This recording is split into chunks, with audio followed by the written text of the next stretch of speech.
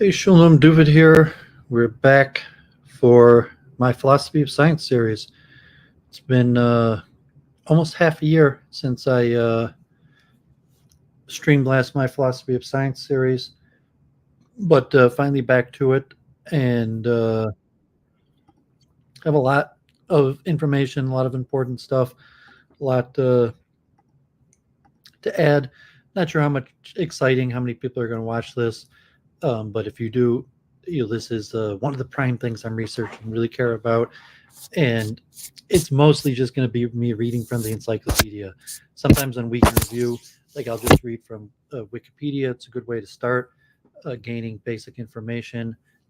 And the encyclopedia is a little bit more in depth, especially the Stanford Encyclopedia. So I want to get a little bit more in depth understanding of some of the central issues. So today, as I put in the title, I'm going to cover the topic of reductionism, talk about the philosophy of neuroscience, measurement, and mathematical indispensability. We'll look at reductionism specifically also in biology. So I'll do a review on the first five streams and, kind of like the spaced memory to really get in depth and understand, memorize some of this stuff for my own research. To other people who follow my research, maybe this just like a book on tape or something. I'll be reading some pretty intense, important stuff. So if it's valuable to people, just as like a book on tape, uh, I'm glad to be of service. If anyone pops up in the chat, also try to be a little bit responsive. But I have a lot of stuff to read, so I had the streams recently with Kevin McCarran on the neurophysicist and Church of Entropy, and she had a debate on modern day debate on evolution, and then the after show with Amy Newman and her partner for the debate, Dr. Sell, or the PhD student. And I was talking a lot about metaphysics. And after I finish this Philosophy of Science series, I hope to actually do a series on metaphysics, because metaphysics is an extremely important topic.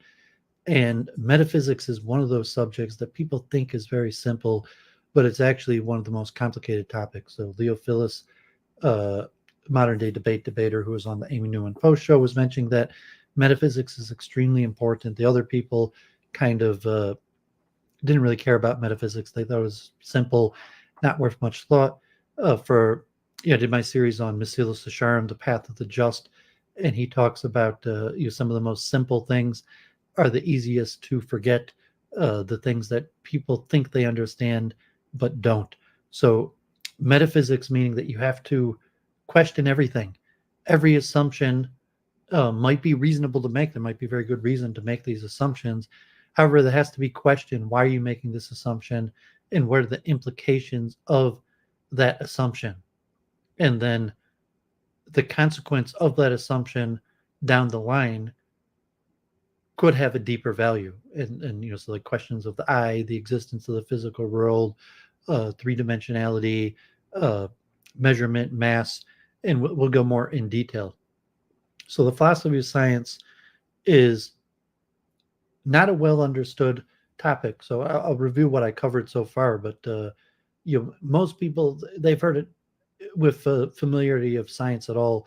They're familiar with Thomas Kuhn, maybe Karl Popper, and falsifiability, but most people have not heard of the Vienna Circle and the main thinkers of the philosophy of science. As I showed on one of the streams, there's only a handful of departments in university in the whole world that have a philosophy of science department. The University of Michigan's philosophy of science department did not make it and was shut down. You can't even get like a certificate in the philosophy of science, maybe one course. And the philosophy of science started from Boltzmann at the University of Vienna with the chair of the Department of Natural Philosophy, which natural philosophy became science. And we talked about the history of the words and the terminology, and I'll go over that a little bit. But after Boltzmann stepped down, then you had Ernst Mach, and then you had Schlicht, who, God forbid, was assassinated, and leading into World War II, and the Vienna Circle, which largely disperses and resettles at a few places around the globe. Karl Popper at the London School of Economics, um, Wittgenstein also in London, uh, University of Chicago, New York University, MIT, University of California, just a handful of institutes that developed philosophy of science departments. And almost all of those philosophy of science departments were from the Vienna Circle. And so I went in depth and about that.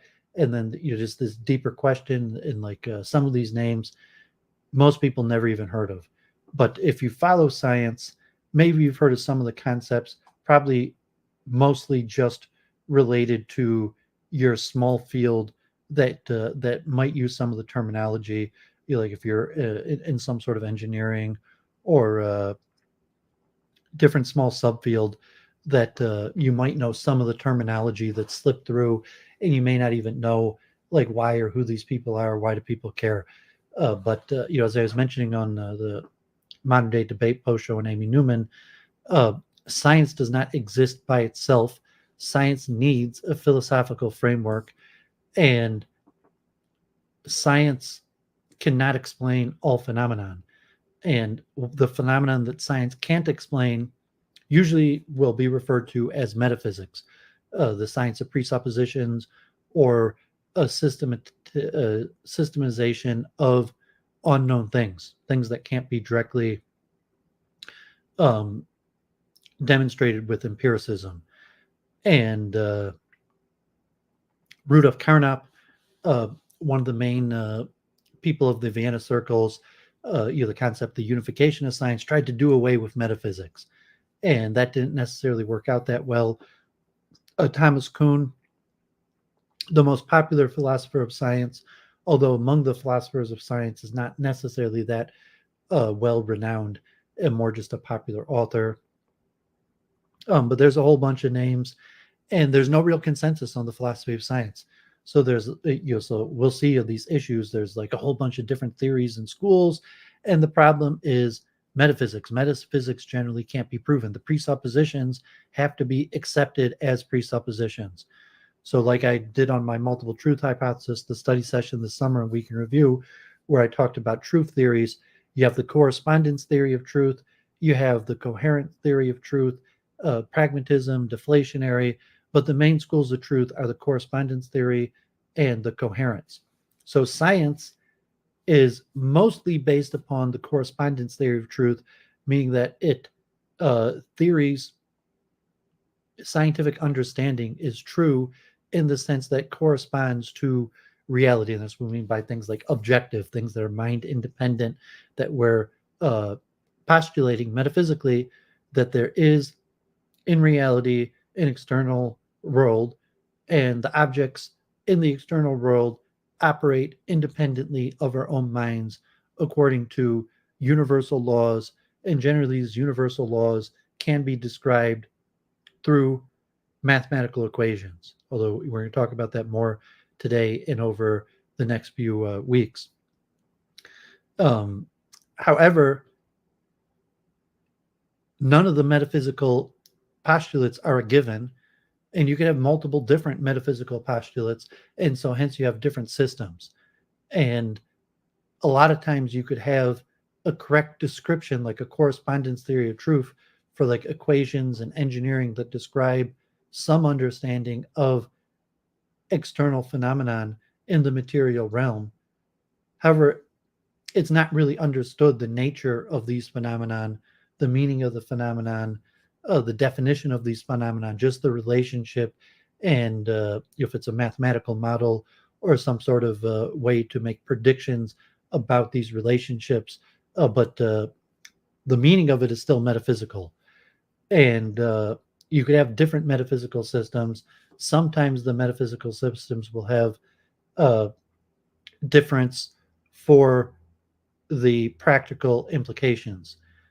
And you also have the coherence theory of truth, which is largely looking at the postulates and do they logically cohere with each other?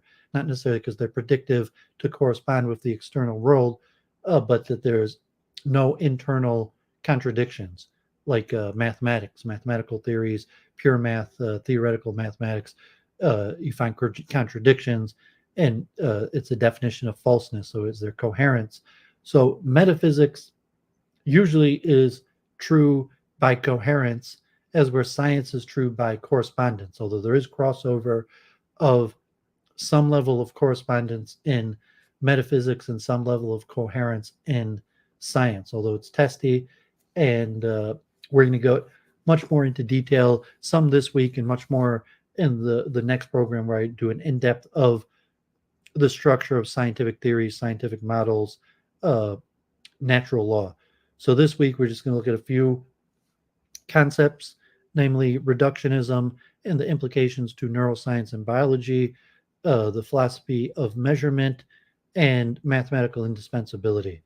So with that, let me do a screen share. It's going to be a lot of reading. It might be about a 5-hour program because I have a lot of information. So let's first look at, so I started the Philosophy of Science series while I was still streaming with Church of Entropy. Room, God bless, thanks for tuning in. And part of it was I wanted to get things right. I wanted to be in line with the mainstream school of philosophy, to use the correct terminology and what is known in the academy. And it turns out there's not that much known in the academy. So to say, like consciousness, there's only a few academies that actually formally studied it. And most people in the academy don't even realize the importance of this subject to know that they're missing something by not studying it. So I started the series while I was still doing Week in Review, and I guess Jennifer was changing around the time, and we tried to keep Week in Review going, even though she wasn't available for the Sunday night time slot anymore.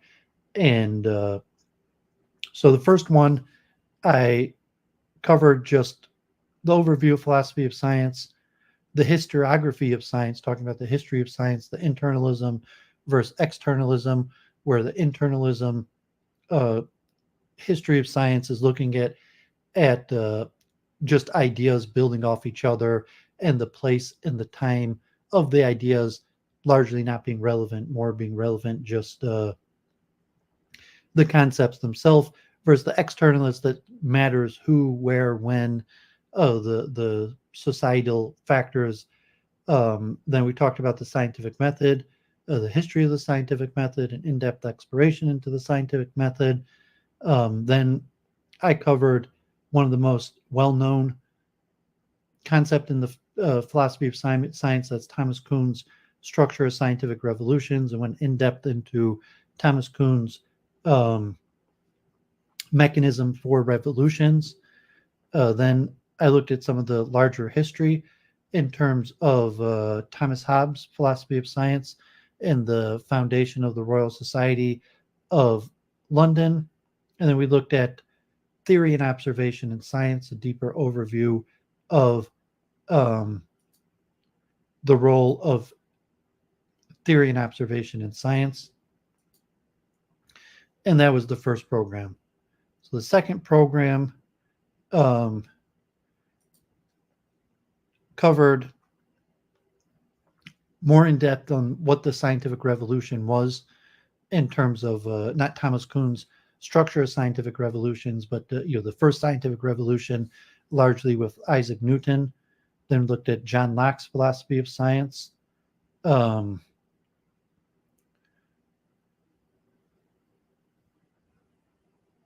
Scientific representation, which is introduction to model theory, and I'll be covering some more of that tomorrow, in terms of what does scientific theories actually represent. Then in depth into the scientific method. What is the scientific method? The history of the scientific method, the variations of the scientific method, science as defined as the product of the scientific method, and the pragmatism of Charles Sanders Peirce, a very important name in the history of the scientific method, and the main school of science today is just pragmatism. Science is what scientists do, and scientists don't really get that philosophical. They're more pragmatic about what works and don't get too caught up into like the definitions or the philosophy of it. And the American Charles Sanders Peirce. And then one of the big names, big important things, Kant, Immanuel Kant, somewhat the father of the philosophy of science and so many other things that we covered so much on Week in Review. And then I also read a little bit on the philosophy of technology. And in the third program, we looked at Kant and Hume on causality, the precursors to science when science was still considered natural philosophy, in Kant and Hume, and science is a form of patternized causality, and then looked at the structure of scientific theories. There's the synthetic, semantic, and pragmatic views of scientific, what a scientific theory is, how they're structured. Is there, synthetic in terms of like sentences, or mathematical, or pragmatic, where scientific theories include a whole bunch of different items strung together, like sentences, stories, ideas, mathematical formulas, or if you want to try to reduce scientific theories to purely one thing, like either mathematical formulas and models, or to some sort of sentence syntax. But you say most people fall into pragmatism. And then the main history of the philosophy of science is Neo-Kantianism. And so the Neo-Kantians, there's the two schools, the Marburg School and the Southwest School. The Marburg School of Hermann Cohn and Ernst Cassirer, and I covered some of that in Week in Review, like Cassier's debate in 1929 with Heidegger, and a lot of theories on truth, that led to, although Kant is largely a dualist, that led to the rejection of metaphysics with Rudolf Carnap.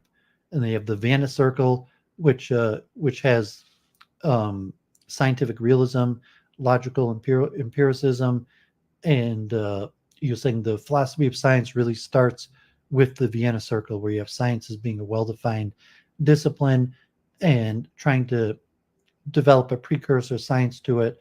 And at a period of time, you have the concepts of the unification of science. There's also some talk about monism, that for a period of time, there was a school of monism within the philosophy of science. So in the fourth part, I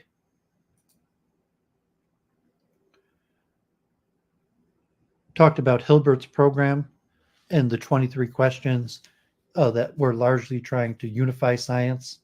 I looked into what is the unity of science, what is the theory of everything, grand unification even mean, and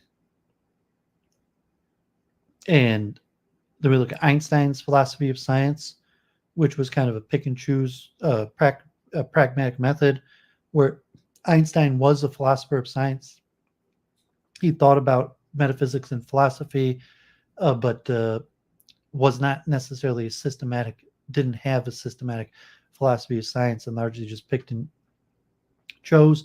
And I talked about logical empiricism and positivism that becomes the main school of science as practiced today, that is somewhat a form of pragmatism, and the historical movement somewhat coming from the Vienna Circle, and you think Rudolf Carnap's a big name, and somewhat of an attempt to reject metaphysics.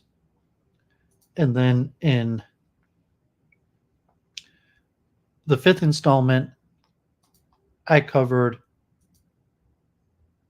one thing. I looked at the various programs of the philosophy of science, the few departments that actually have philosophy of science, and the history of the various departments of philosophy of science. And Then talked about rationalism versus empiricism in terms of science, uh, your and scientific progress. Question is science moving forward? Is there progression of knowledge? Generally an accepted type simple thing like, oh, science is progressing, but then to talk about, well, is that actually the case?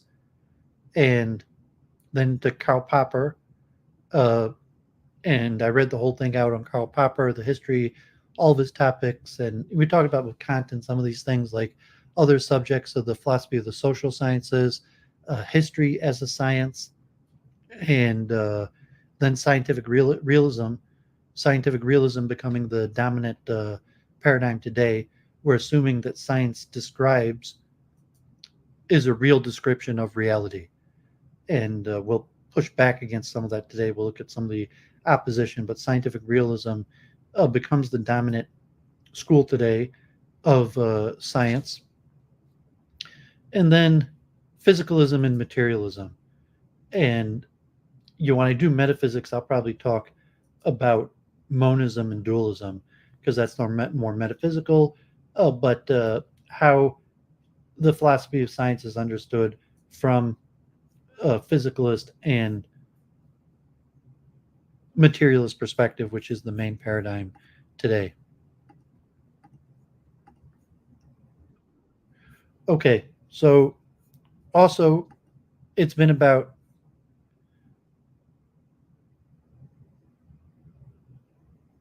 8 months since I've taken Week in Review solo on my channel, and I've covered a lot of different topics, um, and I've read out a lot of different papers, and a lot of the stuff is pretty relevant to the philosophy of science in my research. And I did monism. I talked a lot about the conservation of energy. I had my evolution debate.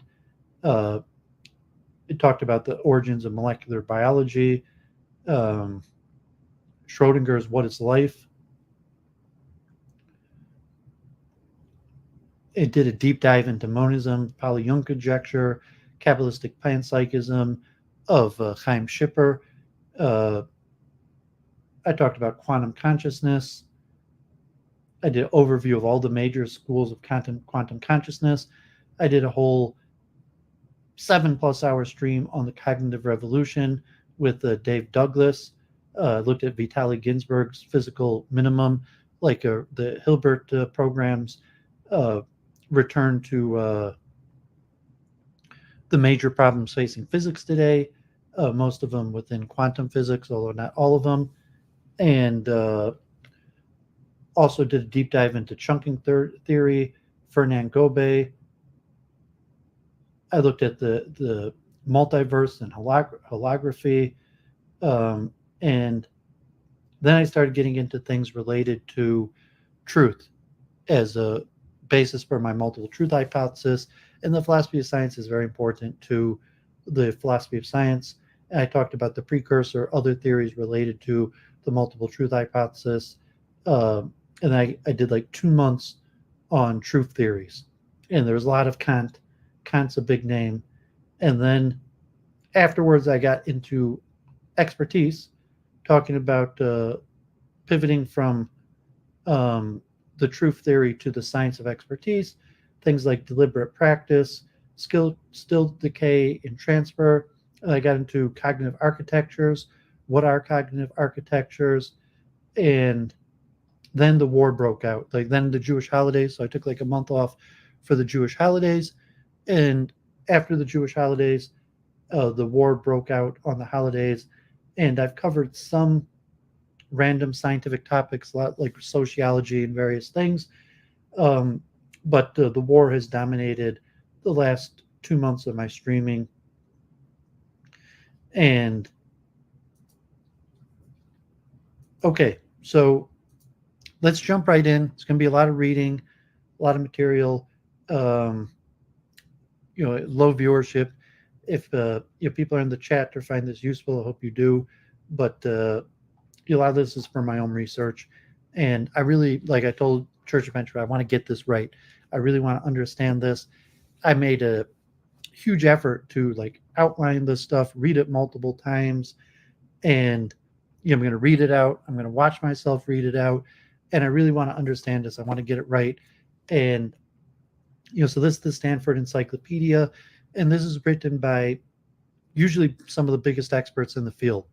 So most of these entries will bring up-to-date current research of the biggest experts in the field and their overviews to be systematic, to cover the history, the current state, all the main theories. So in terms of like writing a scientific paper, the basic due diligence to cover,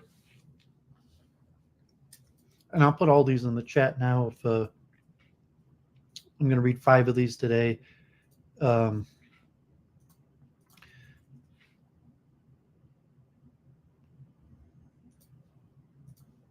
due diligence to get this right, to understand it, to memorize, to use the correct terminology, to know the major names, the major published papers. So also over the last 8 months, I've probably read over 100 books on the subject.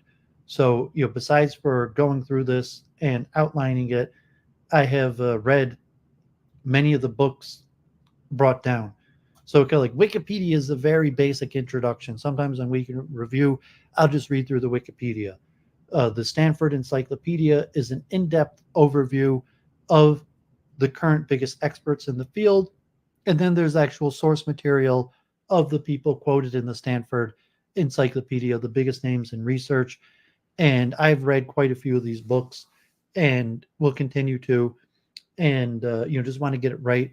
In terms of, I said, the due diligence. If you try to publish a scientific paper, you got to do a historical overview. You have to know, are you saying something unique? And the only way to know if you're saying something unique is to be fully conversed and read in the field, and know the history of the field, the main thinkers in the field, and the current research in the field, and where what you're saying ties in. And a lot of these issues, the greatest minds of every generation has said something about, starting with the ancients, Aristotle and Plato, sometimes further back. And some of these are relatively newer fields, and the history is less than 100 years, some of them a few hundred years old with the advent of science, or some of them you don't have to do a full historical review going back to the Greeks, although that is useful. But you definitely need to know the major thinkers in the last few decades to realize, are you actually saying something new or unique, and where your ideas fit in with the thinkers, and how your ideas, if you are saying something new or unique, could push progress forward. So I'm going to start with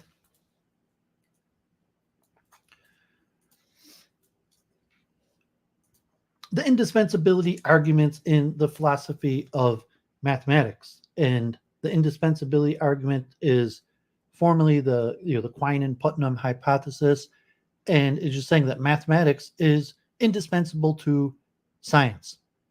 And we're going to talk more about this within metaphysics, but just to get a basic overview of saying, like, well, science is basically math. In order to be a scientific theory, it has to be math.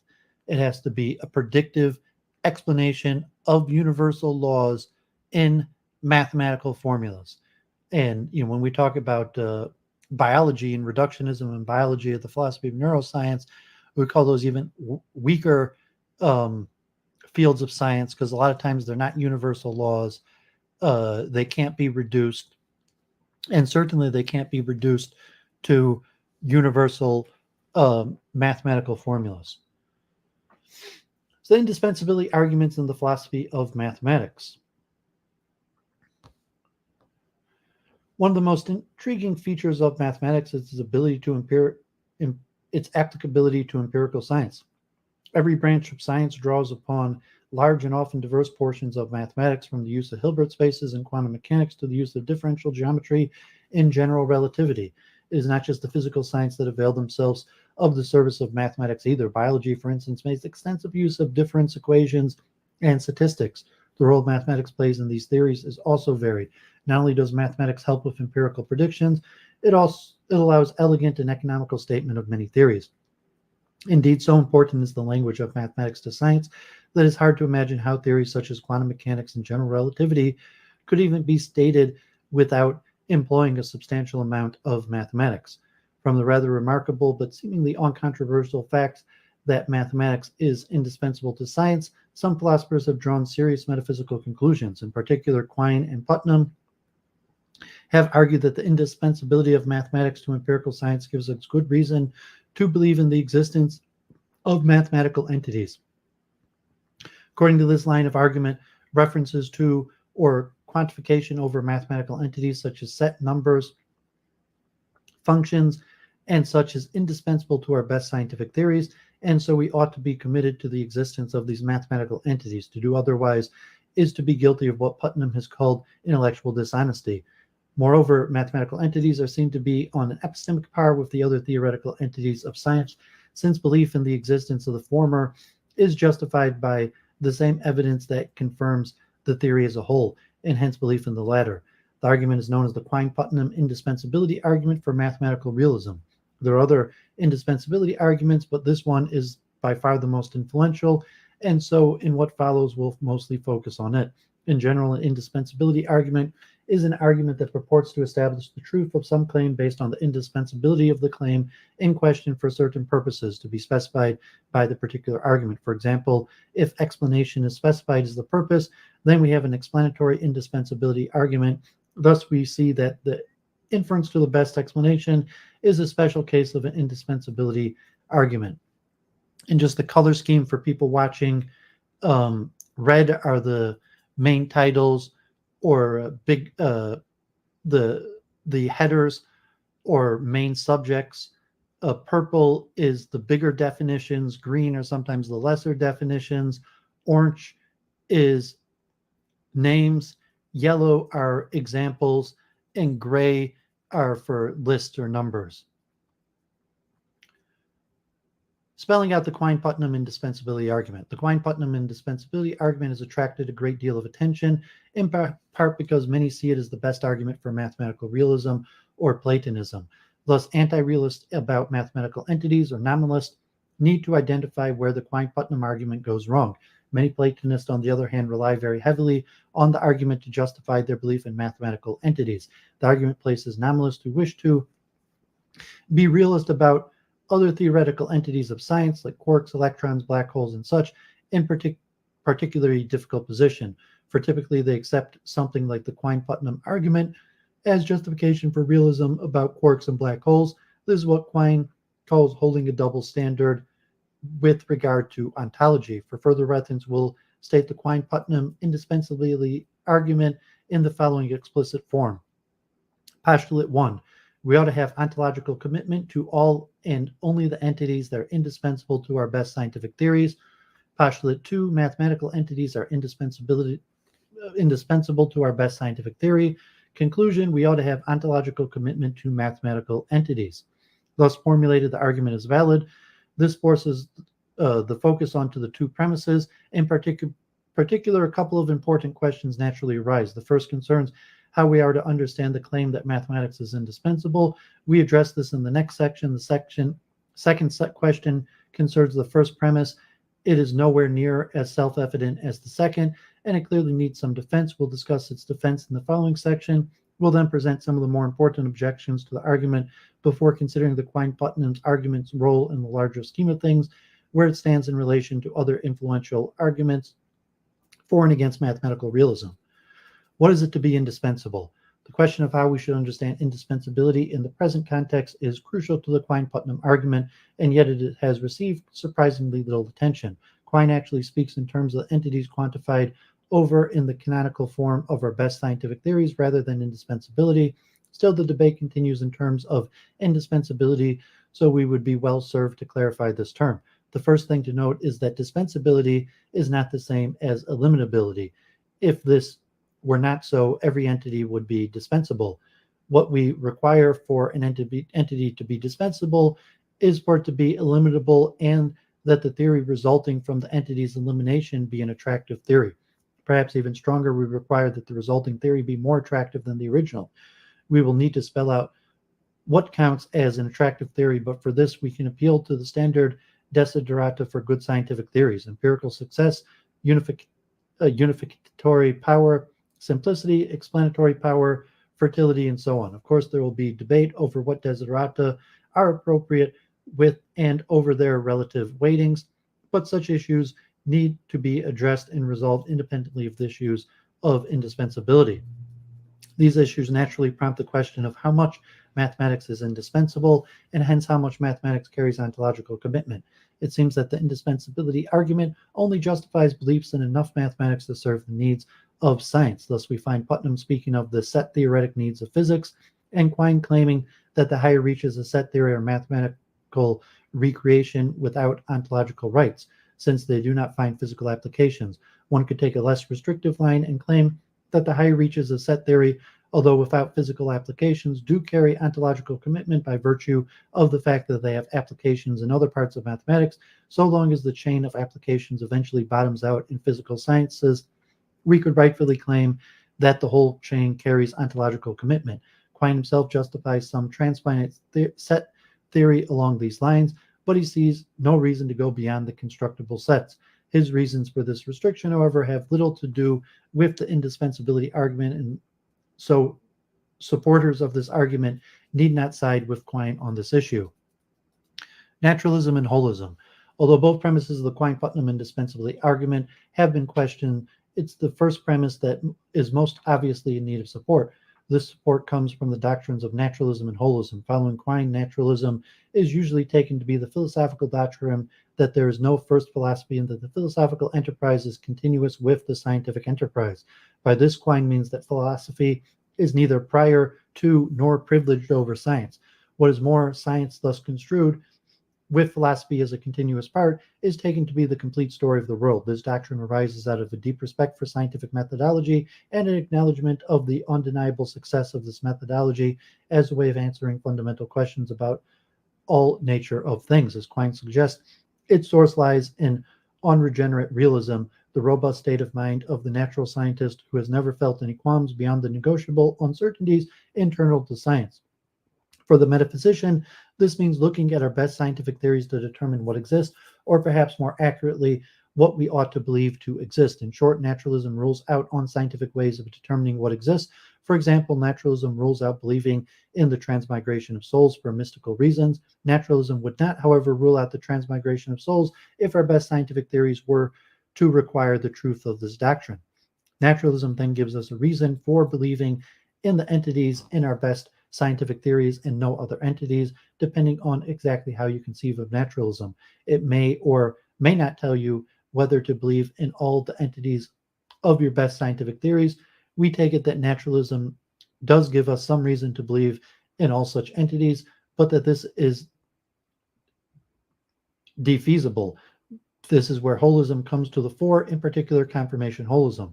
Confirmational holism is the view that theories are confirmed or disconfirmed as wholes. So if a theory is confirmed by empirical findings, the whole theory is confirmed, in particular whatever mathematics is made use of in the theory is also confirmed. Furthermore, it is the same evidence that is appealed to in justifying belief in the mathematical components of the theory that is appealed to in justifying the empirical portion of the theory, if indeed the empirical can be separated from the mathematical at all. Naturalism and holism taken together then justify postulate 1. Roughly, naturalism gives us the only and holism gives us the all in postulate 1. It is worth noting that Quine's writing, there's at least two holist themes. The first is the confirmational holism discussed above, often called the Quine-Duhem thesis. The other is the semantic holism, which is the view that the unit of meaning is not the single sentence, but the system of sentences, and in some extreme cases, the whole language. This latter holism is closely related to Quine's well-known denial of the analytical synthetic distinction and his equally famous indeterminacy of translation thesis. Although for Quine, semantic holism and confirmational holism are closely related, there is good reason to distinguish them, since the former is generally thought to be highly controversial, while the latter is considered relatively uncontroversial. Why this is important to the present debate is that Quine explicitly invokes the controversial semantic holism in support of the indispensability argument. Most commentators, however, are of the view that the only confirmational holism is required to make the indispensability argument fly. Objections. There have been many objections to the indispensability argument, including Charles Parsons' 1980 concern that the obviousness of basic mathematical statements is left unaccounted for by the Quinean picture, and Philip Kitcher's 1984 worry that the indispensability argument doesn't explain why mathematics is indispensable to science.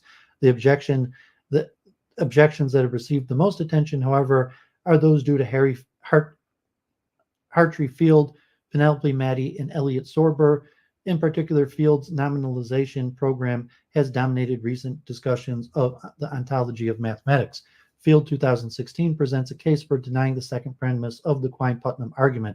That is, he suggests that despite appearances, mathematics is not indispensable to science. There are two parts to Field's project. The first is to argue that mathematical theories don't have to be true to be useful in application. They need merely to be conservative. That is roughly that if a mathematical theory is added to a nominalist scientific theory, no nominalist consequences follows that wouldn't follow from the nominalist scientific theory alone. This explains why mathematics can be used in science, but it does not explain why it is used. The latter is due to the fact that mathematics makes calculation and statement of various theories much simpler. Thus, for Field, the utility of mathematics is merely pragmatic. Mathematics is not indispensable at all. The second part of Field's program is to demonstrate that our best scientific theories can be suitably nominalized. That is, he attempts to show that we could do without quantification over mathematical entities, and that what we would be left with would be reasonably attractive theories. To this end, he is content to nominalize a large fragment of Newton's gravitational theory. Although this is a far cry from showing that all our current best scientific theories can be nominalized, it is certainly not trivial. The hope is that once one sees how the elimination of reference to mathematical entities can be achieved for a typical physical theory, it will seem plausible that the project could be completed for the rest of science. There's been a great deal of debate over the likelihood of the success of Field's program, but few have doubted its significance. Recently, however, Penelope Maddie has pointed out that if postulate 1 is false, Field's project may turn out to be irrelevant to the realism-anti-realism debate in mathematics. Maddie presents some serious objections to the first premise of the indispensability argument. Particularly, she suggests that we ought not to have ontological commitment to all the entities indispensable to our best scientific theory. Her objections draw attention to the problems of reconciling naturalism with confirmational holism. In particular, she points out how holistic views of scientific theories has problems explaining the legitimacy of certain aspects of scientific and mathematical practices which presumably ought to be legitimate given the high regard for scientific practice that naturalism recommends. It is important to appreciate that her objections, for the most part, are concerned with methodological consequences of accepting the Quinean doctrines of naturalism and holism, the doctrines used to support the first premise. The first premise is thus called into question by undermining its support. Maddie's first objection to the indispensability argument is that the actual attitude of working scientists towards the components of well-confirmed theories vary from belief through tolerance to outright rejection. The point is that naturalism counsels us to respect the methods of working scientists, and yet holism is apparently telling us that working scientists ought not to have differential support to the entities in their theories. Maddie suggests that we should side with naturalism and not holism here. Thus, we should endorse the attitudes of working scientists who apparently do not believe in all the entities posited by our best theories. We should just reject postulate 1. The next problem for us follows the first. Once one rejects the picture of scientific theories as homogeneous units, the question arises whether the mathematical portions of theories falls within the true elements of the confirmed theories or within the idealized elements. Maddie suggests the latter. Her reason for this is that scientists themselves do not seem to take the indispensability application of a mathematical theory to be an indication of the truth of the mathematics in question. Such cases indicate that scientists will invoke whatever mathematics is required to get the job done without regard to the truth of the mathematical theory in question. Again, it seems that confirmational holism is in conflict with the actual scientific practice and hence with naturalism. And again, Maddie sides with naturalism. The point here is that naturalism counsels us to side with the attitudes of working scientists on such matters, then it seems we ought not to take the indispensability of some mathematical theory in a physical application as an indication of the truth of mathematical theory. Furthermore, since we have no reason to believe that the mathematical theory in question is true, we have no reason to believe that the entities posited by the mathematical theory are real. So once again, we ought to reject postulate 1. Maddie's third objection is that it's hard to make sense of what working mathematicians are doing when they try to settle independent questions. There are questions that are independent of the standard axioms of set theory, the Zermelo-Fraenkel axioms. In order to settle some of these questions, new axiom candidates have been proposed to supplement the Zermelo-Fraenkel and arguments, continuum hypothesis, and arguments have been advanced in support of these candidates. The problem is that the arguments advanced seem to have nothing to do with applications in physical science. They are typically intra-mathematical arguments. According to the indispensability theory, however, the new axioms should be assessed on how well they cohere with our current best scientific theories. That is, set theorists should be assessing the next axiom candidates with one eye on the latest developments in physics. Given that set theorists do not do this, confirmational holism again seems to be advocating a revision of the standard mathematical practice, and this too claims Maddie is at odds with naturalism. Although Maddie does not formulate this objection in a way that directly conflicts with postulate 1, it certainly illustrates the tension between naturalism and confirmational holism. And since both these are required to support postulate 1, the objection indirectly casts doubts on postulate 1. Maddie, however, endorses naturalism and so takes the objection to demonstrate that confirmational holism is false. We'll leave this discussion of the impact of the rejection on confirmational holism would have on the indispensability argument until after we outline Sober's objection, because Sober arrives at much of the same conclusion. Elliot Sober's objection is closely related to Maddie's second and third objection. Sober in 1993 takes issue with the claim that mathematical theories share the empirical support accrued by our best scientific theories. In essence, he argues that mathematical theories are not being tested in the same way as the clearly empirical theories of science. He points out that hypotheses are confirmed relative to competing hypotheses. Thus, if mathematics is confirmed along with our best empirical hypothesis, as the indispensability theory claims, there must be mathematics-free competitors. But Sober points out that all scientific theories employ a common mathematical core. Thus, since there are no competing hypotheses, it is a mistake to think that mathematics receives confirmational support from the empirical evidence in a way other scientific hypotheses do. This in itself does not constitute an objection to postulate 1 of the indispensability argument, as Sober is quick to point out, although it does constitute an objection to Quine's overall view that mathematics is part of an empirical science. As with Maddie's third objection, it gives us some cause to reject confirmational holism. The impact of these objections on postulate 1 depends on how crucial you think confirmational holism is to the premise. Certainly, much of the intuitive appeal of postulate 1 is eroded if confirmational holism is rejected. In any case, to subscribe to the conclusion of the indispensability argument in the face of Sober's or Maddie's objection is to hold the position that it's permissible at least to have ontological commitment to entities that receive no empirical support.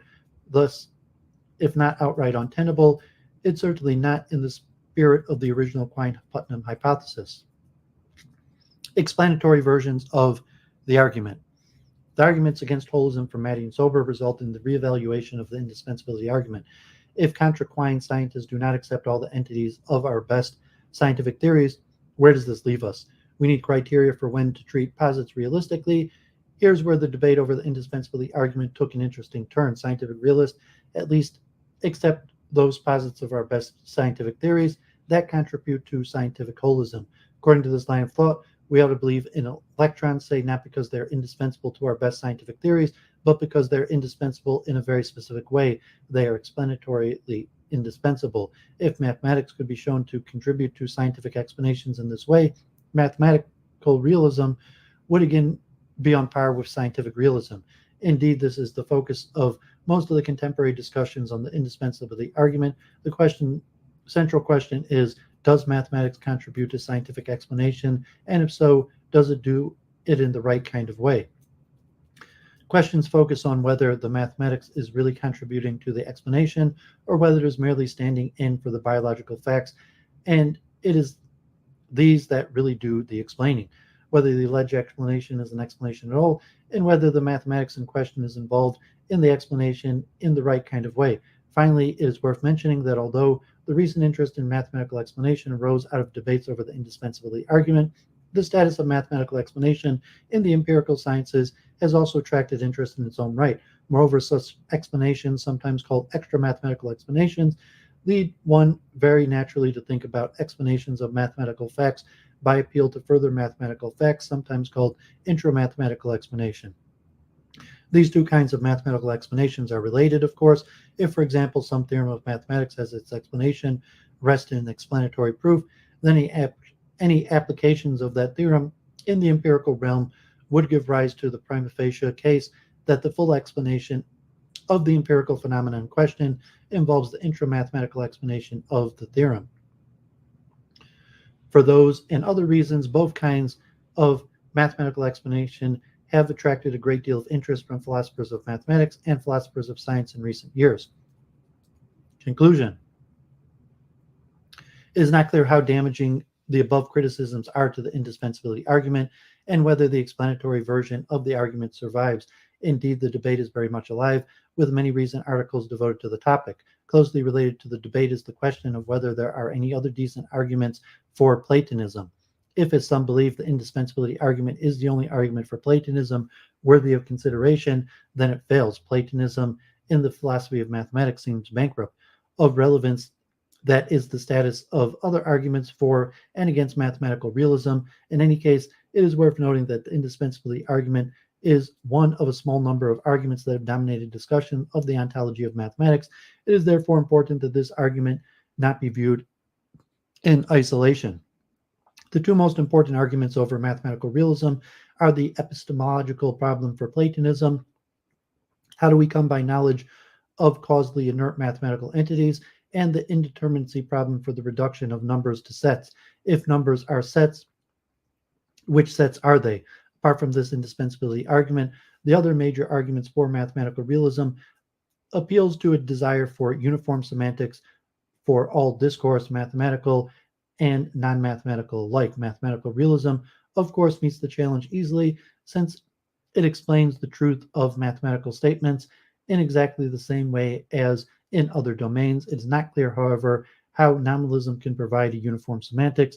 Finally, it is worth stressing that even if the indispensability argument is the only good argument for Platonism, the future of this argument does not necessarily authorize nominalism, for the latter two may be without support. It does seem fair to say, however, that if the objections to the indispensability argument are sustained, then one of the most important arguments for Platonism is undetermined.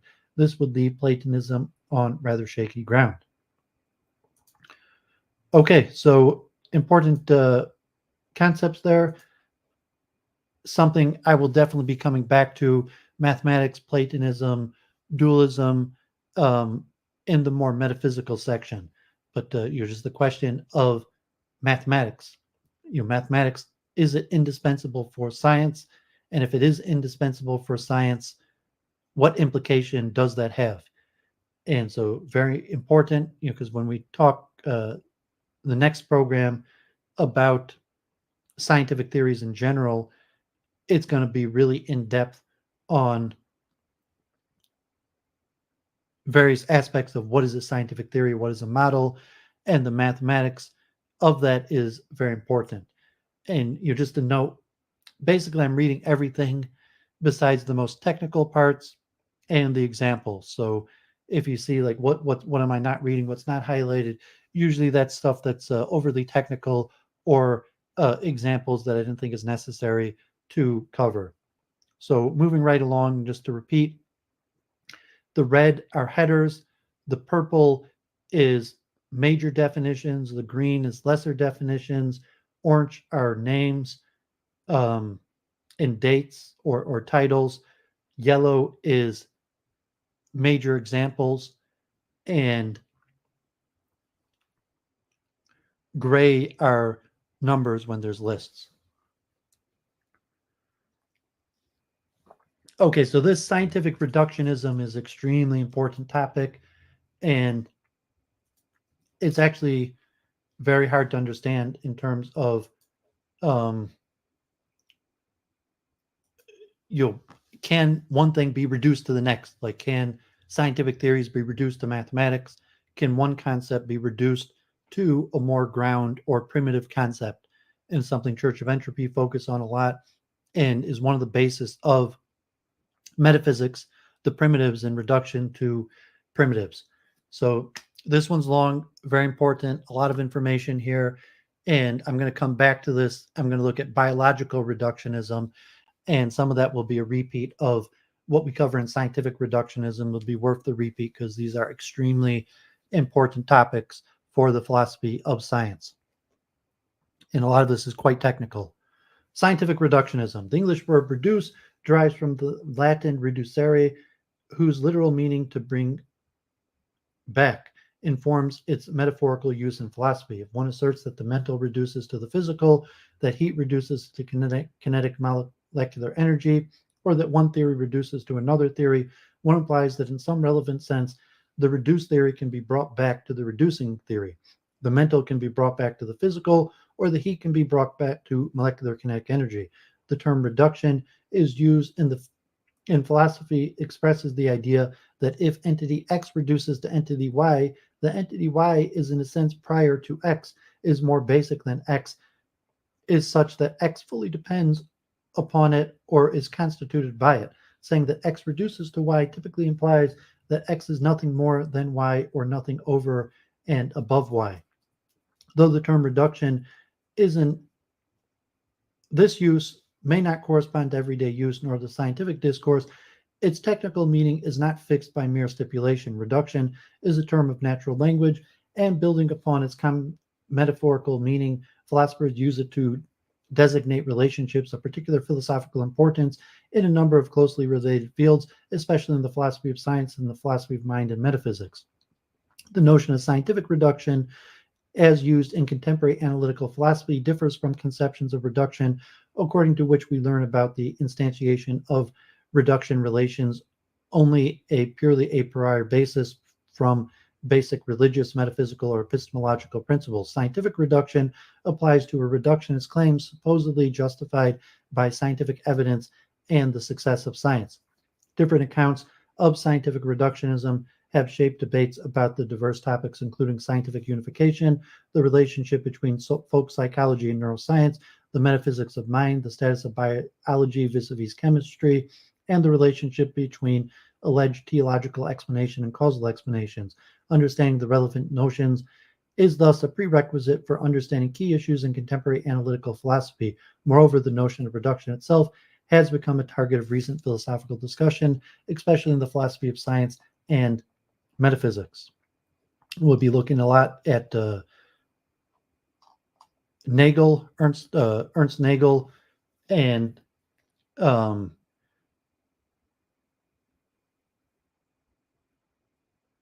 some of these theories like identity theory, type identity theory, token identity theory, and property identity, supervenience, realization, multiple realizations in relationship to philosophy of mind and reduction in grounds. Historical background. Conflicts between reductionist views and their dualist and pluralistic metaphysical rivals has loomed large in the history of philosophy. The classical debate between materialist and mind-body dualist is simply the most familiar of many such disputes. The Cartesian dualist is committed to distinct types of substances, minds and bodies, each with its own essence. Different versions of dualism, interactive, epiphenomenal, parallelists disagree about whether the two causally interact, but they all assert the ontological difference between the mind and body. Neither reduces to the other. They are distinct and both are real. Most contemporary reductionists, as well as the limitist positions, include some commitment to materialism or physicalism, the view that the physical or material provides the fundamental reductive base. However, reductionism per se is ontologically neutral. The concept of reduction entails no specific ontological position. It is logically independent of physicalism or materialism. Indeed, reductionism could be true of the entities in a totally non-physical world as long as it had some base and everything in that world reduced to that base. Reductionism is a general relationship between entities or theories that might hold in many sorts of specific cases. Some historical reductivists have been resolutely opposed to materialism and physicalism. Bishop Berkeley's phenomenal idealism reduced ordinary tables and chairs to a collection of ideas, and denied the existence of matter. Berkeley's reductive view, everything real reduces to minds and ideas. Idealism, as proposed by Fichte, can also be given a reductive interpretation of this view. The non mental does not exist over and above the mental. The non mental can be fully explained in terms of the mental, and it can be ultimately assimilated to the mental. Accordingly to this interpretation, everything is just ultimately mental. Idealist and reductionist are reductionist whose reductive base is mental.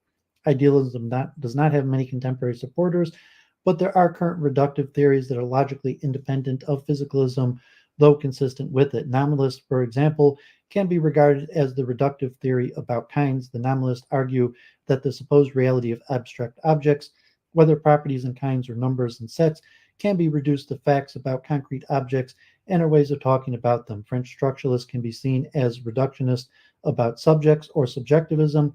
They suggest that the function of individual intentions and goals reduces the inner workings of larger discourses. Carnap's mid 20th century unificationism presents an interesting example of ontologically neutral phenomenological reductionism. Carnap's reductionism states that science is a unity such that all empirical statements can be expressed in a single language. All states of affairs are of some kind and are known by the same method. This interpretation covers several aspects: semantic ones covering the expressive power of language, metaphysical ones, states of affairs being of one kind, and methodological ones. Assuming that any empirical statement or proposition can be expressed in a single language, this language is, on Carnap's view, a language that employs observational concepts only. This seems to amount to an ontologically neutral form of reductionism. In principle, any reductionist, the idealist, as well as the materialist, can subscribe to this thesis. Disagreement will start only when it comes to specifying the ontological status of the kinds of designated by this language as observational expressions. Are they external mind independent properties of objects, or are they phenomenal properties directly present in the perceptual experience? In some, though most contemporary reductionists are also physicalists, there are many actual reductionist positions that are independent of materialism and physicalism. Such positions have played an important role in the history of philosophy, and some are actively supported today, even as forms of scientific reduction. The notion of reduction itself has become a target of philosophical investigation. If science is to provide at least partial answers to questions of reduction, such as whether the mental reduces to the neural, then we need to understand what reduction requires, what are the necessary conditions, and how might scientific evidence show whether they are fulfilled. J.J.C. Smart provided an influential tentative description of the reduction relation according to which an entity X reduces to an entity Y only if X does not exist over and above Y. Smart frames the question as one of existence, an ontological question: what really exists? How many basic kinds of things exist? Approaching this issue from a different slant, the philosophical notion of reduction might be cashed out in terms of explanatory relation. If X reduces to Y, then it can, in a relevantly strong sense, be explained in terms of Y. Take as an example from Ernst Nagel, describing the possible reduction of headaches. He writes that the detailed physical, chemical, and physiological conditions for the occurrence of headaches are ascertained. The explanation will have been found in the occurrence of headaches. Alternatively, reductions can be conceived of as consisting in a special form of assimilation, a description that could also be found in Nagel, 1961. In a reduction, a set of distinctive traits of some matter is assimilated to what is patently a set of quite dissimilar traits. Reduc- reductivists are generally realists about the reduced phenomenon, and their views are in that respect conservative. They are committed to the reality of the reducing base and thus to the reality of whatever reduces to that base. If thoughts reduce to brain states and brain states are real, then so too are thoughts. Though conservative realism is the norm, some reductionists take a more anti realist view. In such cases, the reducing phenomena are taken to replace the prior phenomenon, which are in turn eliminated. Whether to count such eliminative views as a variety of reduction is a matter of theoretical choice. Some might argue that reduction entails realism about the reduced phenomenon. If so, elimination is not reduction. On the other hand, replacement has sometimes been classed as a form of reduction, and it corresponds to an everyday sense in which theories are described as reductive. There is clearly a reductive aspect to the eliminativist claim that nothing is real other than the replacing phenomenon. There's nothing real other than brain states. Nevertheless, most reductive views are realist, so reduction hereafter should be understood in the conservative sense that entails the realism of the reduced phenomenon unless otherwise noted. Attempts to characterize the reduction relationship go back to the early years of logical empiricism. Nuroff in 1931 and Carnap in 1934 described reduction as a relation of translation, or at least the unification by the universal requirement that all statements have testable consequences that can be stated in a shared observable language. In more recent decades, two closely related strands of debate have focused on the nature of reduction, one within the philosophy of science and the other within the philosophy of mind. Philosophers of science have proposed several explications of the notion of reduction, often with an eye on broader conceptions of explanation, scientific change, and unification. Philosophers of mind, concerned with specific questions about whether the mental is just physiological or even physical in nature, have asked what notions of reduction might be relevant and how they might apply to particular cases in psychology and neuroscience. Models of scientific reduction in the philosophy of science. The philosophical discussions of reduction relations in the sciences was inspired by cases such as the alleged reduction of Newtonian mechanics to relativity theory, of chemistry to atomic physics, and of gas laws to statistical mechanics. However, in what respects these actual episodes of theory change count as reduction is a complex matter. Many factors might be relevant, not merely logical and metaphysical relations, but also epistemic, psychological, and pragmatic ones. Questions also arose about the generalizability of those cases and their role in scientific progress or change, which led to the idea that an appropriate model of reduction should mainly focus on cases of actual theory succession. The main target in the reduction debate within the philosophy of science, however, was not a reconstruction of the process of scientific change, but rather an explication of the relationship between successive theories that justified the relevant change, relations alleged to hold between pairs of theories such as Newtonian mechanics and relativity theory, or thermodynamics and statistical mechanics. In this context, the relata of reductions were conceived as theories or models rather than properties, events, or kinds. Thus, they are often referred to as theory reductions. Reduction and theory succession. The term reduction oscillates between two different uses, at least. Kameny and Oppenheim, 1956, regarded the idea that reductions somehow relate to scientific progress as being crucial for understanding reduction.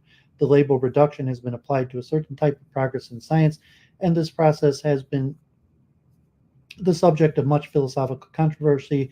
It is the task of the philosophers of science to give a rational reconstruction of the essential features of reduction. Scientific progress may be broadly divided into two types.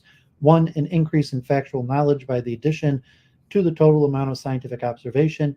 Two, an improvement in the body of theories, which is designed to explain the known facts and to predict the outcome for future observations. An especially important case of the second type is the replacement of an accepted theory or bodies of theories by a new theory or body of theories which is in some sense superior to it. Reduction is an improvement in this sense. According to the use of this term, reduction is a relation of actual theory succession, such that reduction happened at a certain time, namely when scientists did bring it about. Often philosophers employ the term reduction in the sense thereby designating an activity of scientists or the outcome of such an activity.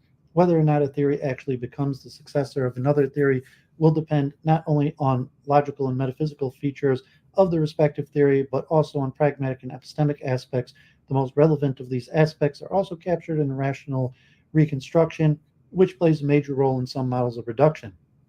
When discussing the status of bridge principles, intuitively, statements that connect the vocabulary of reducing theory to the reduced theory, Ernst Nagel suggested that they might play different roles in the discovery of reductions than after the fact analyzed. They may function as hypotheses to be tested, or they may rely on empirical evidence already gathered. Similarly, Kenneth Schaffner suggests that an appropriate model of reduction should take into account not only logical or metaphysical aspects regarding the reduced and the reducing theory, rather, it should also be sensitive to the pragmatic and epistemic aspects underlying the actions of the scientist who carry out reductions, an idea he labels logical pragmatism. New wave reductionists criticize other models, especially Nagel's, for not being adequately sensitive of how reductions are actually carried out, a point also made by Ager, Aronson, and Weingart in 1974. The distinction between reduction as an activity and reduction as a relationship that is independent of what scientists actually do is tentatively captured by the distinction between diachronic and synchronic reduction. The main idea of diachronic reduction is not merely that reduction is a temporal affair, but that they consist in the replacement of one theory by another theory, such as that one theory, the reducing one, becomes the successor of the reduced theory. It is also often described as a sort of theory improvement or scientific progress, particularly one in which the laws of the prior theory apply to a proper subset of the cases covered by the laws of the succeeding theory. Nagelian models of reduction. Recent reduction debates in the philosophy of science were initiated by Ernst Nagel's model theory of reduction, which has also received considerable attention in the philosophy of mind. More recent approaches to the reduction depart from or were developed in opposition to the Nagel model, though it has been argued that most of these approaches merely echo the Nagel's model instead of proposing fundamentally new interpretation. Nagel's model. Nagel describes his models as follows. A reduction is effected when the experimental laws of the secondary science, as if it has an adequate theory, its theory as well, are shown to be the logical consequences of the theoretical assumptions, inclusive of the coordinating definitions of the primary science. The basic idea is simple.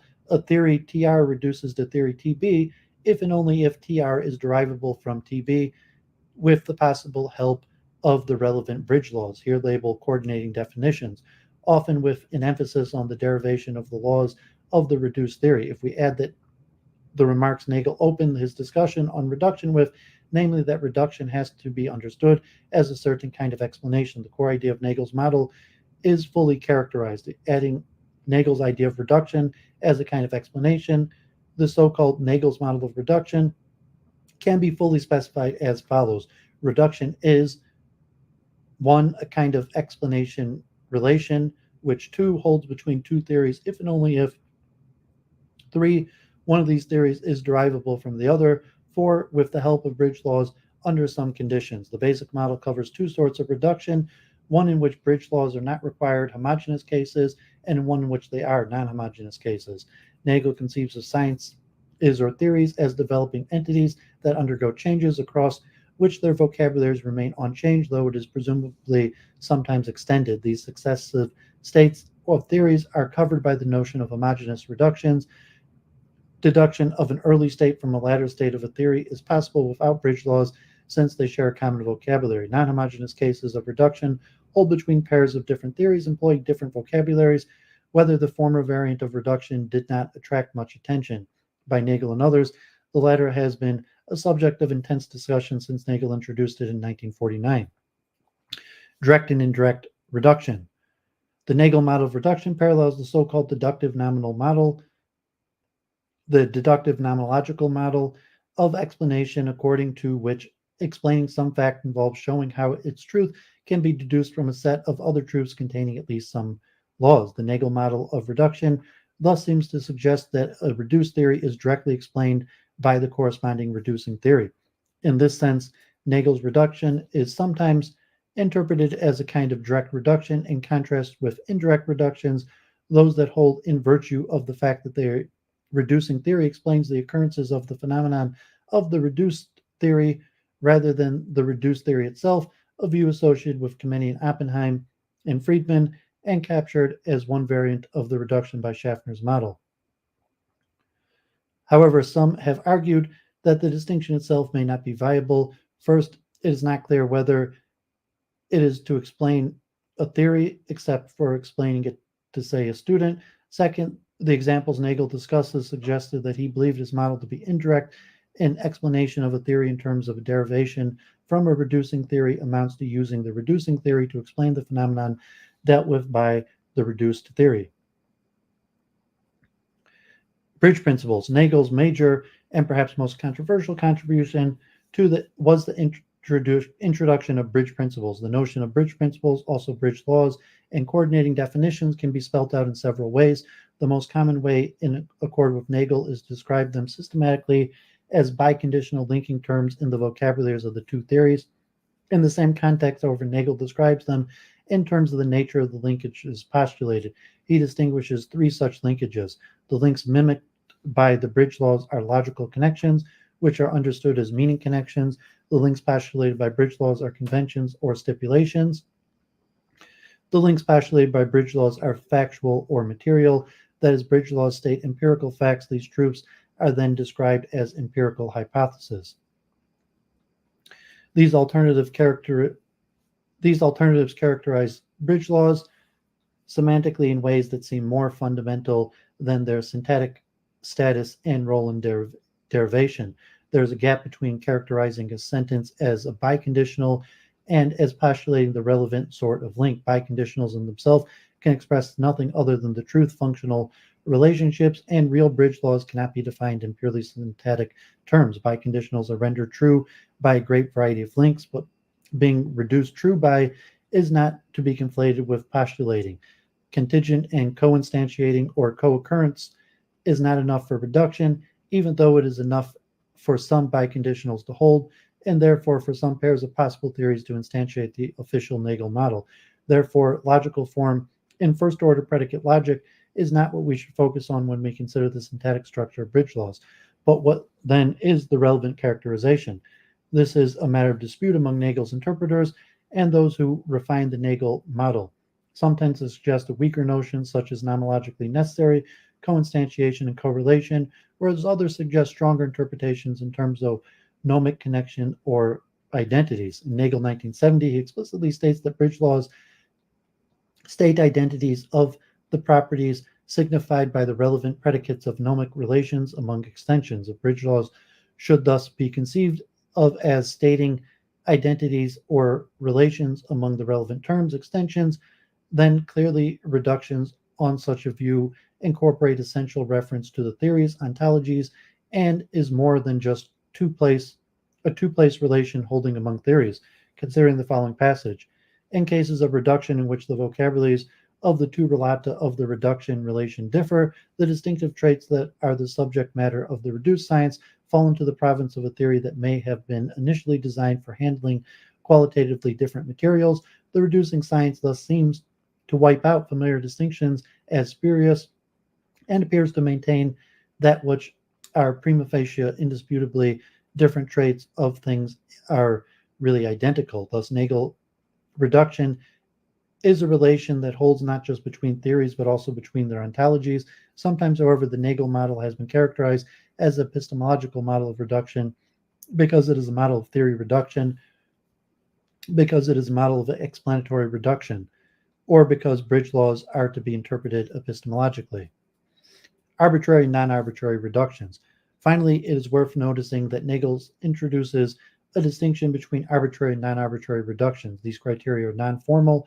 The first criterion Nagel mentions is that the premises of reduction, the bridge laws, and the reducing theory should be well established rather than arbitrarily chosen. Second, Nagel alludes to the fact that the reducing theory should be better established than the reduced one.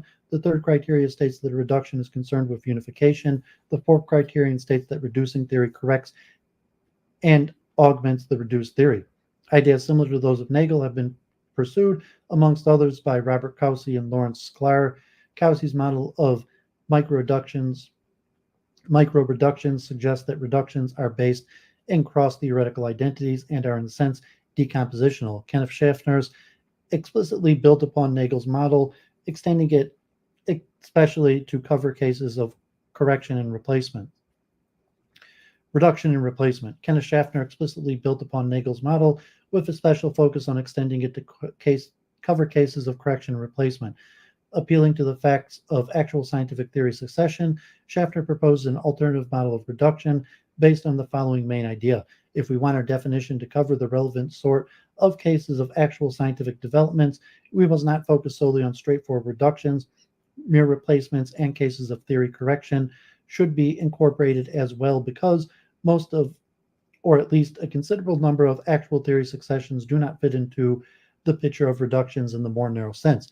It thereby reflects the most powerful criticism that has been raised against the Nagel model. Schaffner proposes a complex definition comprising several disjuncts which are intended to encompass both genuine reductions and a different sort of replacement ranging from complete replacements via continuum of relations to a case of correction fully within the reduced theory. Schaffner notes in many cases what gets strictly reduced in intermediate cases is not the original theory, but a corrected version of that theory constructed within the vocabulary of the reducing theory.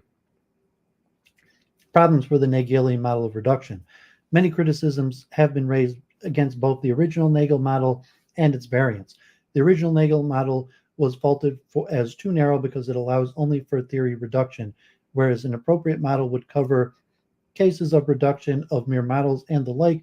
Sciences like biology and neuroscience should be regarded as being possible candidates for reduction, although they do not contain full-fledged theories. In a more general sense, the Nagel model has been criticized as exemplifying all the shortcomings of the orthodox view on science. The Nagel model describes reduction in terms of a direct theory of explanation, whereas an appropriate model of reduction should shape the notion in terms of indirect theory explanation, that is, in terms of explanation of the phenomenon of a theory. Three formal worries of the Nagel model merit mention. If reduction is a derivation plus sometimes bridge laws, then any theory would reduce to itself because any theory is derivable from itself.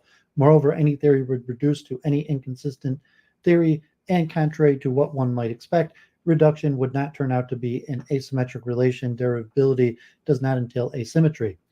Feyerabend, Churchland, Schaffner, and Bickel, amongst others, have argued that Nagel's model allows neither for correction in a reducing theory nor for replacement, and that therefore it is fundamentally misguided. Recall, however, that Nagel suggests that at least some interesting reductions involve correction. He writes that the reducing theory must also be fertile in usable suggestions for developing the secondary science and must yield theorems referring to the latter subject matter, which augment or correct its currently accepted body of laws. At first sight, it is not clear how correction is possible if deduction is the basis for reduction. The truth of the reducing theory entails the truth of the reduced theories. This is what deduction is about, so it's worth noting that Nagel introduced this criterion, even though it seems hardly compatible with the official model. However, as suggested by Putnam, there are a number of ways to incorporate correction within Nagel's model: by speaking of appropriate truth, by contextualizing the reduced theory, or by introducing probabilistic notions. Moreover, in discussing Feyerabend's criticism based on the alleged incommensurability of expressions in different sciences, Nagel explicitly stated that reductions may rely on approximations. A similar idea seems tied to Nagel's suggestion that some reductions may require boundary conditions in order to connect the relevant terms in an appropriate bridge law, thereby altering and adjusting one of the term's extensions. As has been pointed out by Endicott, any account that allows for boundary conditions, corrections, approximations, and the like, such as the account proposed by Schaffner, will be able to cover such cases. Kemeny and Oppenheim suggest that idealization may be justified in developing models of reduction, noting that without idealization, things would become hopelessly complex. Finally, Nagel's model has been criticized for the role it attributes to bridge laws. New wave reductionists in particular have argued that bridge laws do not play the role they are supposed to play in discovering reduction relations. Contrary to Nagel, we do not use bridge laws when discovering, for example, the parts of chemistry reduced to atomic physics. Rather, we infer bridge laws from the discovery of relevant similarities between the two theories. In response to those critiques, some like Schaffner and Dzaji, Bamani, and Butterfield have developed variants of the Nagel model that retain its spirit but avoid many of the problems faced by the original. Prominent suggestions concern refinements of the logical framework in which Nagelian reduction is described, as well as a relaxation of the conditions that reductions must be complete. The idea is that even in physics, reductions are most likely partial and thus not fully systematic. As Schaffner observed, even almost sweeping reductions in physics, such as the reduction of physical optics by Maxwell's electromagnetic theory, fail at some point. Partial reductions are conceived as largely completed reductions containing exceptions of or failures of attempted reductions. An interpretation of partial reductions for sciences such as biology have been developed by Schaffner and further developed by Winther. His suggestions heavily draws on the explanatory notions and mereological relations. In a partial reduction, the objects referred to in the explanation in the explanans are parts or a microstructure of the phenomenon to be explained. The phenomenon to be explained is a macro object. The microstructure needs to be linked via connectability assumptions to the macro state. These assumptions may suggest causal links or, in more straightforward cases, identity. Such explanations may turn out to be partial for various reasons. For example, they often do not explain all cases of the target phenomenon. The reduction base may span levels of organization, and they may fall short of the straightforward derivations of the target phenomenon. Such partial reductions share important features with mechanistic explanations. For example, their local postulated causal mechanism, that is responsible for the occurrence of the target phenomenon, refer to constituents in the explanation and may span different levels. Partial reductions thus allow for emergence. We get a partial reduction only some aspects of the target phenomenon are emergent. On Schaffner's interpretation, this sort of emergence is purely pragmatic. Others have rejected the Nagel model and used different frameworks to account for the reduction.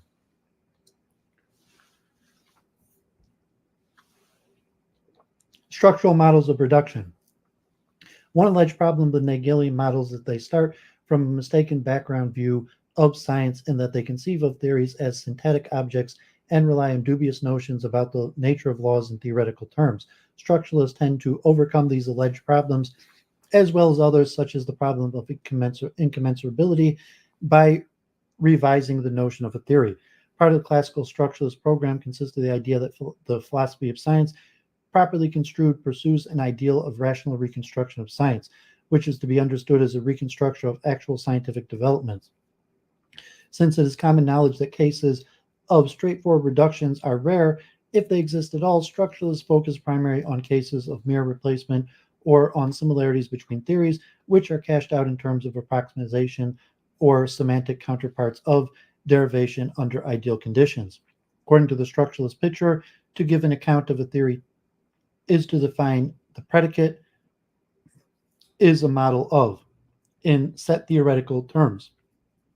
A theory is basically consists of a set M, a set of potential models MP, and a set of potential partial models MPP, and a set of intended applications I, which is supposed to be open or non-existentially individuated. The relationship between the different variants or stages of applications is, as Stegmuller suggests, best thought of as being pragmatically fixed. Building on such a notion of a theory, Patrick Suppes proposes the following characterization of inner theory reduction. Many of the problems formulated in connection with the question of reducing one science to another may be formulated as a series of problems for using the notion of representation theorem for the models of a theory. For instance, the thesis that psychology may be reduced to physiology would be, for many people, appropriately established if one could show that for any model of psychological theory, it was possible to construct an isomorphic model within physiological theory.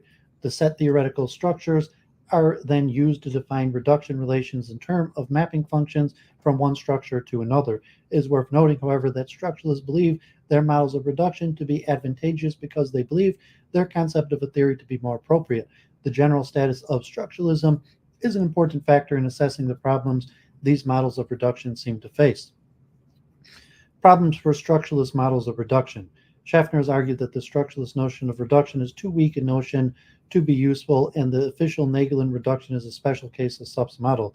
That is, whenever there is a Nagel reduction, then there is a Supp's reduction. Moreover, according to Schaffner, Supp's model covers cases that should not be covered, namely arbitrary reductions.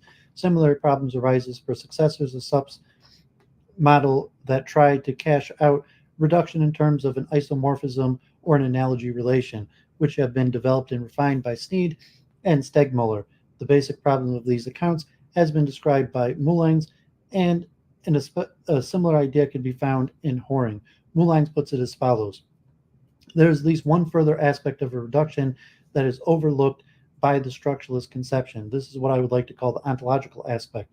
I wish to argue that for a complete picture of reductive relationship between two theories, one has to take into account some sort of relation between the respective domains. Otherwise, when confronted with a particular example of a reductive pair, we would feel that all we have is an ad hoc mathematical relationship between two sets of structures perhaps by chance having the mathematical properties we require of reduction, but not really telling something about the world. We could have reductive relationships between two theories that are completely alien to each other. Thus, the problem is that mere structural similarity does not guarantee that both theories are actually concerned with the same phenomenon or the same properties. This is a problem Hegelian models do not face if they describe bridge laws in semantic terms, in terms of extensional or intentional relations among the relevant predicates of kind theory.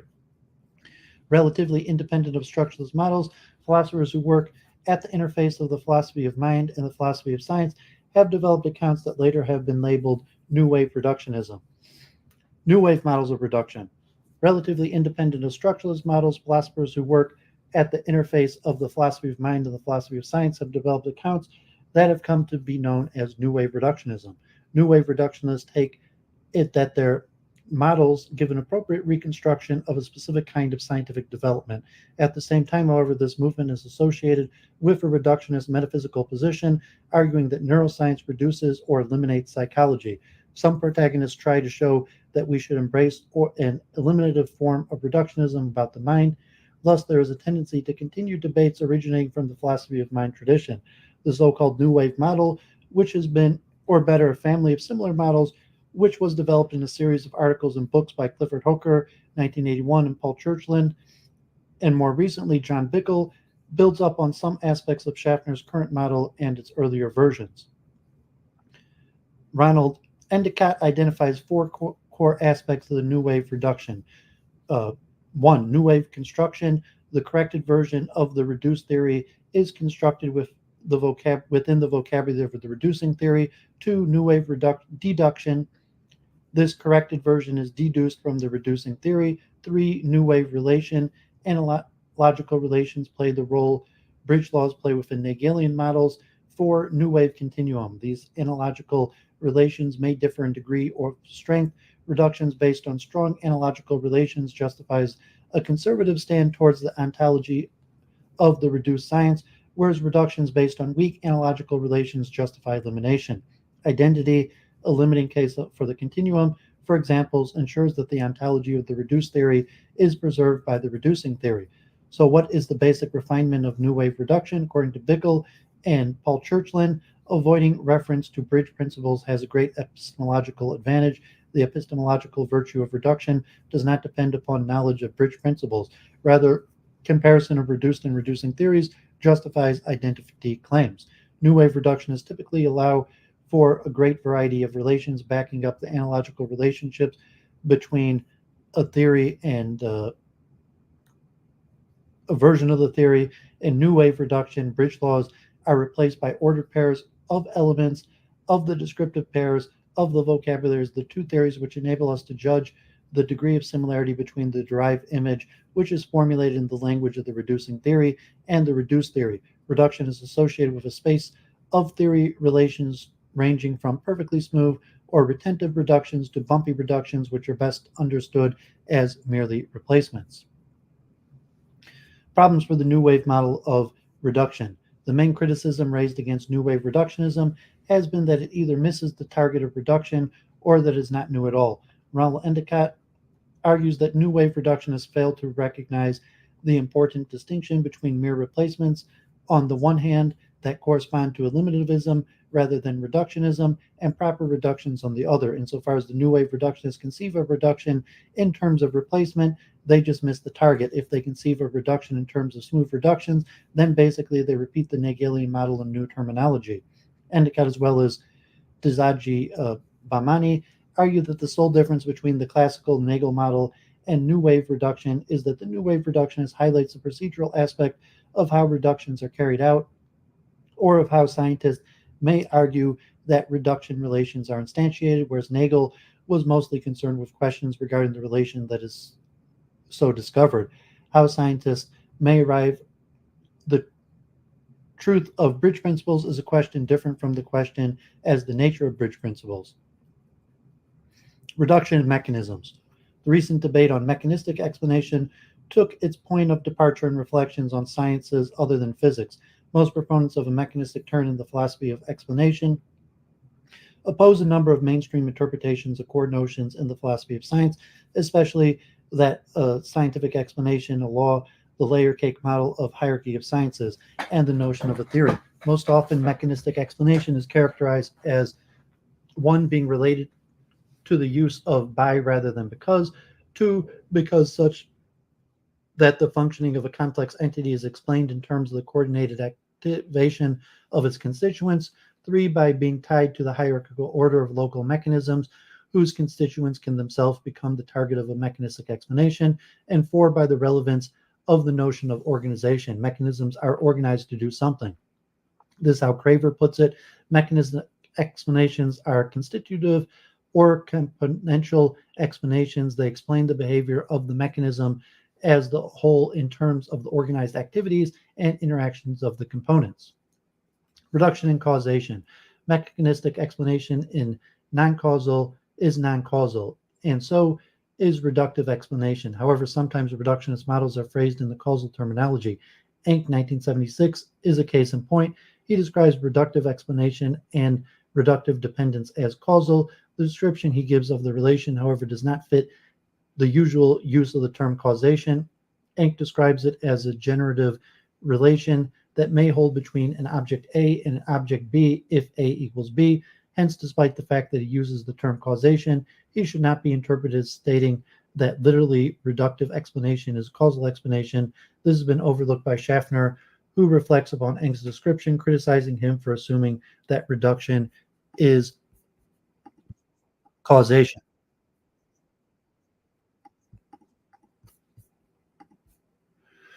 Models of scientific reduction in the philosophy of mind. Reductionist positions have gained attention within the philosophy of mind in four main respects. Firstly, type identity theory was proposed as a reductionist position about the mind. Secondly, token identity theories are sometimes conceived of as being reductionist in spirit as well. Thirdly, models of functional reduction have been intensively discussed.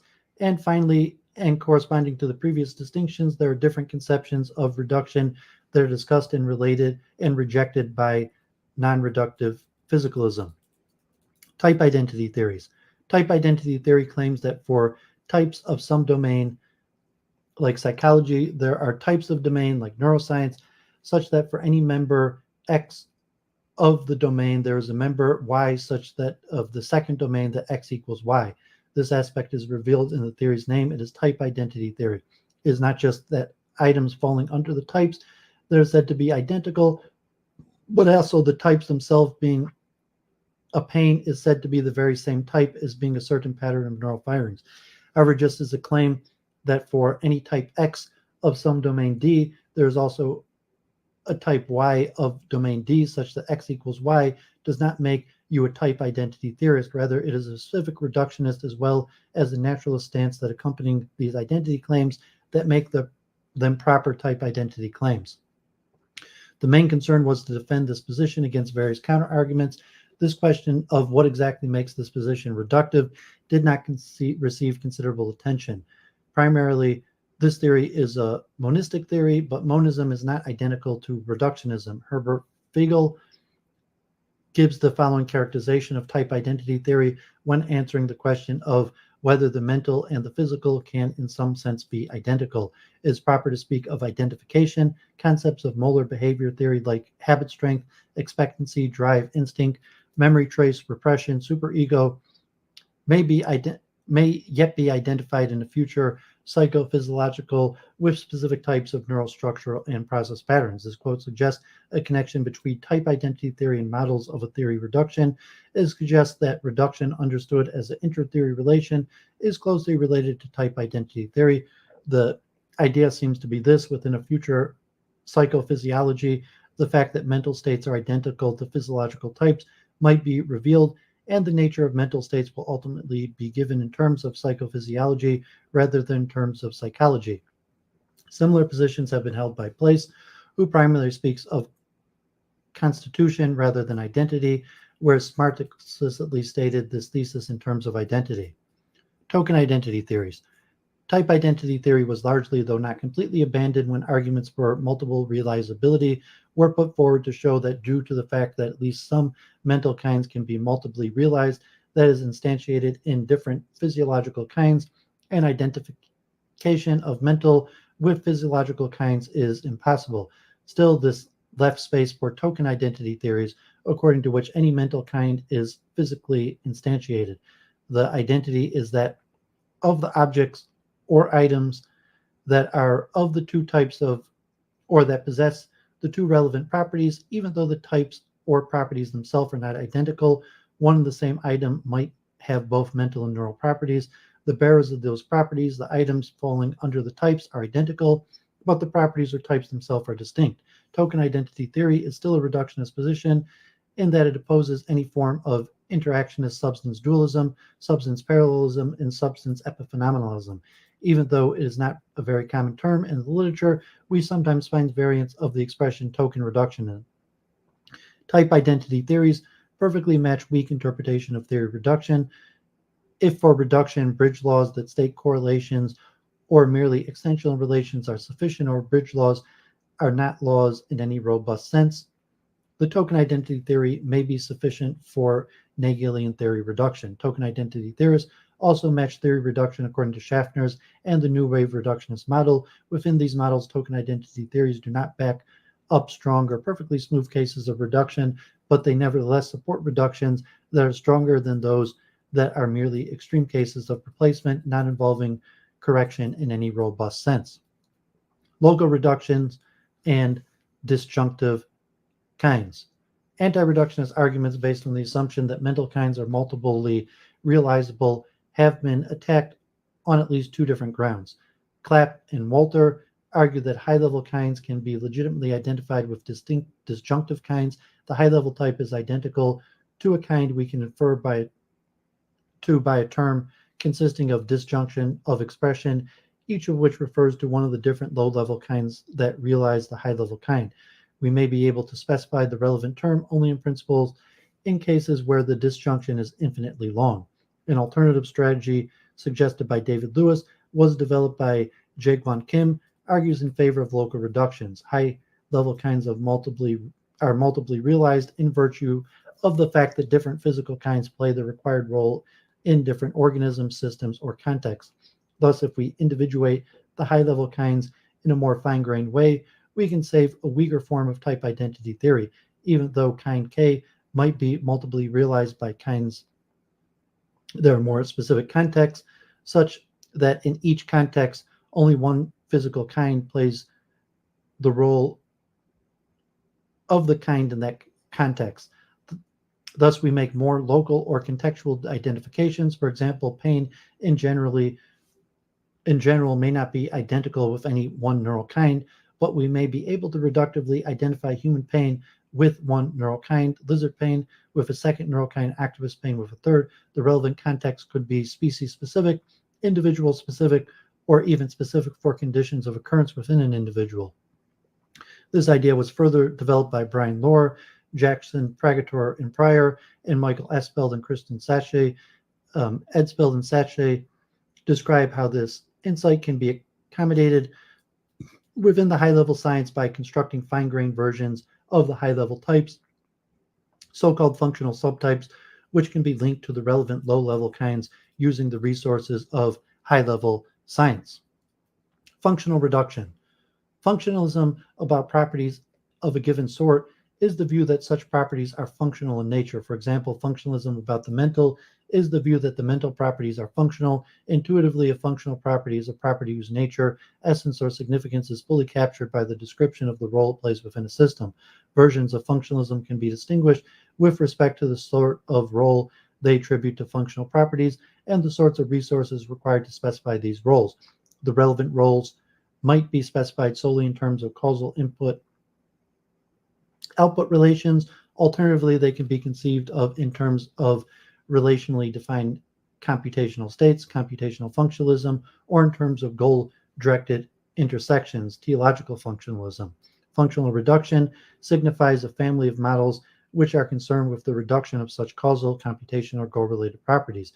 These models describe reduction as consisting of a relationship between a functional property and a structural or substrate property that plays the role determined by the functional property, or at least does in a restricted class of systems or contexts.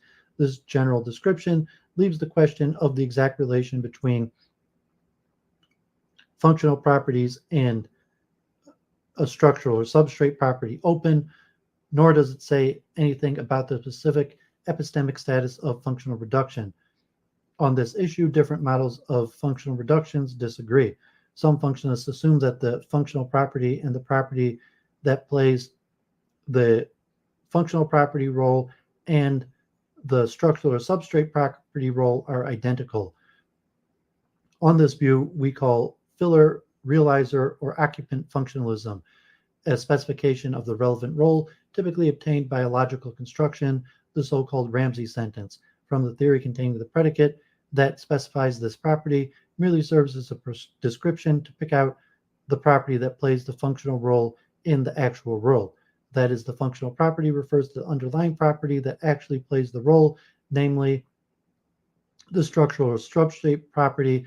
Others, so-called role functionalists, assume that the functional property is a higher order property. It is simply the property of playing the relevant role and is not identical with any given underlying property that does so.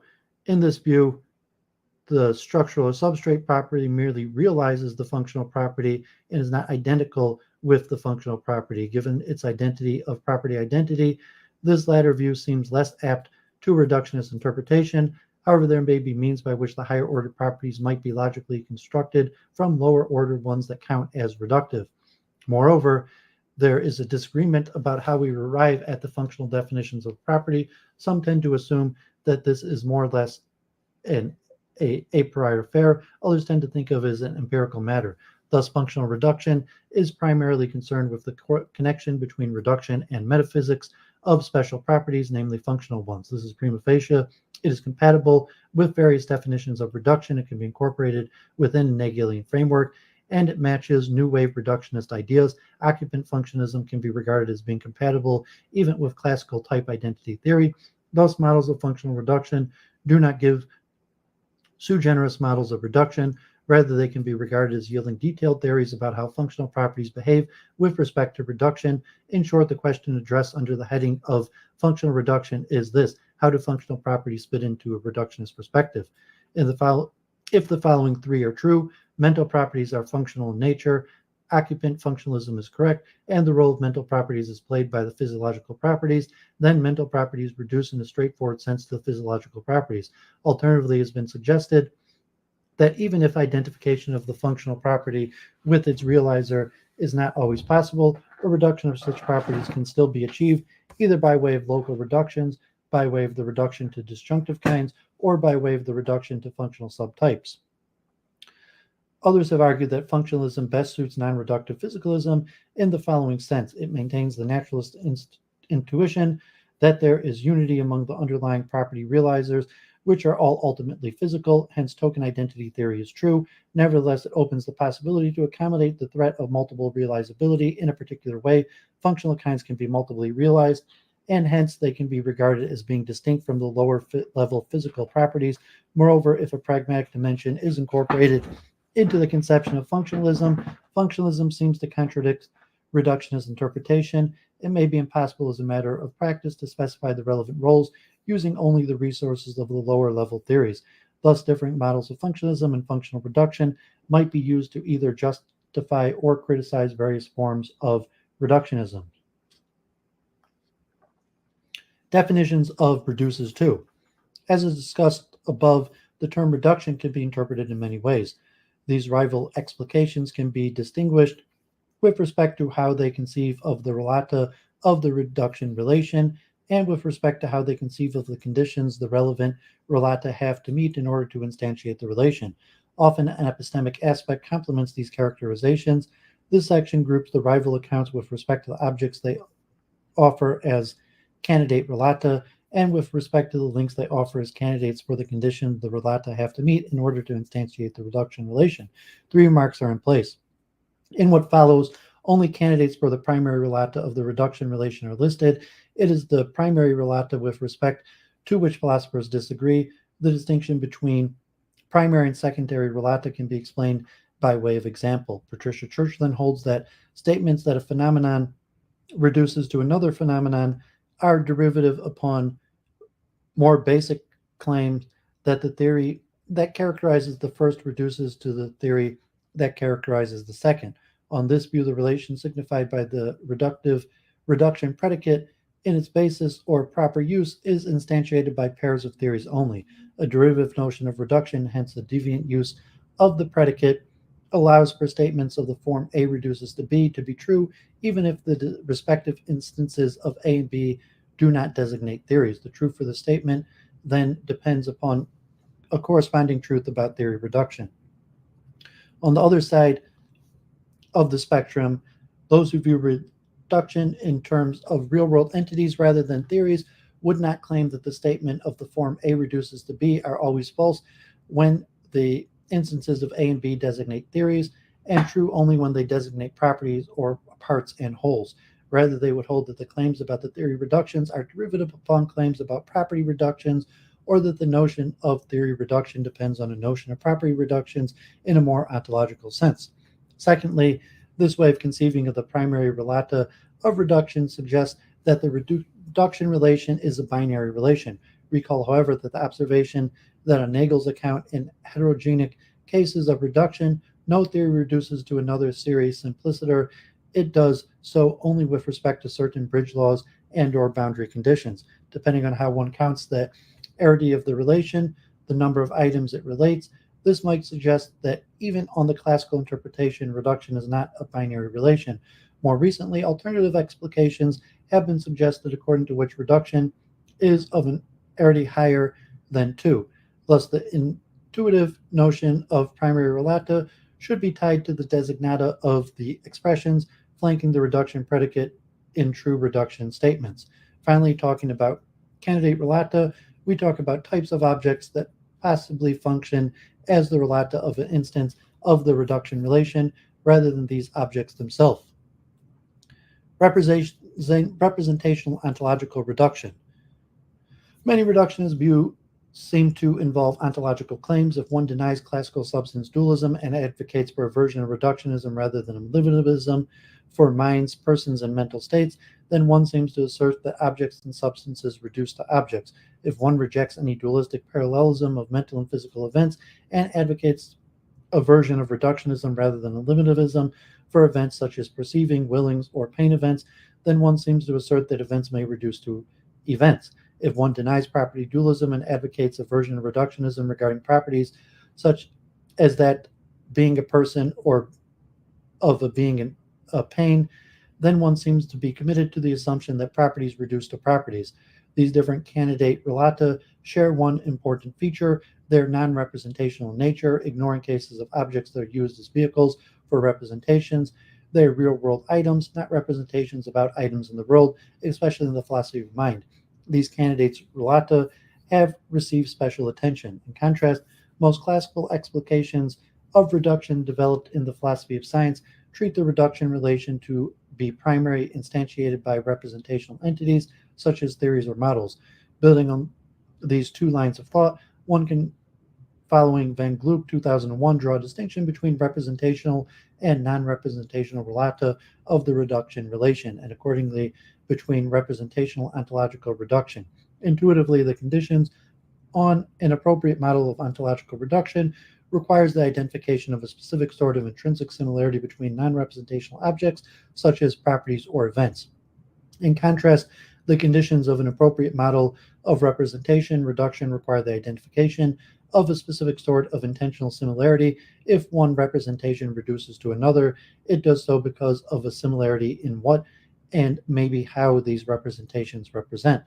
It is noteworthy that different candidate relata come with different candidate relations, whereas those who regard properties as the primary relata of reductions might coherently suggest that identity is the relevant link.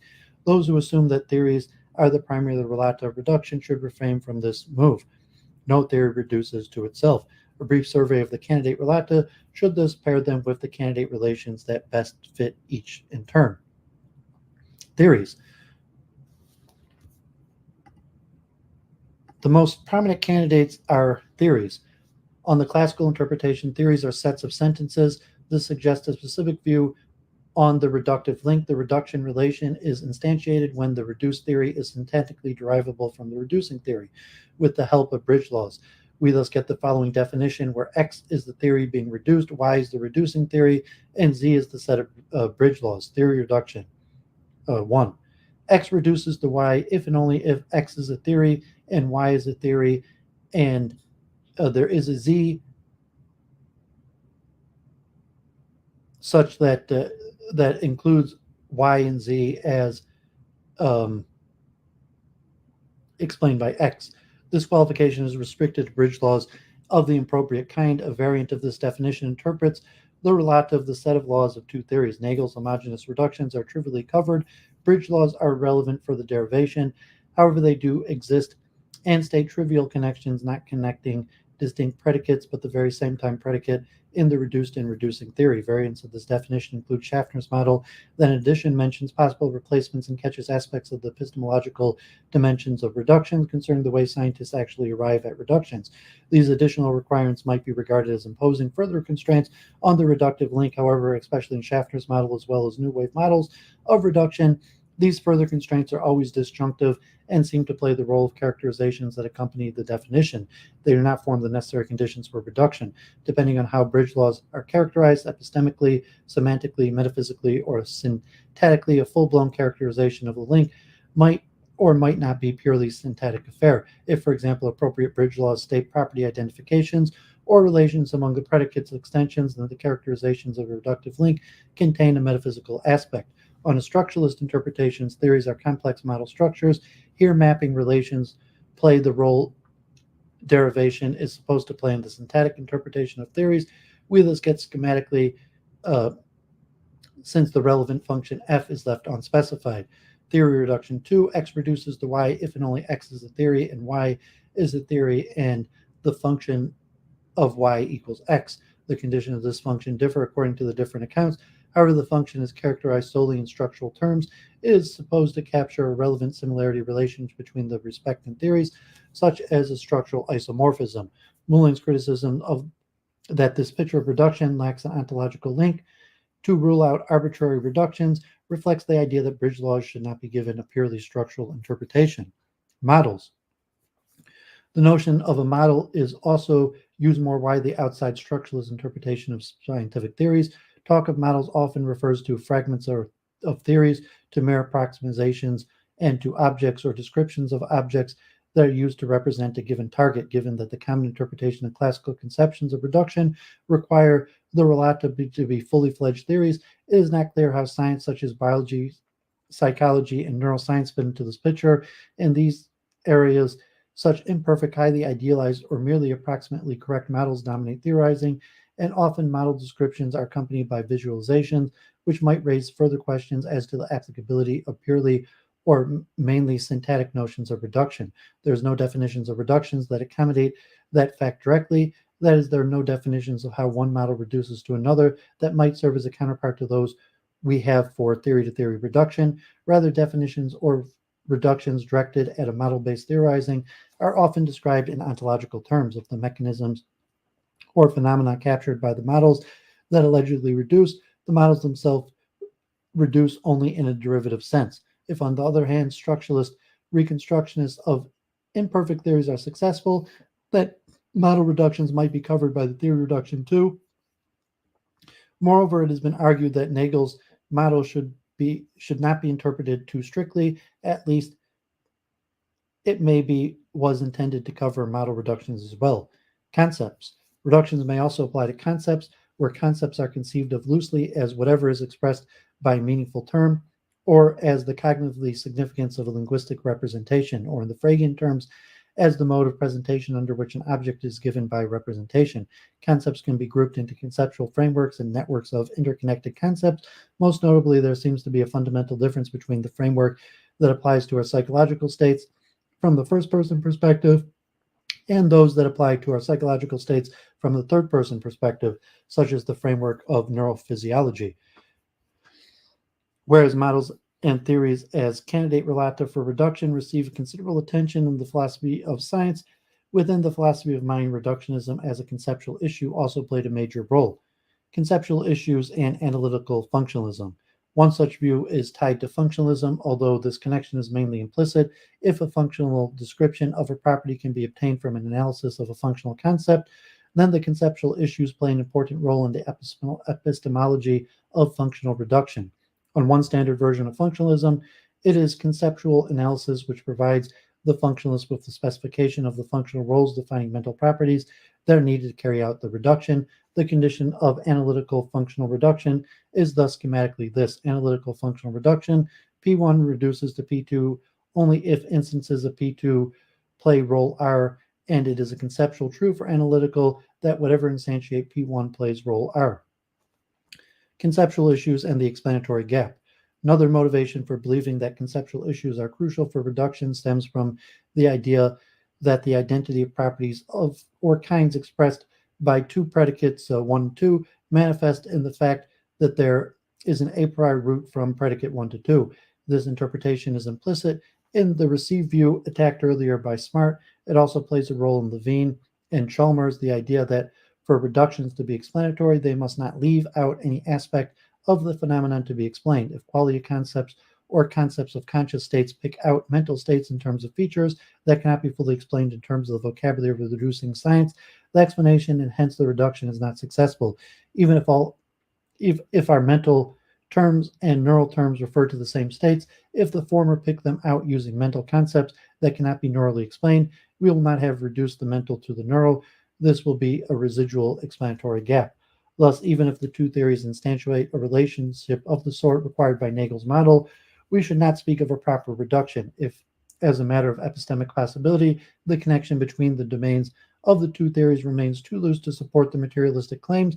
Levine gives us the epistemological interpretations. Chalmers, 1996, seems to suggest that the epistemic possibility of the two concepts coming apart implies that there is a metaphysical possibility of the two properties coming apart. Many have criticized this view. Even a hardcore physicalist will deny that the postulation of the mind-brain identity as a brute fact would suffice for reduction, but at the same time accept that it would suffice for the relevant sort of derivation. However, this does not support the further claim that there must be a conceptual path from concepts or predicates of the reducing science to concepts or predicates of the reduced science. Explanations are not an all or nothing affair. There might be explanations that are more than mere brute fact postulates, but still less than the tight conceptual connections required by those who demand an a priori link between the reduced and the reducing science or conceptual framework.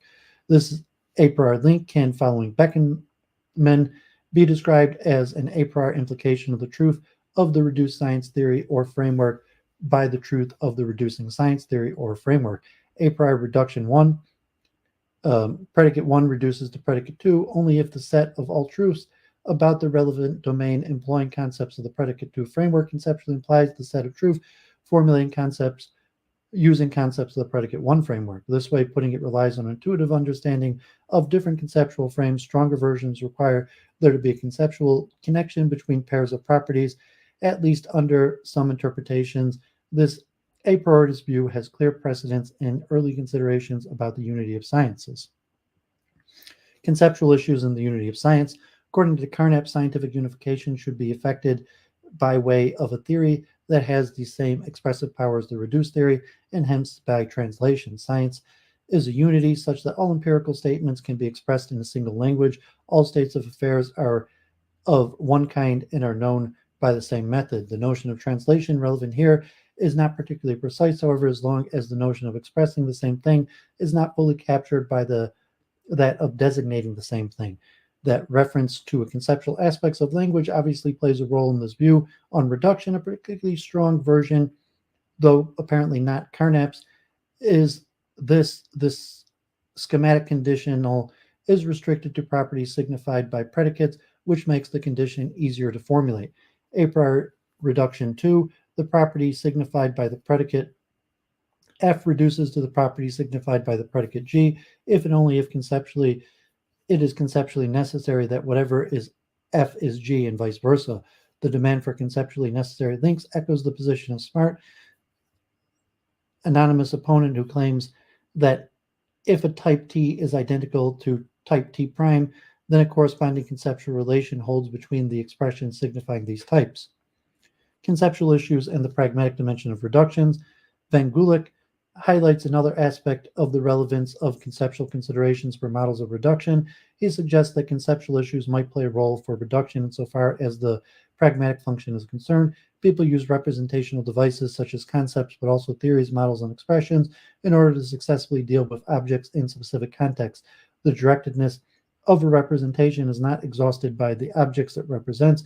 A representation is typically embedded in a context in which it is used for a certain purpose. Here, the epistemic difference between different conceptual frameworks becomes apparent. The way the first person perspective enables us to evaluate and deal with our mental states seems to be radically different from ways in which a third person perspective could enable us to deal with these states. If similarly in this respect is required by an appropriate conception of reduction, then the prospects for reduction seem rather meager. Conceptual issues as and the posteriority requirement. The idea that reference to concepts is required by any appropriate explanation of the reduction predicate is also implicit in Nagel's work. Nagel describes bridge laws as being a posteriori, thereby opposing any sort of analytical reductionism. It has been argued that this might be crucial for fully understanding the concept of reduction.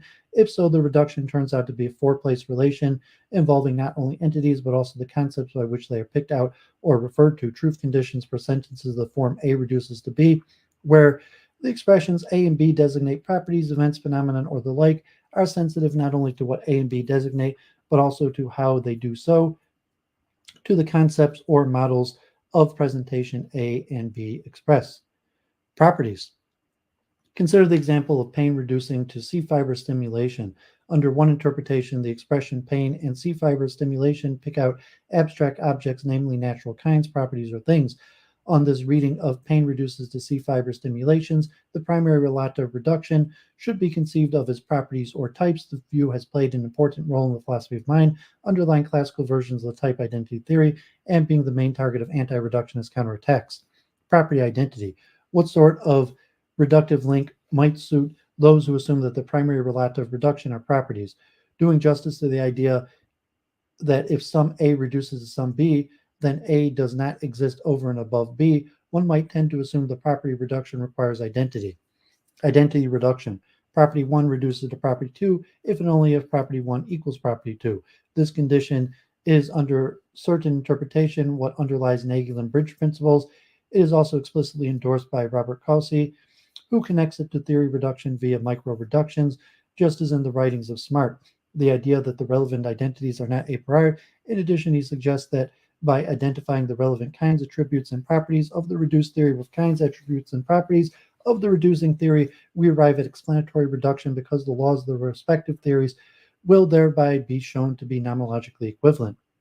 Identity reduction is at the same time obviously compatible with various sorts of a priorism. Moreover, it has been suggested that it offers a possible way to escape the explanatory gap. If some mental state just is some physical state, then there is nothing to be explained about how these states connect. It is a sheer misunderstanding to ask for more than just the identity statement. Identity claims are basic in the sense that they cannot be successfully explained in the relevant sense. As it is well known, it is often hard to decide whether or not we are faced with identity or mere correlation. Wimsatt argues that when we conceive of reductions as a scientific process, we are well advised to interpret apparent correlations as identities. Recently, Van Riel, 2014, has argued that the idea of reduction is relevantly tied to identity, generates a puzzle. Intuitively, identity seemingly contradicts the directionality, or what is sometimes called asymmetry of reduction. More precisely, if A reduces to B, then B does not reduce to A. But how can this be if for A to reduce to B, it is required that A equal B? The suggested solution is that reduces to generates hyper-intentional context, and that this is best explained by the idea mentioned above. For A to reduce to B, two conditions must be satisfied. One, A equals B, and two, A expresses a conceptual content that is relevantly differs from the conceptual content expressed by B. Another option would consist in giving this pragmatist reading as in or giving up on the idea that identity is required for property reduction. Alternatives to property identity, there are three rival suggestions on the market, all of which argue that weaker notions of reduction still serve the purpose of the reductivist. The reductive link could be spelled out in terms of supervenience, causation, and realization. Supervenience. Supervenience does not fare better, though, for different reasons. It seems to be too weak for a notion to capture the idea that guided reduction talk, although it is surely is a necessary condition for reduction. In the sense, if mental states merely supervene on physiological states, they exist in a straightforward sense over and above the latter. Such supervenient states are dependent, but being dependent is not enough for reduction. Note that this is up to a certain point a matter of stipulation. However, the stipulation is driven by an intuition. An appropriate definition of the reduction predicate should adequately mimic the intuitions that guide in the use of the term. If, for example, one hopes to formulate was to formulate a strict modus position, then relying on supervenience does not serve this goal. Supervenience makes room for a weak dualism, form of dualism. For example, it is compatible with emergent property dualism. The emergent properties on such a view are something over and above the physical, but insofar that they emerge from the physical base according to the natural laws of emergence, they would supervene on that base. Any two cases in which the physical bases were the same would also agree in their emergent properties. The supervenience is generally not judged sufficient for reduction. However, many regard it as consistent with the reduction or even required. With regard to the mind body case, for example, Kim argues that supervenience is needed for what he calls minimal physicalism, whether reductive or not, under a somewhat liberal, though well established interpretation of negative reduction.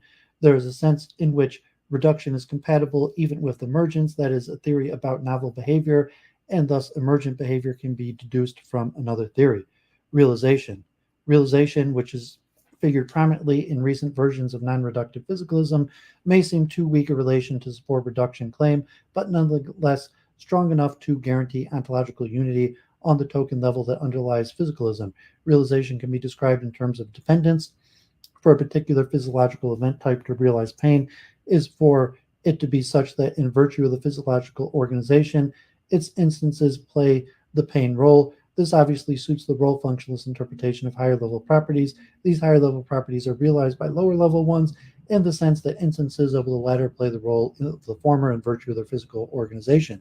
Most functionalists, being opposed to type identity theory, regard the realization relation as too weak a relation for reduction, given a strong interpretation of what reductionists consist in, the type identity of properties. The realization interpretation might not suffice to guarantee reduction. It might ensure reductionism at token level, but it might at the same time be committed to dualism on the property level, though perhaps only a relatively innocent form of dualism.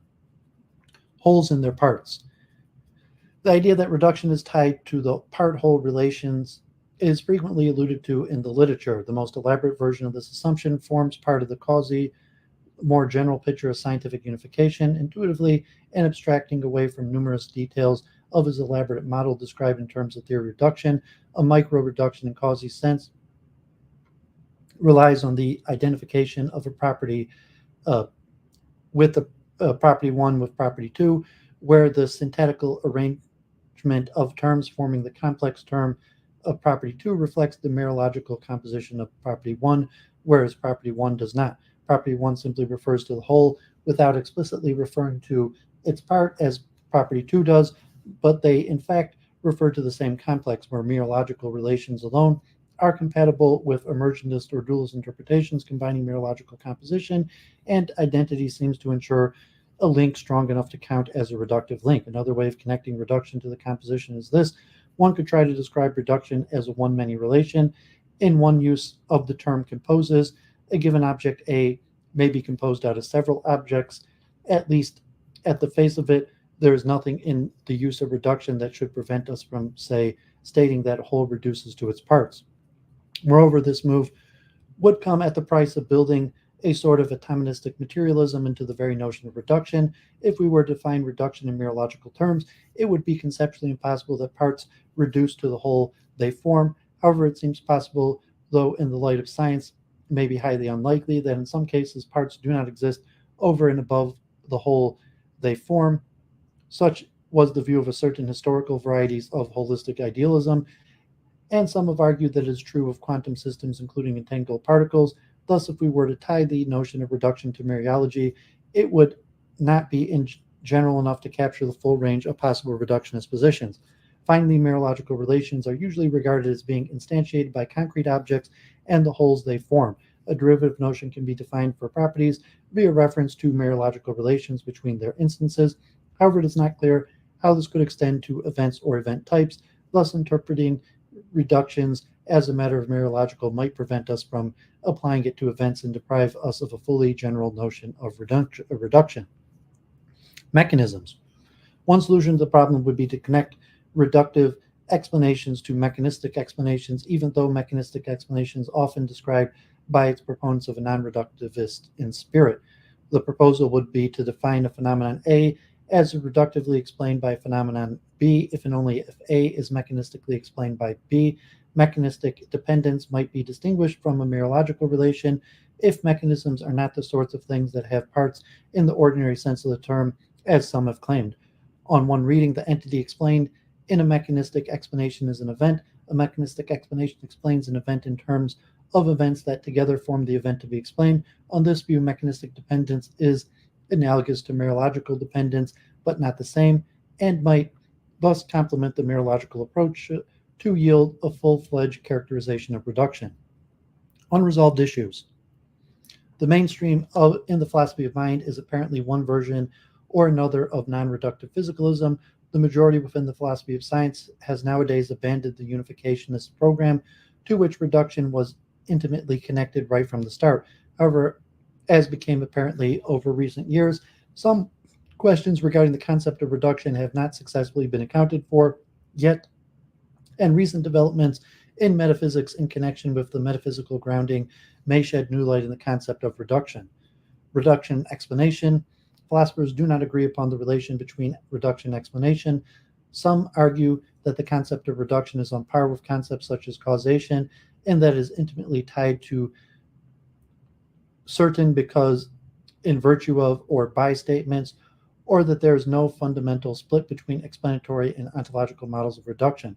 Others have held that not only is there a difference between explanatory reduction, which is an epistemological matter, and ontological reductionism, but that there might even be a difference between explanatory reduction and derivation-based models of theory reduction. For notions of reduction that are not connected to explanation, the different options are apparently these. One, the notion of reduction is itself an explanatory concept in the sense that it is a concept which is to be cashed out in terms of explanatory concepts, stating that A reduces to B. One states that B is explanatorily tied to A. And two, the reduction relation is an explanatory relation, despite the fact that the concept is not to be cashed out using explanatory notions that A reduces to B, merely implies that B is explanatorily tied to A. If the concept of reduction is an explanatory concept, then a definition of it is either of the form because, or it is relevantly involves an analysis of explanatory notions.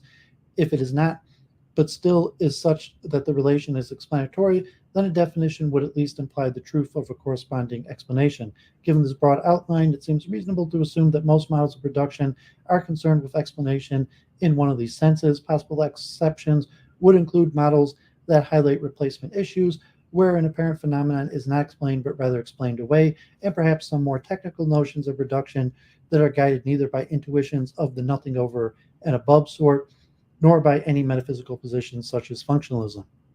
Epistemological and ontological issues. In a similar spirit, notions of reduction are often characterized as being either ontological or epistemological.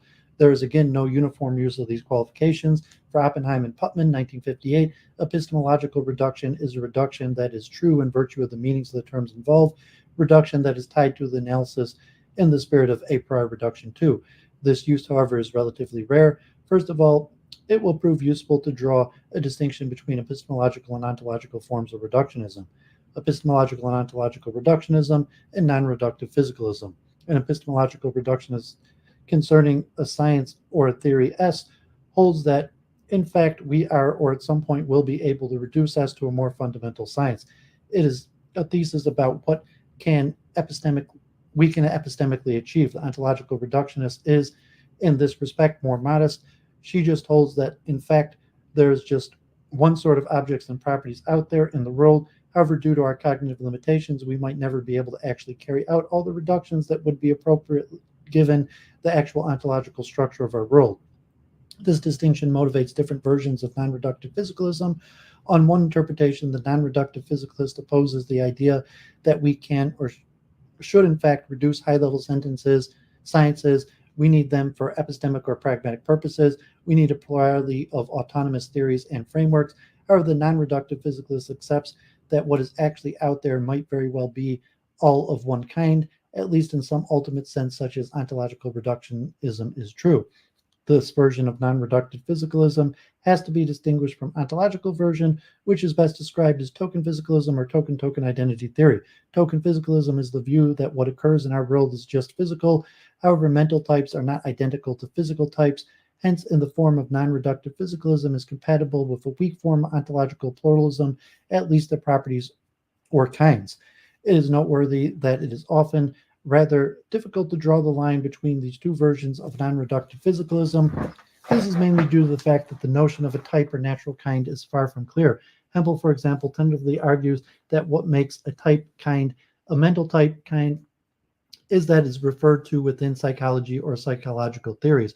Thus, the nature of a kind or type becomes dependent upon the context within which we refer to it, which in turn might be epistemically or pragmatically constrained. Fodor suggests that being a kind is to be mentioned in law, and that the locution is a law that generates intentional contexts that are sensitive to how things are referred. Hence, being a kind might not be an all or nothing affair. It is to be a kind that play a certain epistemological role. That is, to be sure, not Fodor's official point. Then the distinction between ontological and epistemic versions of non-reductive physicalism and analogously between ontological and epistemic reductionism might be hard to spell out. Epistemological and ontological reduction. Independent of issues regarding epistemic and ontological reductionism, philosophers sometimes allude to the distinction between epistemic and ontological forms of reduction.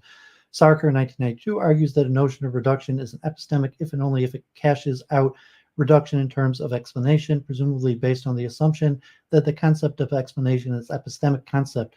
Thus, insofar it enters the concept of reduction, the latter is epistemic as well. On this view, an ontological concept of reduction would be one that is defined solely in non-epistemic terms. Silberstein, Sarkar, Brigant, and Love, and Hanigjian Huen suggest another use of epistemic reduction.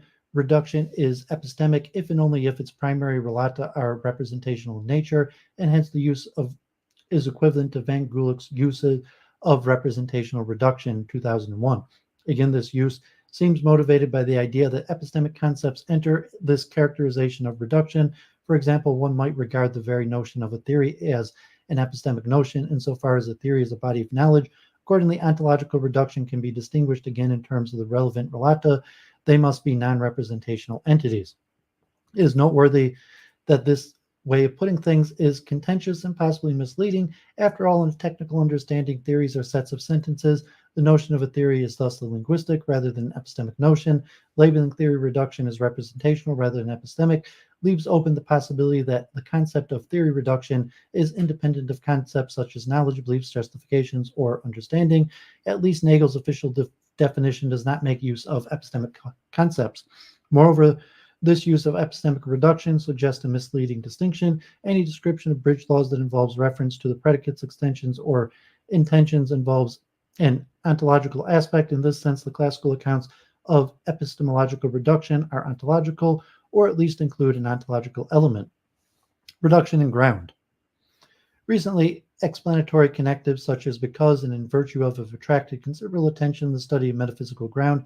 Very briefly, the term ground is used to articulate dependence claims without commitment to specific modal or counterfactual interpretations of various sorts of metaphysical dependence. Let us first provide some background and then hint at possible connections between reduction and ground. A very short introduction to ground. Following Schaffner, 2009, one can draw a distinction between two types of metaphysics in terms of their alleged subject matter. Quinian metaphysics deals with the existence questions. It asks what exists, What is part of the ontology of a given theory, such as physics. In contrast, Neo-Aristotelian metaphysics is permissive regarding existence. It is mainly concerned to identify what is fundamental and what depends on the fundamental. In Schaeffer's terms, it is concerned with what grounds what. Examples of dependence claims of the Neo-Aristotelian is concerned with include the particularized property depends in its bearer, the mental depends on the physical, aesthetic properties depend on physical properties and attitudes, mechanisms depend on their constituents and these constituents' interactions, the whole depends on the part, sets depend on their elements, the whole and the Swiss cheese depends on the cheese. At least some of these claims or cognates thereof have formed part of the metaphysics carried out in Quinian spirit. Until recently, however, metaphysics did not provide the means to address these claims properly, says the defender of ground. Consider the claim that the mental depends on the physical. Until recently, metaphysicians would have suggested that this claim is to be cashed out in modal or counterfactual terms. This claim could be given an interpretation in terms of supervenience. Any shift in mental properties necessitates a shift at the level of physical properties. Any analysis along these lines will leave the grounding theorist dissatisfied. One reason to be skeptical about the analysis of dependence in terms of supervenience is that supervenience is neither irreflective nor asymmetric unless by way of stipulation. In contrast, the sort of dependence grounding theorists are after when claiming that the mental depends on the physical requires that the physical does not depend on the mental, neither in whole nor in part. Unlike supervenience, dependence, at least of the sort assumed in the grounding literature, is asymmetric and irreflexive. Any independence claims may concern necessarily coexisting entities. Dependence, unlike supervenience, appears to generate hyper-intentional contexts in which even substitution of necessary equivalence is not guaranteed to pursue true value. The concept of ground is supposed to do the trick. Ground is regarded as a primitive. As a consequence, instead of giving an analysis of the concept of ground, philosophers have studied the structural features of ground. It is a transitive, irreflexive, asymmetric, and it generates hyper-intentional context. But if this notion is primitive, how do we get access to it? After all, ground is like reduction, a philosophical term. Reflection in ordinary usage will not give access to its meaning in philosophical context. One influential idea is the explanatory connectives such as because or in virtue of introduced a basic notion of ground. Because and in virtue of are arguably asymmetric and irreflexive, and they generate hyper-intentional context. They are part of ordinary discourse, and we are competent in using these expressions when taken in non-causal sense or in a context where these connectives do not track causal dependencies. They may give access to the sort of metaphysical dependence philosophers have sought to capture for decades, if not centuries. Alternatively, one could give an extensive definition and introduce the notion of ground by way of example, reflection on list of dependence claims, or pairs of objectives that are supposed to instantiate the grounding relation may give access to the notion of ground. There are different interpretations of ground, in particular with respect to what can be labeled relational grounding and operational grounding. Moreover, philosophers who accept a relational interpretation disagree about the primary relata of ground. Candidates include facts, propositions, properties. Summing up, the primitive notion of ground is supposed to do justice to the dependence claims without any aspiration to further reduce the concept to modal or counterfactual concepts, and has been suggested that explanatory connectives express this notion of ground. These preliminary remarks in mind, let us now turn to possible connections between reduction and ground. First, there are two very general reasons to regard reduction as a particular variant of ground. At the same time, there appears to be a tension between reduction and ground. Either reduction turns out to be a distinct form of ground, or the structural features of reduction may shed light on the nature of ground. Third, one may want to resist an assimilation of reduction to ground based on a general skepticism toward the philosophical significance of grounding talk. Reduction and grounding link. There are two paths leading from reduction to ground. First, reductive interpretations of paradigmatic dependence claim may inspire reconstruction of reduction in terms of ground. Reductionists about the mental argue that mental states like pain reduce to certain physiological states and are hence identical to the latter. Eliminativists argue that mental states or properties just do not exist. Anti-reductionists maintain that pains exist and are different from corresponding physiological states. Some naturalists employ various notions of dependence to capture the priority of the natural, while acknowledging a plurality of layers of reality. Debate thus The debate thus centered on questions of existence and often various dependence relations ranging from emergence to ruthless reduction. It appears then that the reductionist about the mental maintains that the mental reductively depends on the physiological. By these lights, it may seem plausible to reconstruct reduction claims in terms of ground if we accept that grounding talk is fruitful. Above, we have noted that the primitive concept of ground may be introduced by ways of example or by list of paradigmatic dependence claims. Theories of reduction may offer a viable interpretation of at least some of these dependence claims. Hence, it should not come as a surprise that some maintain that reduction is sufficient for ground, so that if A reduces to B, then B grounds A. In a similar spirit, one might suggest that grounding talk offers a fruitful reconstruction of the idea that some things do not exist over and over other things, an idea frequently invoked in the reductio debate. It seems that on this conception, reduction turns out to be a particular variant of ground, perhaps among others. Second, conceptions of reduction in the philosophy of science, which draw on explanatory notions, are commitments to the assumptions that there is a tight conception between reduction and ground, conditional on the assumptions that explanatory vocabulary interpreted non-causally does not in fact introduce the notion of ground, and some grounding theorists would have it. A concept of ground is often introduced by reference to explanatory connectives, such as because and in virtue of. On this interpretation, there is a close link to conceptions of reduction in the philosophy of science. Within this strand of the reduction debate, reduction has been conceived as an explanatory connection. Of course, a robust metaphysical interpretation of explanatory links in terms of ground stands in stark contrast to some standard conceptions of explanation within the philosophy of science. Realists have mainly focused on causal explanation. Only recently, philosophers of science have turned to non-causal mechanistic dependence. Others have taken explanation to be primarily an epistemic or pragmatic affair. Nevertheless, it is worth noting that it is an open question whether non-causal explanation can be construed pragmatically or epistemically, or whether it requires metaphysically robust interpretation. If it turns out that an explanation does require metaphysically robust interpretation, the fact that reduction has been construed as an explanatory notion in the philosophy of science may be seen as an indicator that claims of reduction are possibly construed claims of grounds. A possible problem.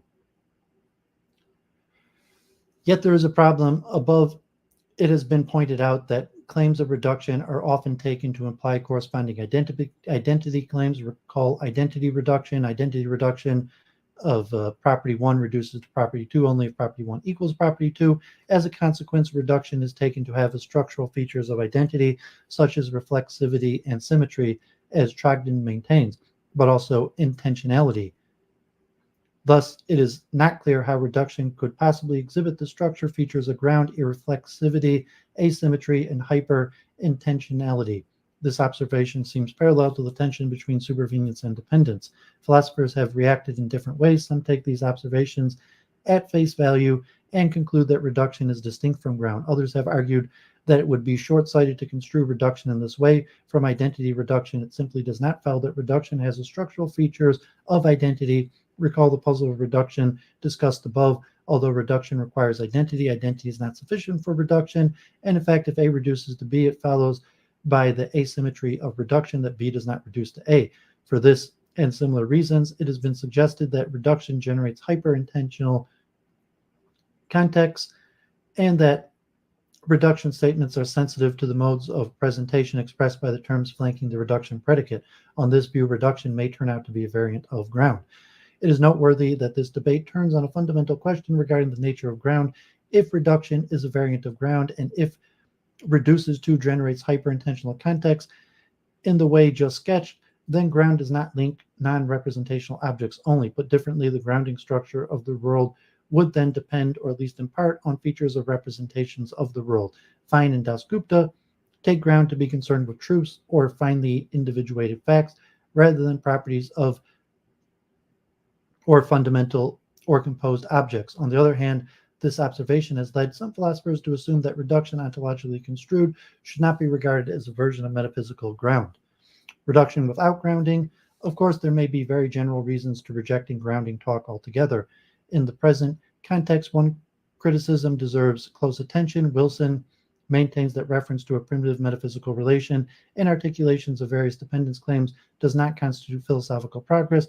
Many of these various detailed explications of different types of dependence, including mereological dependence, supervenience of the relation between determinables and determinates, promise illumination, whereas grounding talk is ultimately obscure, mainly for two reasons. First, ground is supposed to be primitive.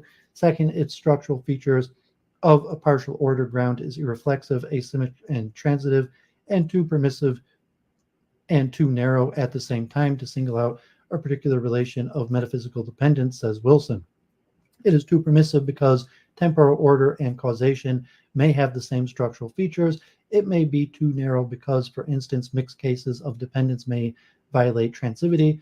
So even if there is prima facie evidence that reduction and ground are closely linked, it is an open question whether shifting attention from theories of reduction in the metaphysics of ground will prove fruitful. Problems for reduction and the relevance of the notion of reduction. Scientific reduction became an important topic in the philosophy of science within the context of a general interest in the unity of science, and it was inspired by specific alleged cases of successive reduction. The most prominent argument against reductionism stems from the observation that straightforward reductions hardly ever occur. Hence, reductionism cannot be regarded as yielding a coherent picture of what actually goes on in science. As long as reductionism is supposed to be more than a purely metaphysical position and is intended to say something significant about scientific change or norms, the value and relevance of the notion of reduction seems to depend in part upon how well the reductionist positions fit the facts, which their critics argue they do not. Proponents of reduction have responded in different ways. Some have suggested more flexible and liberal interpretations of reduction to ensure the term reduction still serves a purpose in describing actual scientific practice. A case in point is Schaffner's suggestion that we should reconsider the relevance of merely partial reductions or scientific explanations broadly construed that are reductionist in spirit, despite the fact that they do not comply with more traditional standards of full-fledged theory of reductions.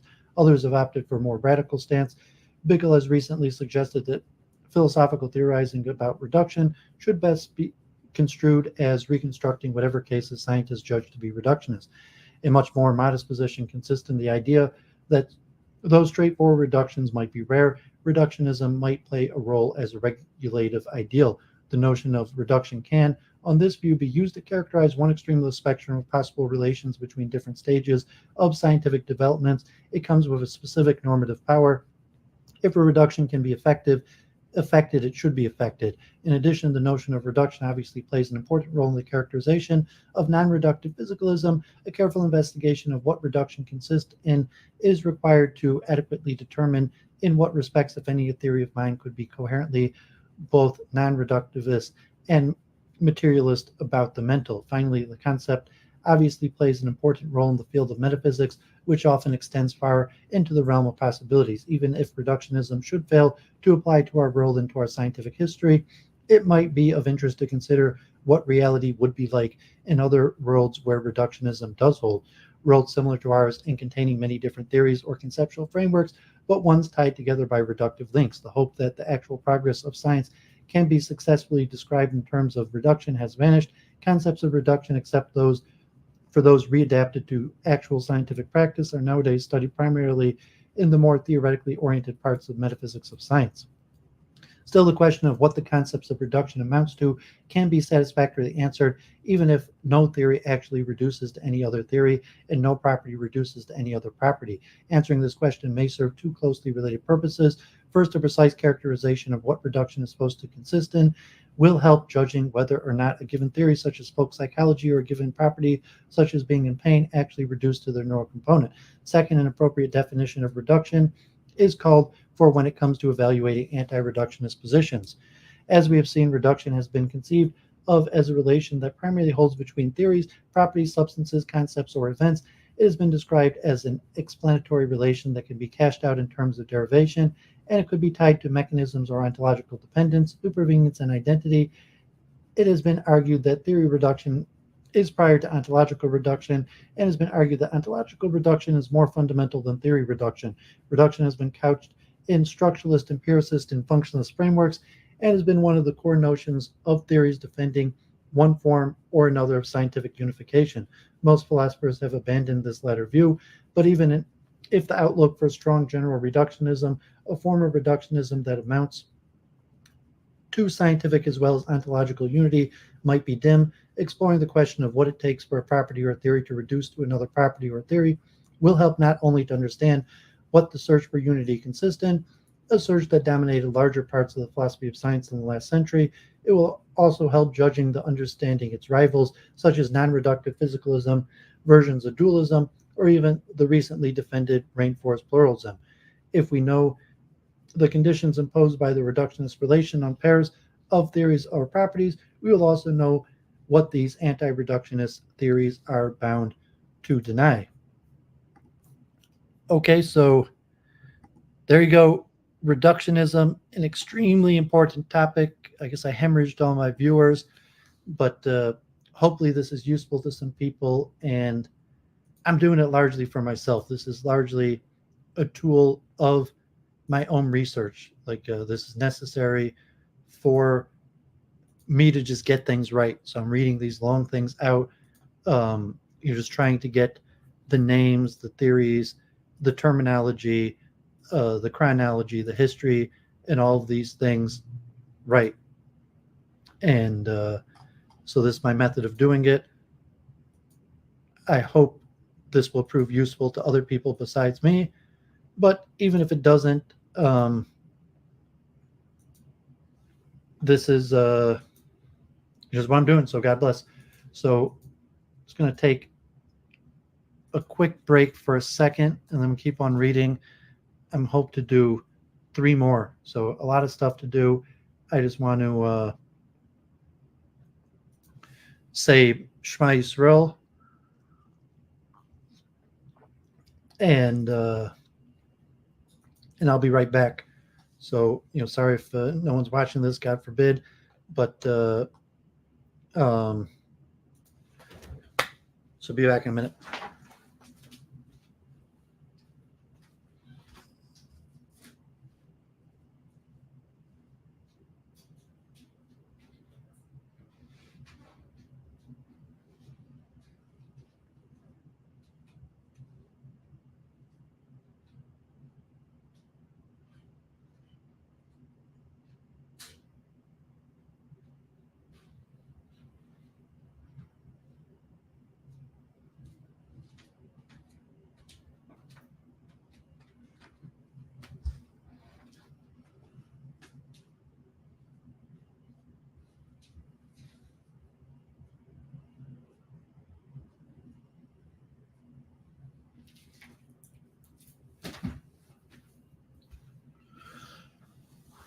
Okay, so let's get back to research.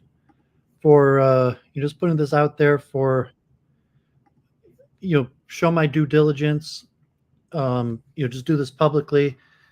Duvid cares very much about this research. This is the main part of my identity, my day job, what I want to accomplish in life, and I want to get this stuff right. I really want to understand this. I want to start writing. I want to start publishing, and it's extremely important to understand these concepts, to get them right, to you'll be able to express them in the correct terminology, to so on and so on. So just doing the due diligence, doing the research, putting it out there. If it's useful to other people, great. Kind of like a book on tape. I'm going to listen to this back myself just as a memory technique and to understand it to the fullest. You can see I went through the work to highlight this and all these various things. So let's keep it going. And next, we're going to cover measurement in science. Measurement is an integral part of modern science as well as of engineering, commerce, and daily life. Measurement is often considered a hallmark of the scientific enterprise and a privileged source of knowledge relative to qualitative modes of inquiry. Despite its ubiquity and importance, there is little consensus among philosophers as how to define measurement, what sorts of things are measurable, or which conditions make measurement possible. Most, but not all, contemporary authors agree that measurement is an activity that involves interaction with a concrete system with the aim of representing aspects of the system in abstract terms. but this characterization also fits various kinds of perceptual and linguistic activities that are not usually considered measurements and is therefore too broad to count as a definition of measurement. Moreover, if concrete implies real, this characterization is also too narrow, as measurement often involves the representation of ideal systems. Philosophers have written on a variety of conceptual, metaphysical, semantic, and epistemological issues related to measurement. This entry will survey the central philosophical standpoints of the nature of measurement, the notion of measurable quantity, and related epistemological issues. It will refrain from elaborating on the many discipline-specific problems associated with measurement and focus on the issues that have general character. Hey, Lambie, God bless. Thanks for tuning in the chat. Okay, so this one's also pretty long, but not nearly as long as the last one on grounding, and covers a large base of different topics. Overview. Modern philosophical discussions about measurement spanning from the late 19th century to the present day may be divided into several strands of scholarship. These strands reflect different perspectives on the nature of measurement and the conditions that make measurement possible and reliable. The main strands are mathematical theories of measurement, operationalism, conventionalism, realism, information theoretic accounts, and model-based accounts.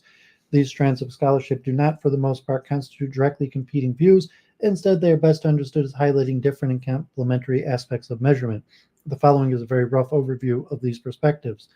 Mathematical theories of measurement view measurement as the mapping of qualitative empirical relations to relations among numbers. Operationalists and conventionalists view measurement as a set of operations that shape the meaning and/or regulate the use of the quantity term. Realists view measurement as the estimation of mind-independent properties and/or relations. Information theoretic accounts view measurement as the gathering and interpretation of information about a system. Model-based accounts view measurement as the coherent assignment of values to parameters in a theoretical and/or statistical model of a process.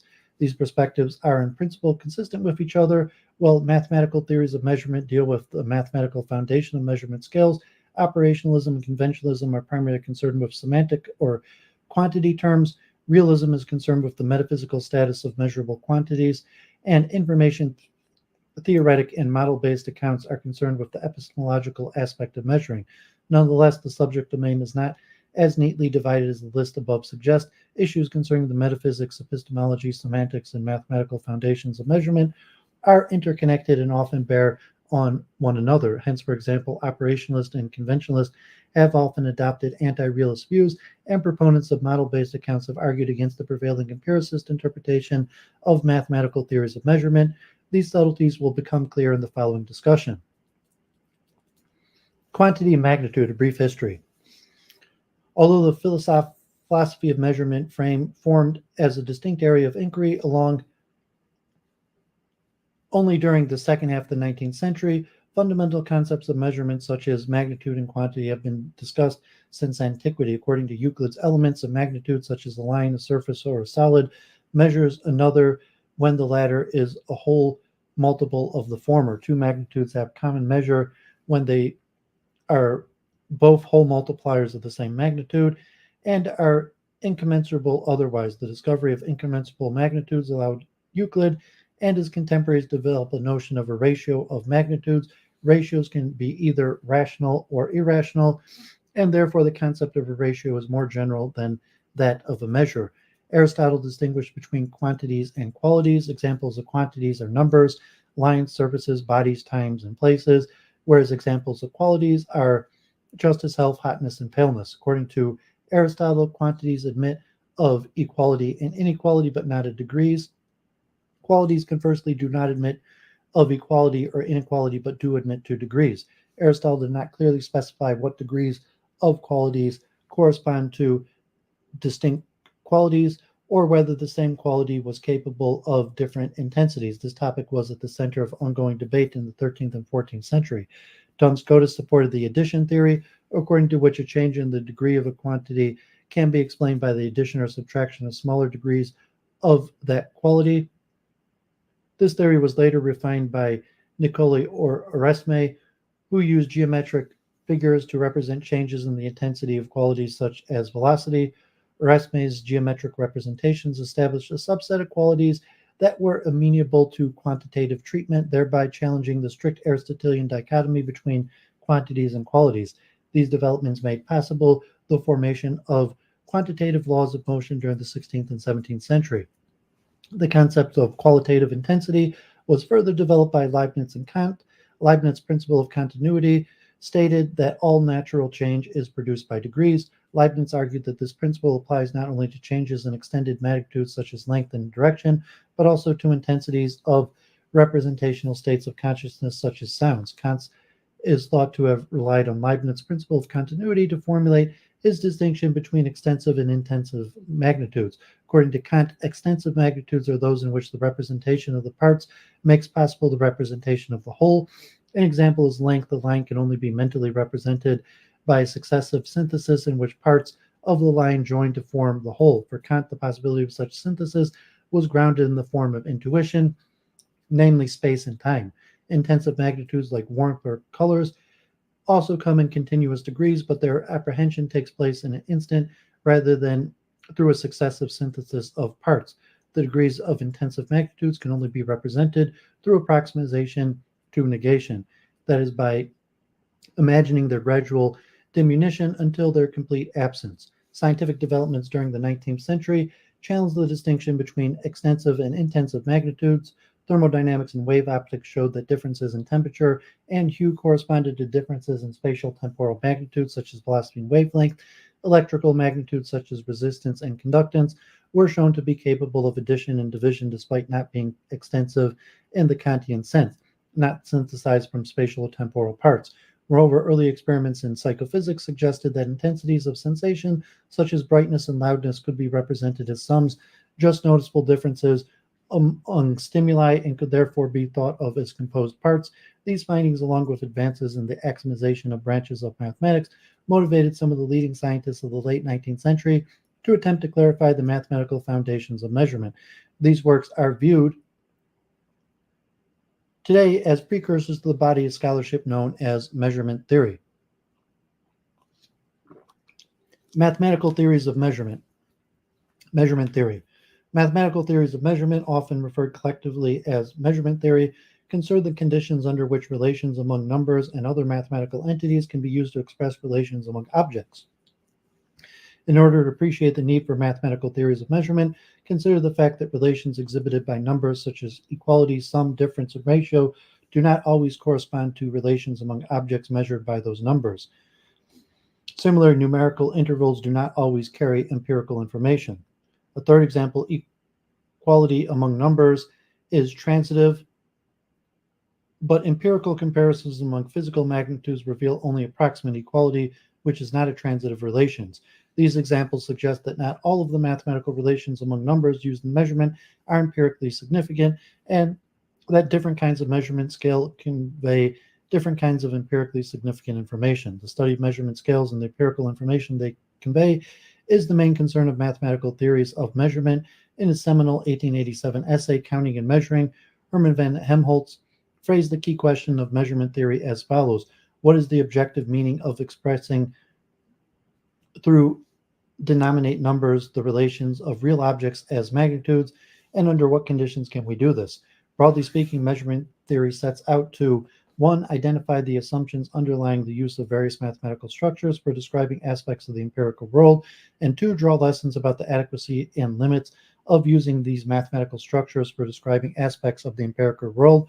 Following Otto Holder 1901, measurement theorists often tackled these goals through formal proofs, with the assumption in serving as axioms and in lessons in following as theorems. A key insight of measurement theory is that the empirically significant aspects of a given mathematical structure are those that mirror relevant relations among objects being measured. This mirroring or mapping of relations between objects and mathematical entities constitutes a measurement scale.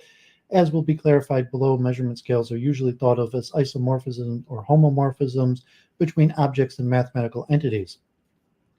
Other than these broad goals and claims, measurement theory is a highly heterogeneous body of scholarship. It includes work that spanned from the late 19th century to the present day and endorses a wide array of views on on the ontology, epistemology, and semantics of measurement. The two main differences among mathematical theories of measurement are especially worth noting. The first concerns the nature of the relata or objects whose relations numbers are supposed to mirror. These relata may be understood in at least four different ways: as concrete individual objects, as qualitative observations of concrete individual objects, as abstract representations of individual objects, or as universal properties of objects. Which interpretation is adopted depends in large part on the author's metaphysical and epistemic commitments. These issues will be especially relevant in the discussion of realist accounts of measurement. Second, different measurement theorists have taken different stands on the kind of empirical evidence that is required to establish mappings between objects and numbers. As a result, measurement theorists have come to disagree about the necessary conditions for establishing the measurement of attributes, and specifically about whether psychological attributes are measurable. Debates about measurability have been highly fruitful for the development of measurement theory. Fundamental and derived measurement. During the late 19th and early 20th century, several attempts were made to provide a universal definition of measurement. Although accounts of measurement varied, the consensus was that measurement is a method of assigning numbers to magnitudes. For example, Helmholtz, 1887, defined measurement as the procedure by which one finds the denominate number that expresses the value of a magnitude, where a denominate number is a number together with a unit, and a magnitude is a quality of objects that is amenable to ordering from smaller to greater. Bertrand Russell similarly stated that measurement is any method by which a unique and reciprocal correspondence is established between all or some of the magnitudes of a kind and all or some of the numbers integral, rational, or real. Norman Campbell defined measurement simply as the process of assigning numbers to represent qualities, where a quality is a property that admits of non-arbitrary ordering. Defining measurement as numerical assignment raises the question: which assignments are adequate and under which conditions? Early measurement theorists like Helmholtz, Holder, and Campbell argued that numbers are adequate for expressing magnitudes insofar as algebraic operations among numbers mirror empirical relations among magnitudes. Early measurement theorists formulated axioms that describe these qualitative empirical structures and used these axioms to prove theorems about the adequacy of assigning numbers to magnitudes that exhibit such structures. Specifically, they provided that ordering and concatenation are together sufficient for the construction of an additive numerical representation of the relevant magnitudes. An additive representation is one in which addition is empirically meaningful and hence also multiplication and division. Campbell called measurement procedures that satisfy the condition of additivity fundamental because they do not involve the measurement of any other magnitude. Kinds of magnitudes for which fundamental measurements procedure has been found, such as length, area, volume, duration, weight, and electrical resistance, Campbell called fundamental magnitudes. A hallmark of such magnitudes is that it's possible to generate them by concatenating a standard sequence of equal units, as in the example of a series of equal spaced marks on a ruler. Although they viewed additivity as the hallmark of measurement, most early measurement theorists acknowledged that additivity is not necessary for measuring. All other magnitudes exist that admit of ordering from smaller to greater, but whose ratios and or differences cannot currently be determined except through their relationship to other fundamentally measurable magnitudes. Examples are temperature, which may be measured by determining the volume of a mercury column, and density, which may be measured as the ratio of mass and volume. Such indirect determinations came to be called derived measurement, and the relevant magnitudes derived magnitudes. At first glance, the distinction between fundamental and derived measurements may seem reminiscent of the distinction between extensive and intensive magnitudes, and indeed fundamental measurement is sometimes called extensive. Nonetheless, it is important to note that the two distinctions are based on significantly different criteria of measurability. The extensive-intensive distinction focuses on the intrinsic structure of the quantity in question, whether or not it is compounded of spatial-temporal parts. The fundamental derived distinction, by contrast, focuses on the properties of a measurement operations. A fundamentally measurable magnitude is one for which a fundamental measurement operation has been found. Consequently, fundamentality is not an intrinsic property of magnitude. A derived magnitude can become fundamental with the discovery of new operations for its measurement. Moreover, in fundamental measurement, the numerical assignment need not mirror the structure of spatial temporal parts. The distinction between fundamental and derived measurements was revised in subsequent authors. Brian Ellis distinguished among three types of measurement: fundamental, associative, and derived. Fundamental measurement requires ordering and concatenation operations satisfying the same conditions specified by Campbell. Associative measurements procedures are based on a correlation of two ordering relationships. Derived measurements procedures consist in the determination of the value of a constant in a physical law. Henry Keiberg proposes a somewhat different threefold distinction among direct, indirect, and systematic measurement, which does not completely overlap with that of Ellis. The classification of scales. The previous subsection discusses the axiomatization of empirical structures, a line of inquiry that dates back to the early days of measurement theory. A complementary line of inquiry within measurement theory concerns the classification of measurement scales. The psychophysicist S.S. Stevens, 1946, distinguished among four types of scales: nominal, ordinal, interval, and ratio. Nominal scales represent objects as belonging to classes that have no particular order. Ordinal scales represent order but no further algebraic structure. Celsius and Fahrenheit are examples of interval scales. They represent equality or inequality among intervals of temperature, but not ratios of temperature because their 0 points are arbitrary. The Kelvin cycle, by contrast, is a ratio scale, as are the familiar scales representing mass in kilograms, length in meters, and duration in seconds. Stevens later refined the classification and distinguished between linear and logarithmic interval scales and between ratio scales with and without a natural unit. Ratio scales with a natural unit, such as those used for counting discrete objects and for representing probabilities, were named absolute scales. As Stevens notes, scale types are individuated by the families of transformations they can undergo without loss of empirical information. Empirical relations represented on ratio scales. Linear interval scales allow both multiplication by a positive number and a constant shift. The conversion from Celsius to Fahrenheit in accordance with the formula Celsius equals 9/5 plus 32 equals Fahrenheit.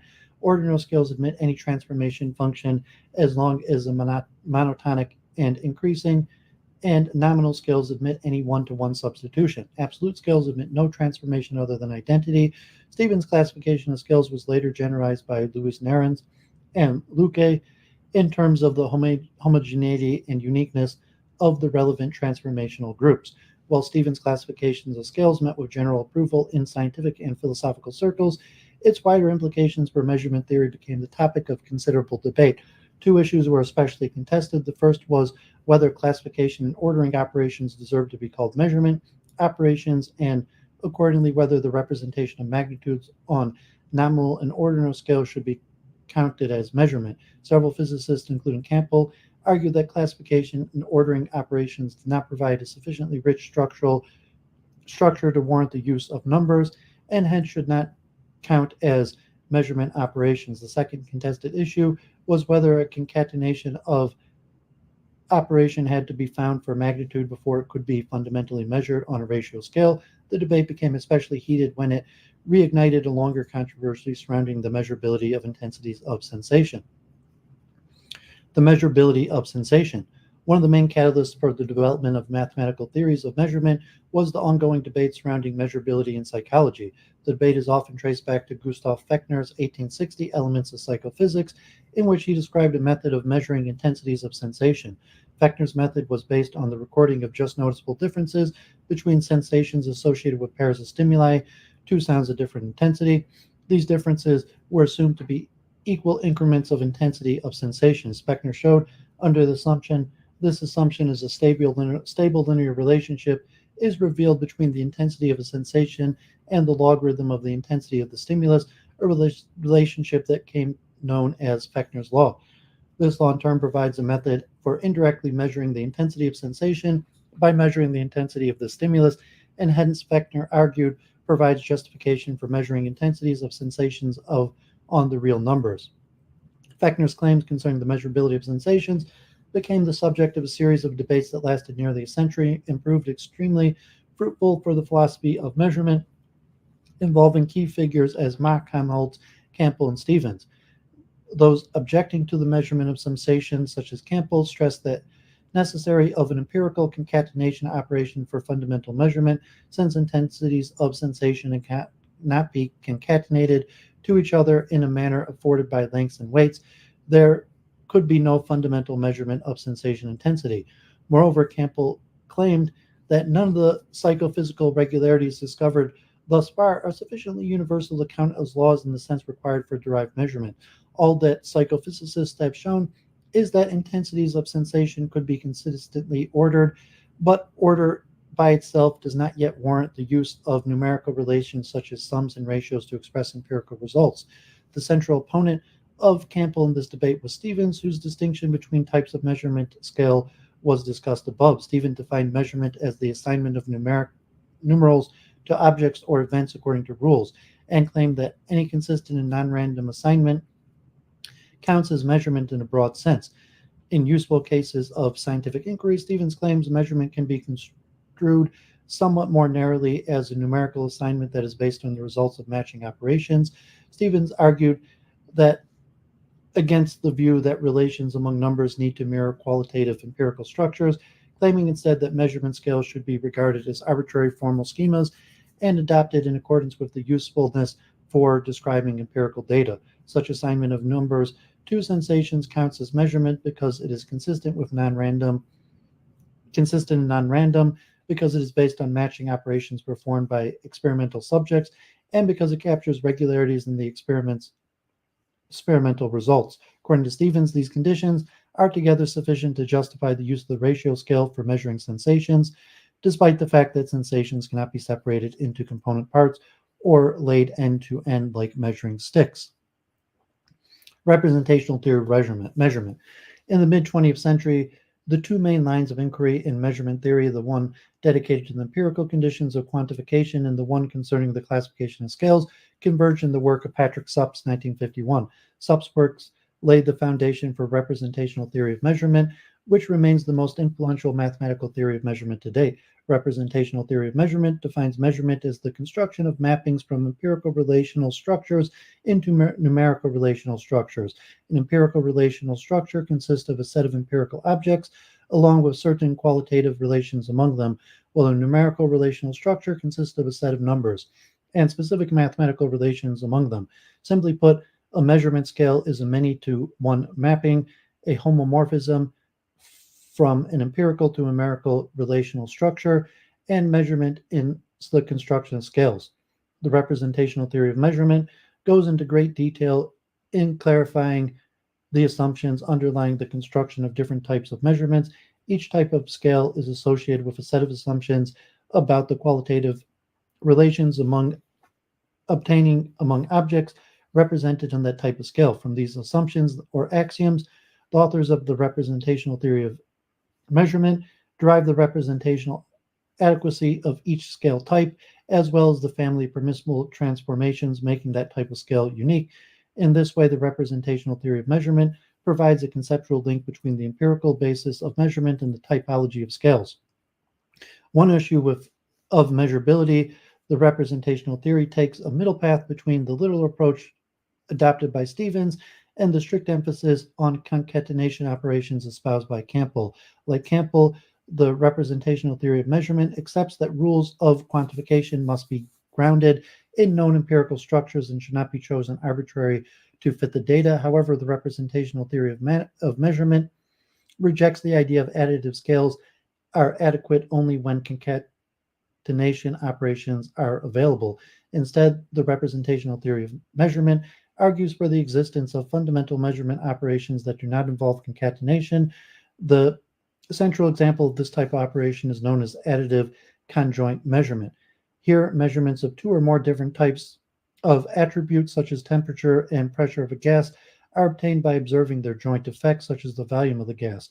Luque and Touquet showed that by establishing certain qualitative relations among volumes under variation of temperature and pressure, one can construct additive representations of temperature and pressure without invoking any antecedent method of measuring volume. This sort of procedure is generalizable to any suitable related triplet of attributes, such as loudness, intensity, and frequency of pure tones, or the preference for reward, its size, and delay in receiving it. The discovery of additive conjoint measurements led the authors of the representational theory of measurement to divide fundamental measurement into two kinds: traditional measurement procedures based on concatenation operations, which they called extensive measurement, and conjoint or non-extensive fundamental measurement. Under this new conception of fundamentality, all the traditional physics attributes can be measured fundamentally, as well as many psychological attributes.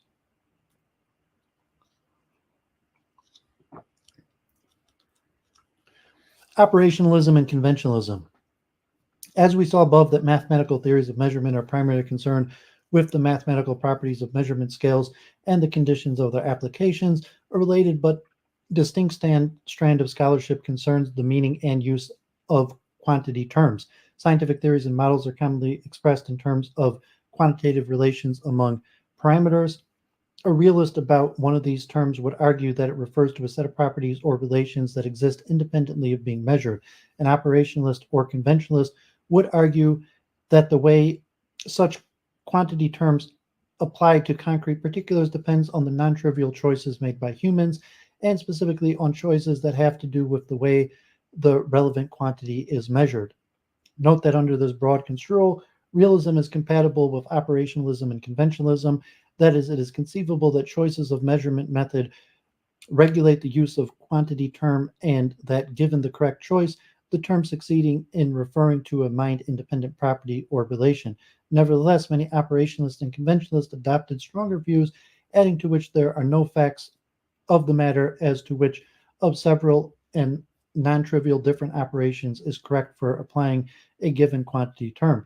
These stronger variants are inconsistent with realism about measurement. This section will be dedicated to operationalism and conventionalism, and the next to realism about measurement. Operationalism about measurement is the view that the meaning of quantity concepts is determined by a set of operations used for their measurement. The strongest expression of operationalism appears in the early work of Percy Bridgman, 1927, who argued that we mean by any concept nothing more than a set of operations. The concept is synonymous with the corresponding set of operations. According to this extreme version of operationalism, different operations measure different quantities. This conclusion led Bridgman to claim that concurrently accepted quantity concepts have joints where different operations overlap in their domain of application. He warned against dogmatic faith in the unity of quantity concepts across these joints, urging instead that unity be checked against experiments whenever the application of quantity concept is to be extended into new domain. Nevertheless, Bridgman conceded that as long as the results of different operations agree with experimental error, it is pragmatically justified to label the corresponding quantities with the same name. Operationalism became influential in psychology, where it was well received by behavioralists like Edward Boring, 1945, and B.F. Skinner. Indeed, Skinner maintained that behavioralism is nothing more than a thoroughgoing operational analysis of traditional mentalist concepts.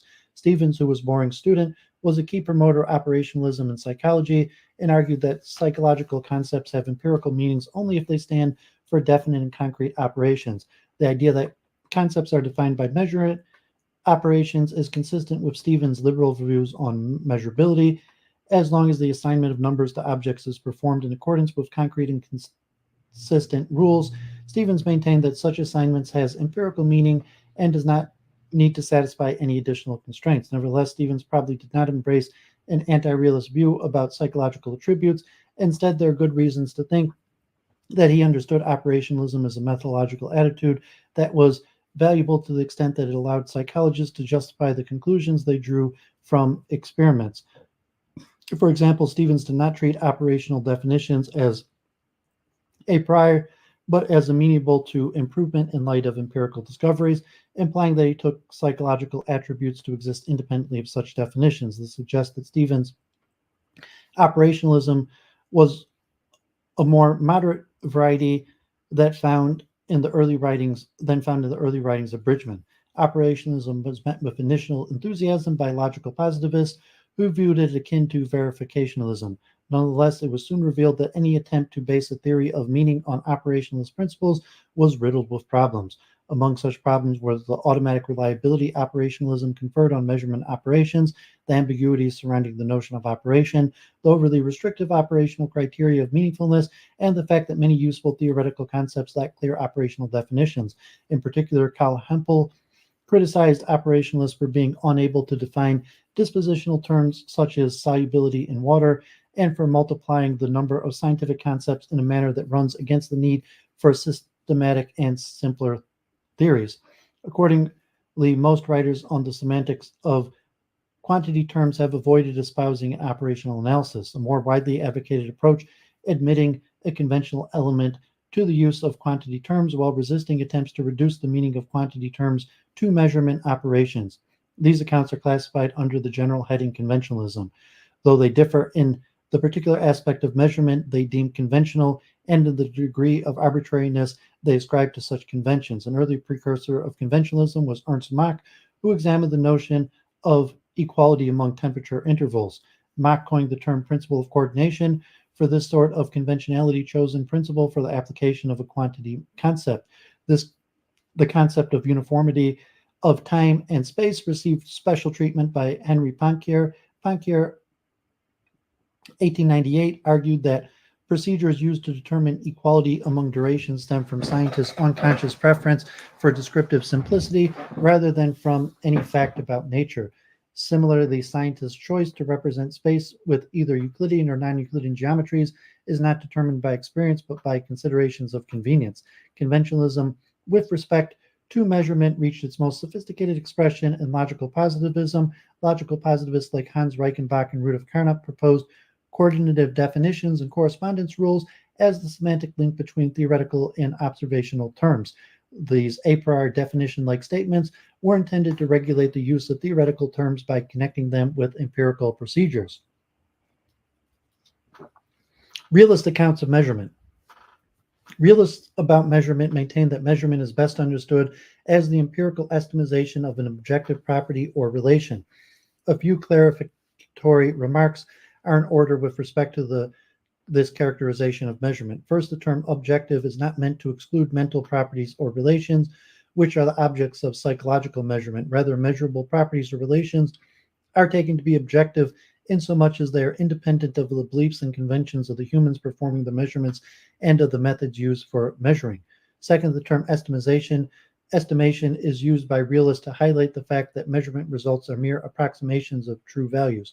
Third, according to realists, measurements is aimed at obtaining knowledge about properties and relations rather than assigning values directly to individual objects. This is significant because observable objects often instantiate measurable properties and relations that are not directly observable. Knowledge claims about such properties and relations must presuppose some background theory. By shifting the emphasis from objects to properties and relations, realists highlight the theory-laden character of measurement. Realism about measurement should not be confused with realism about entities, nor does realism about measurement necessarily entail realism about properties, since one could in principle accept only the reality of relations without embracing the reality of underlying properties. Nonetheless, most philosophers who have defended realism about measurement have done so by arguing for some form of realism about properties. These realists argue that at least some measurable properties exist independently of the beliefs and conventions of the humans who measure them, and that the existence of the structure of these properties provides the best explanation for key features of measurement, including the usefulness of numbers in expressing measurement results and the reliability of measuring instruments. If measurable properties are analyzed in dispositional terms, it becomes an easy to explain why some measuring instruments are reliable. Different argument for realism about measurement is due to Joel Mitchell, 1994, who proposes a realist theory of number based on the Euclidean concept of ratio. According to Michel, numbers are ratios between quantities and therefore exist in space and time. Specifically, real numbers and are ratios between pairs of infinite standard sequences. Measurement is the discovery and estimation of such ratios. An interesting consequence of this empirical realism about numbers is that measurement is not representational activity, but rather the activity of approximating mind-independent numbers. Realist accounts of measurements are largely formulated in opposition to strong versions of operationalism and conventionalism, which dominated philosophical discussions of measurement from the 1930s until the 1960s. In addition to the drawbacks of operationalism already discussed in the previous section, realists point out that anti-realism about measurable quantities fails to make sense of scientific practice. If quantities had no real values independently of one's choice of measurement procedure, it would be difficult to explain what scientists meant by measurement accuracy or measurement error and why they tried to increase accuracy and diminish error. By contrast, realists can easily make sense of the notion of accuracy and error in terms of the distance between real and measured values. Closely related point is the fact that the newer measurement procedures tend to improve on the accuracy of older ones. If choices of measurement procedures were merely conventional, it would be difficult to make sense of such progress. In addition, realism provided an intuitive explanation for why different measurement procedures often yield different results, namely because they are sensitive to the same facts. Finally, realists note that the construction of measurement apparatus and analysis of measurements results are guided by theoretical assumptions concerning causal relationship among quantities. The ability of such causal assumptions to guide measurement suggests that quantities are ontologically prior to the procedures that measure them. While their stance towards operationalism and conventionalism is largely critical, realists are more charitable in their assessment of mathematical theories of measurement. Brent Mundy and Chris Sawyer, 1987, both accepted the axiomatic treatment of measurement scales, but object to the empiricist interpretation given to the axioms by prominent measurement theorists like Campbell and Ernst Nagel. Rather than interpreting the axioms as pertaining to concrete objects or to observable relations among such objects, Mundy and Sawyer interpret the axioms as pertaining to universal magnitudes. The construal preserves the intuition that statements like the size of x is twice the size of y are first and foremost about two sizes and only derivatively about objects x and y themselves.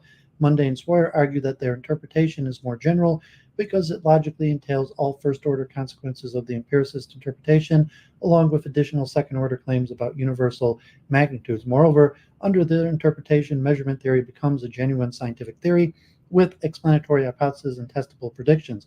Building on this work, Joe Wolfe, 2020, has recently proposed a novel realist account of quantities that relies on the representational theory of measurement. According to Wolfe's structuralist theory of quantity, quantitative attributes are relational structures. Specifically, an attribute is quantitative if a structure has translations from an Archimedean ordered group. Wolfe's focus on translations rather than specific relations, such as concatenations and ordering, means that quantitativeness can be realized in multiple ways and is not restricted to extensive structures. It also means that being a quantity does not have anything special to do with numbers, as both numerical and non-numerical structures can be quantitative.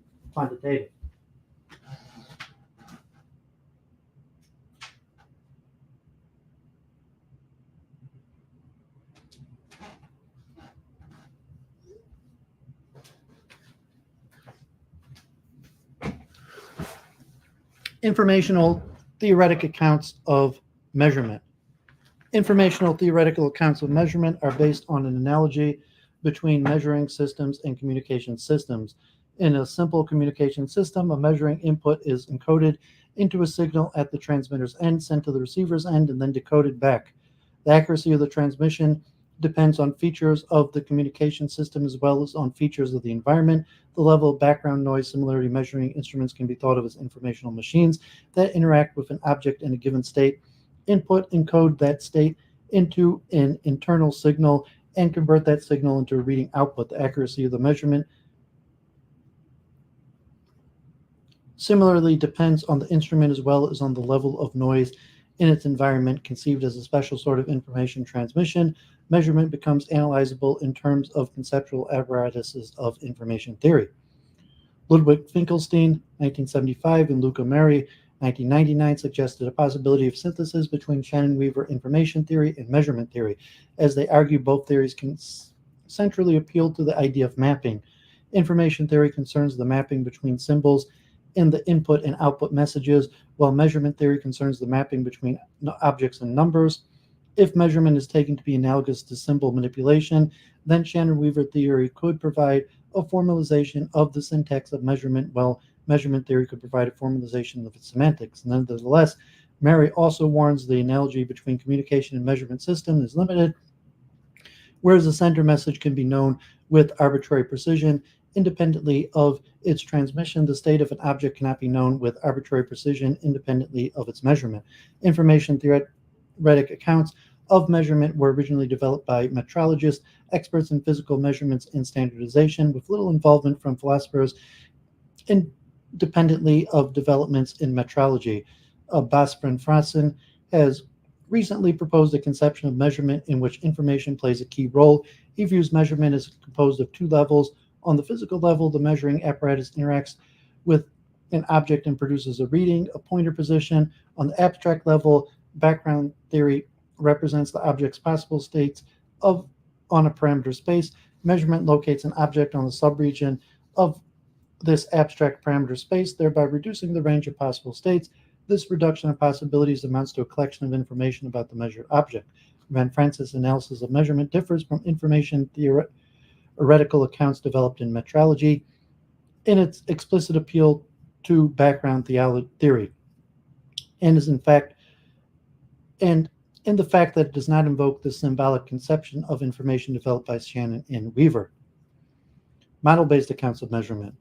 Since the early 2000s, a new wave of philosophical scholarship has emerged that emphasizes the relationship between measurement and theoretical and statistical modeling. According to the model-based accounts, measurement consists of two levels: concrete processes involving interactions between an object of interest, an instrument, and the environment, and theoretical and or statistical models of that process, where model denotes an abstract or local representation constructed from simplifying assumptions. The central goal of measurement, according to this view, is to assign values to one or more parameters of interest in the model in a manner that satisfies certain epistemic desiderata, in particular coherence and consistency. Model-based accounts have been developed by studying measurement practices in the sciences, in particular metrology. Metrology, officially defined as the science of measurement and application, is a field of study concerned with the design, maintenance, and improvement of measuring instruments in the natural sciences and engineering. Metrologists typically work at standardization bureaus or at specialized laboratories that are responsible for the calibration of measurement equipment, the comparison of standards, and the evaluation of measurement uncertainties, among other tasks. It is only recently that philosophers have begun to engage with the rich conceptual issues underlying metrological practice, and particularly with the inferences involved in evaluating and improving the accuracy of measurement standards. The central motivation for the development of model-based accounts is the attempt to clarify the epistemological principles underlying aspects of measurement practice. For example, metrologists employ a variety of methods for the calibration of measuring instruments, the standardization and tracing of units, and the evaluation of uncertainty. Traditional philosophical accounts, such as mathematical theories of measurement, do not elaborate on the assumptions, inference patterns, evidential grounds, or success criterion associated with such methods. As Frigerio argue, measurement theory is ill-suited for clarifying these aspects of measurement because it abstracts away from the process of measurement and focuses solely on the mathematical properties of scales. By contrast, model-based accounts take scale construction to be merely one of the several tasks involved in measurement, alongside the definition of measured parameters, instrument design and calibration, object sampling and preparation, error detection, uncertainty evaluation, among others. The role of models in measurement. According to model-based accounts, measurement involves interaction between an object and interest, the systems under measurement, an instrument, the measurement system, and an environment, which includes the measuring subjects. Other secondary interactions may also be relevant for the determination of measurement outcomes, such as the interaction between the measuring instrument and the reference standards used for its calibration, and the chain of comparisons that trace the reference standard back to the primary measurement standards. Measurement proceeds by representing these interactions with a set of parameters and assigning values to a subset of those parameters known as measurands based on the results of the interactions. When measured parameters are numerical, they are called quantities. Although measurands need not be quantities, a quantitative measurement scenario will be supposed in what follows. Two sorts of measurement outputs are distinguished by model-based accounts. One, instrument indications or readings. These are properties of the measuring instrument in its final state after the measurement process is completed. Examples are digits on a display, marks on a multiple choice questionnaire, and bits stored in a device's memory. Indications may be represented by numbers, but such numbers describe states of the instruments and should not be confused with measurements outcomes, which concern states of the object being measured. And two, measurement outcomes or results. These are the knowledge claims about the values of one or more quantities attributed to the object being measured, and are typically accompanied by a specification of the measurement unit and scale and an estimate of the measurement uncertainty. As proponents of model-based accounts stress, inferences from instrument indications to measurement outcomes are non-trivial and depend on a host of theoretical and statistical assumptions about the object being measured, the instrument, the environment, and the calibration process. Measurement outcomes are often obtained through statistical analysis of multiple indications, thereby involving assumptions about the shape of the distribution of indications and the randomness of environmental effects. Measurement outcomes also incorporate corrections for systematic effects, and such correlate corrections are based on theoretical assumptions concerning the workings of the instrument and its interactions with the object and environment. Systematic corrections involve uncertainties of their own, for example, in the determination of the values of constants, and these uncertainties are assessed through secondary experiments involving further theoretical and statistical assumptions. Moreover, the uncertainty associated with a measurement outcome depends on the methods employed for the calibration of the instrument. Calibration involves additional assumptions about the instrument, the calibrating apparatus, the quantity being measured, and the properties of measurement standards. Another component of uncertainty originates from vagueness in the definition of the measurand and is known as a definitional uncertainty. Finally, measurement involves background assumptions about the scale type and unit system being used, and these assumptions are often tied to broader theoretical and technological considerations relating to the definition and realization of scales and units. These various theoretical and statistical assumptions form the basis of the construction of one or more models of the measurement process, unlike mathematical theories of measurement, where the term model denotes a set theoretical structure that interprets a formal language. Here, the term model denotes an abstract and local representation of a target system that is constructed from simplifying assumptions. The relevant target system, in this case, is a measurement process that is a system composed of measuring instruments, objects or events to be measured, the environment, including human operators, secondary instruments, and the reference standards, the time evolution of these components, and their various interactions with each other.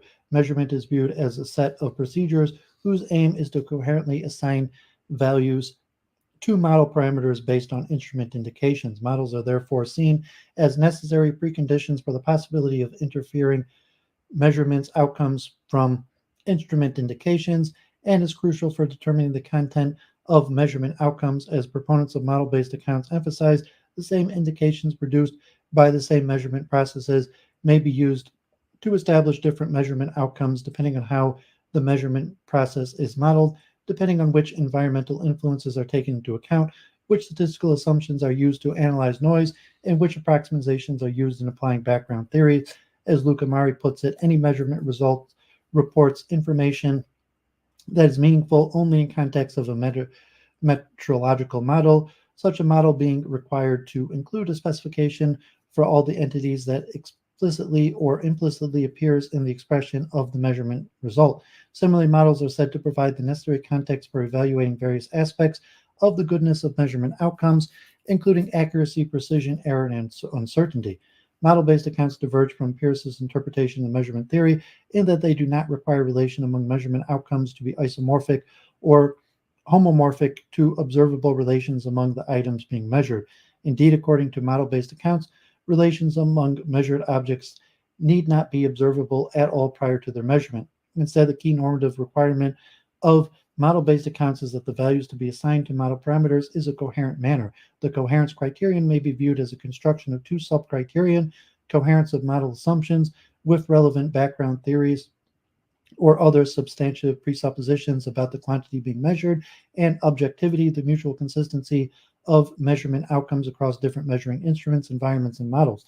The first sub-criterion is meant to ensure the intended quantity is being measured, while the second sub-criterion is meant to ensure that measurement outcomes can reasonably be attributed to the measured object rather than to some artifact of the measuring instrument, environment, or model. Taken together, these two requirements ensure that the measurement outcome remains valid independently of the specific assumptions involved in their production, and hence that context dependence of measurement outcomes does not threaten their general applicability. Models of measurement in economics. Besides their applicability to physical measurement, model-based analysis also shed light on measurement in economics. Like physical quantities, values of economic variables often cannot be observed directly and must be inferred from observations based on abstract and idealized models. The ways in which models function in economic measurement have led some philosophers to view certain economic models as measuring instruments in their own right, analogous to rulers and balances. Marcel Boumans explains how macroeconomicists are able to isolate a variable of interest from external influences by tuning parameters in a model to the macroeconomic system. This technique frees economists from the impossible task of controlling the actual system. As Blumen argues, macroeconomic models function as measurement instruments insofar as they produce invariant relations between inputs, indications, and outcomes, and insofar as the invariance can be tested by calibration against known stable facts. When such model-based procedures are combined with expert judgment, they can produce reliable measurements of economic phenomenon even outside controlled laboratory settings. Psychometric models and construct validity. Another area where models play a central role in measurement is psychology. The measurement of most psychological attributes, such as intelligence, anxiety, and depression, does not rely on homomorphic mappings of the sort espoused by the representational theory of measurement. Instead, psychometric theory relies predominantly on the development of abstract models that are meant to predict subjects' performance in certain tasks. These models are constructed from substantive and statistical assumptions about the psychological attribute being measured and its relationship to each measurement task. For example, item response theory, a popular approach to psychological measurement, employs a variety of models to evaluate the reliability and validity of questionnaires. One of the simplest models used to calibrate such questionnaires is the Rasch model. This model supposes a straightforward algebraic relation known as the log of the odds between the probability that a subject will answer a given item correctly, the difficulty of the particular item, and the subject's ability. New questionnaires are calibrated by testing the fit between the indications and the predictions of the Rasch model and assigning difficulty level to each item accordingly. This sort of statistical calibration or scaling provided by the Rasch model yields repeatable results, but is often only a first step towards full-fledged psychological measurement. Psychologists are typically interested in the results of a measure not for its own sake, but for the sake of assessing some underlying and latent psychological attribute. A good fit between item responsiveness and statistical model does not yet determine what the questionnaire is measuring. The process of establishing that a procedure measures the intended psychological attribute is known as validation. One way of validating a psychometric instrument is to test whether different procedures that are intended to measure the same latent attribute provide consistent results. Such testing belongs to a family of validation techniques known as construct validation. A construct is an abstract representation of the latent attribute intended to be measured and reflects a hypothesis that a variety of behaviors will correlate with one another in studies of individual differences and or will be similarly affected by experimental manipulations. Constructs are denoted by variables in a model that predicts which correlations would be observed among the indications of different measures, and if they are indeed measures of the same attribute. Such models involve substantive assumptions about the attribute, including its internal structure and its relations to other attributes, and statistical assumptions about the correlation among different measures. In recent years, philosophers of science have become increasingly interested in psychometrics and the concept of validity. One debate concerns the ontological status of latent psychological attributes. Denis Burzboom has argued against operationalism about latent attributes in favor of defining validity in a manner that embraces realism. A test is valid for measuring an attribute if and only if the attribute exists, and variations of the attribute causally produce variations in the outcome of the measurement procedure. A more fundamental criticism leveled against psychometrics is that it dogmatically presupposes that psychological attributes can be quantified. Michel argues that psychometricians have not made serious attempts to test whether the attributes they purport to measure have quantitative structure and instead adopt an overly loose conception of measurement that disguises this neglect. In response to Burzbaum and Mellenberg argue that item response theory provides probabilistic test of the quantifiability of attributes. Psychometricians who construct a statistical model initially hypothesize that an attribute is quantitative and then subject the model to empirical tests. When successful, such tests provide indirect confirmation of the initial hypothesis by showing that the attribute has an additive conjoint structure. Several scholars have pointed out similarities between the ways models are used to standardize measurable quantities in the natural and social sciences. For example, Mark Wilson, 2013, argues that psychometric models can be viewed as a tool for constructing measurement standards in the same sense as a measurement standard used by metrologists. Others have raised doubts about the feasibility and desirability of adopting the example of natural sciences when standardizing constructs in the social sciences. Nancy Cartwright and Rosa Rundhart, 2014, discussing balling concepts, a term they borrowed from Otto Neurath to denote concepts with a fuzzy and context-dependent scope. Examples of balling concepts are race, poverty, social exclusion, and the quality of PhD programs. Such concepts are too multifaceted to be measured on a single metric without loss of meaning and must be represented either by a matrix of indices or by several different measures depending on which goals and values are at play. Alexandra Drova, 2008, points out that ethical considerations bear on questions about the validity of measures of well-being, no less than considerations of reproducibility. Such ethical considerations are context-sensitive and can only be applied piecemeal. In similar vein, Leah McClymans, 2010, argues that uniformity is not always an appropriate goal for designing questionnaires, as the open-endedness of questions is often both unavoidable and desirable for obtaining relevant information from subjects. The intertwining ethical and epistemic considerations is especially clear when psychometric questionnaires are used in medical context to evaluate patient well-being and mental health. In such cases, small changes to the design of the questionnaire or the analysis of its results may result in significant harms or benefits to patients. These insights highlight the value-laden and contextual nature of the measurement of mental and social phenomena. The epistemology of measurement. The development of model-based accounts discussed in the previous section is part of a larger epistemic turn in the philosophy of measurement that occurred in the early 2000s. Rather than emphasizing the mathematical foundations, metaphysics, or semantics of measurement, philosophical work in the recent year tends to focus on the presuppositions and inferential patterns involved in the concrete practices of measurement and on the historical, social, and material dimensions of measuring. The philosophical study of these topics has been referred to as the epistemology of measurement.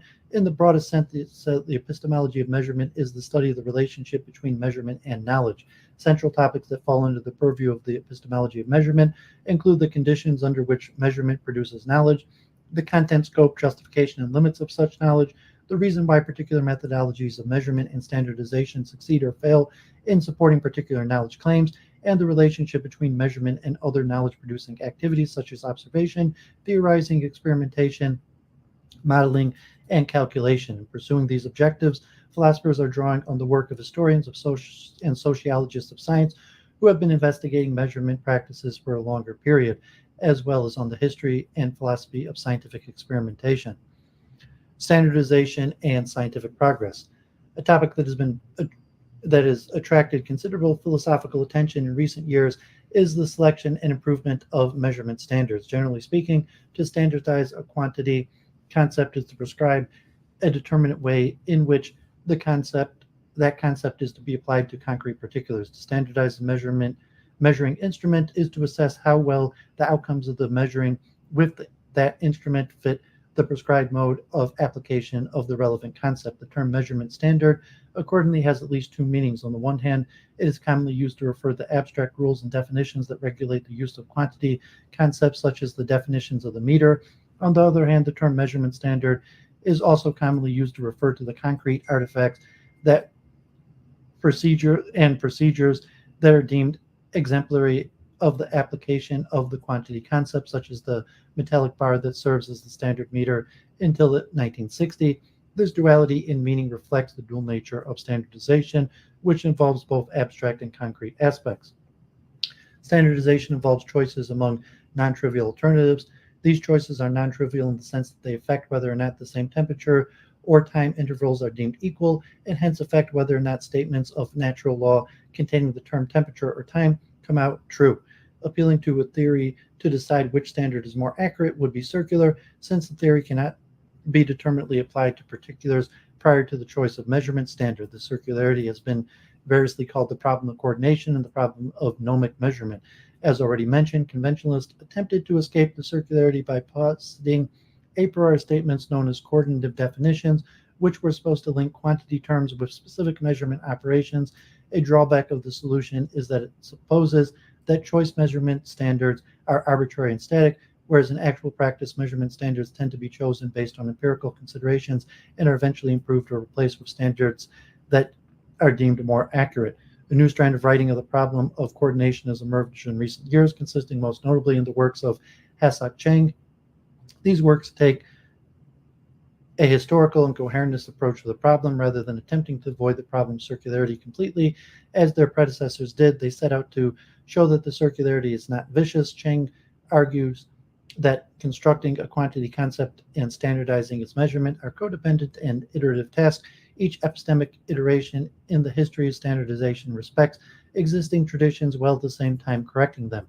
The pre-scientific concept of nature, of temperature, for example, was associated with crude and ambiguous methods for ordering objects from hot to cold.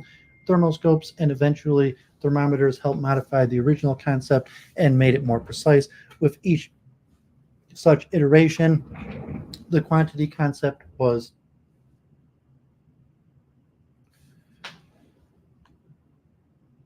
recoordinated to a more stable set of standards, which in turn allowed theoretical predictions to be tested more precisely, facilitating the subsequent development of theory and construction of more stable standards and so on. However, this process avoids vicious circularity because be, becomes clear when we look at it either from above in retrospect given our current scientific knowledge or from within by looking at historical developments in the original context from either vantage point. Coordination succeeds because it increases coherence among elements of theory and instrumentation. The question, what counts as a measurement of quantity X and what is quantity X, though unanswerable independently of each other, are addressed together in a process of mutual refinement. It is only when one adopts a foundationalist view and attempts to find a starting point for coordination free of presuppositions that this historical process erroneously appears epistemic justification. The new literature on coordination shifts the emphasis on the discussion from the definitions of quantity terms to the realizations of those definitions. In metrological jargon, a realization is a physical instrument or procedure that approximately satisfies a given definition. Examples of metrological realization are the official prototypes of the kilogram and the cesium fountain clocks used to standardize the second.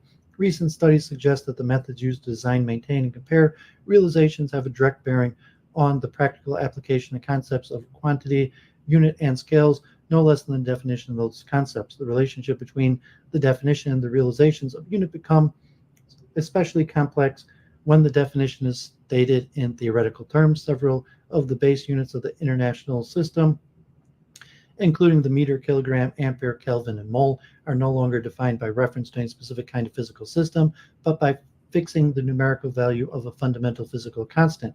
Realizing the kilogram under this definition is a highly theory-laden task. The study of the practical realization of such units has shed new light on the evolving relationship between measurement and theory. Theory-latedness of measurement. Theory and measurement are independent both historically and conceptually.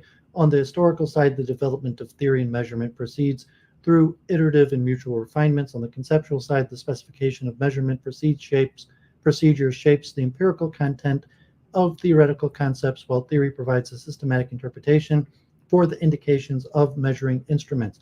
The interdependence of measurement and theory may seem like a threat to the evidential role that measurement is supposed to play in the scientific enterprise. After all, measurement outcomes are thought to be able to test theoretical hypotheses, and this seems to require some degree of independence of measurement from theory. This threat is especially clear when the theoretical hypothesis being tested is already presupposed as part of the model of the measurement instrument. A different sort of worry about the evidential functions of measurement arises on the global scale when the testing of entire theories is concerned. As Thomas Kuhn's 1961 argues, scientific theories are usually accepted long before quantitative methods for testing them become available. The reliability of newly introduced measurement methods is typically tested against the predictions of the theory rather than the other way around.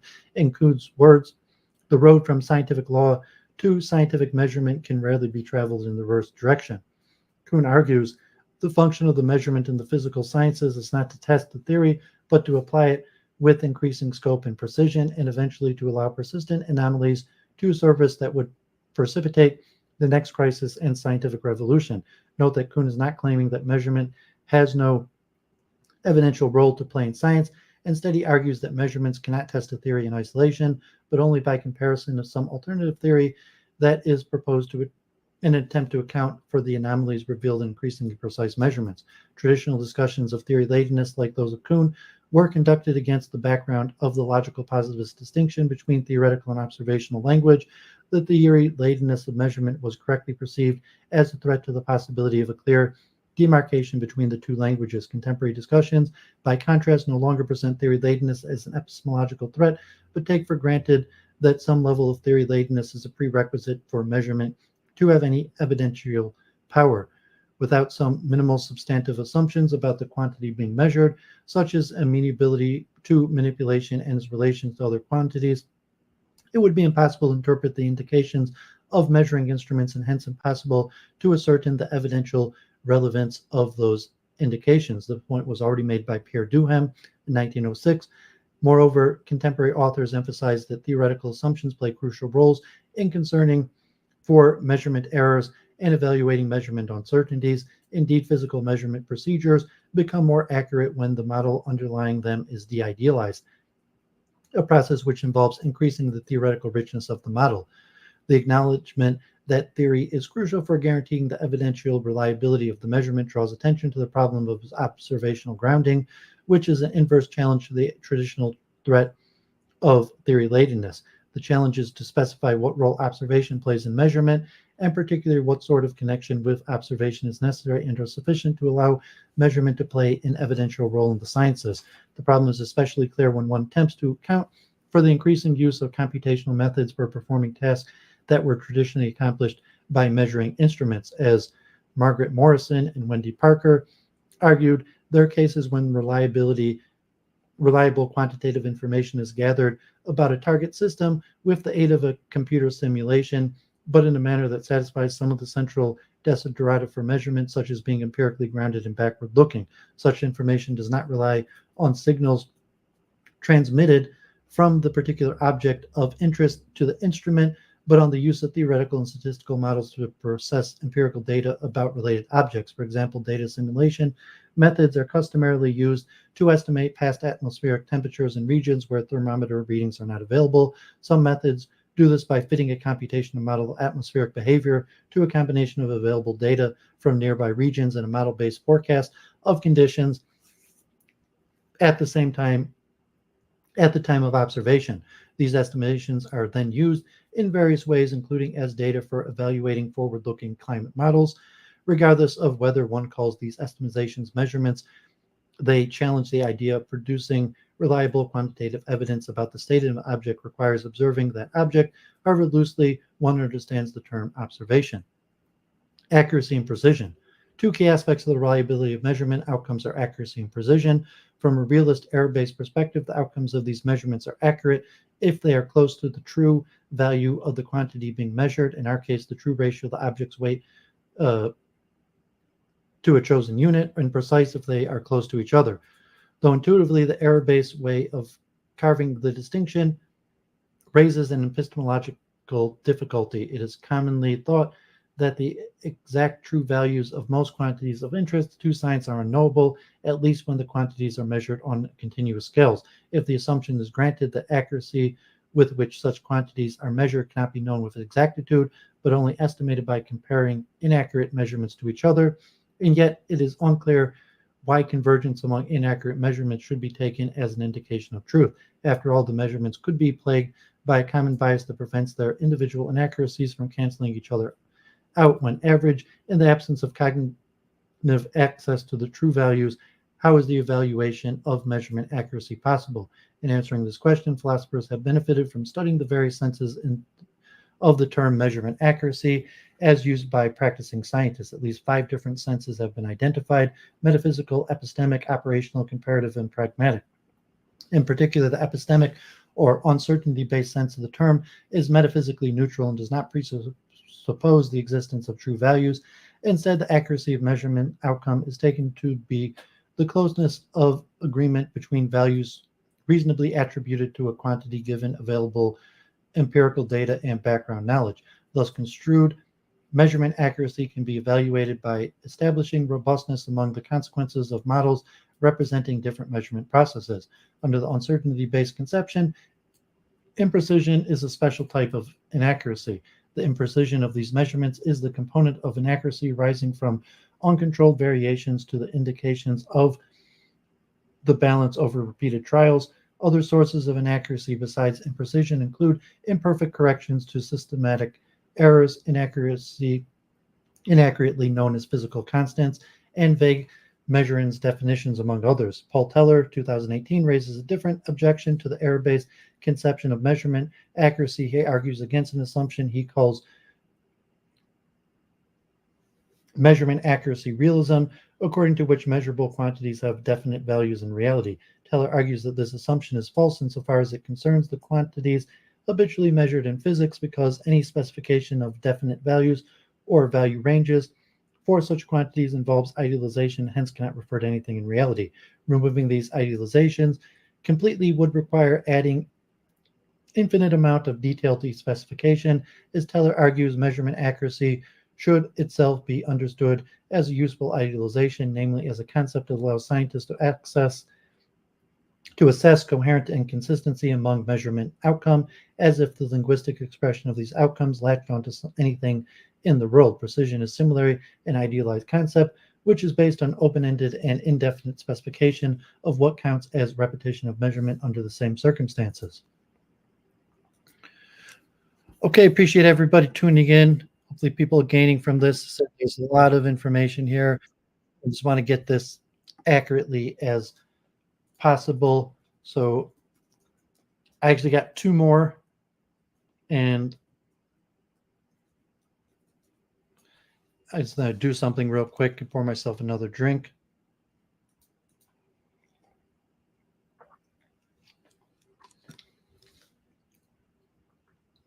Rest my voice for a second.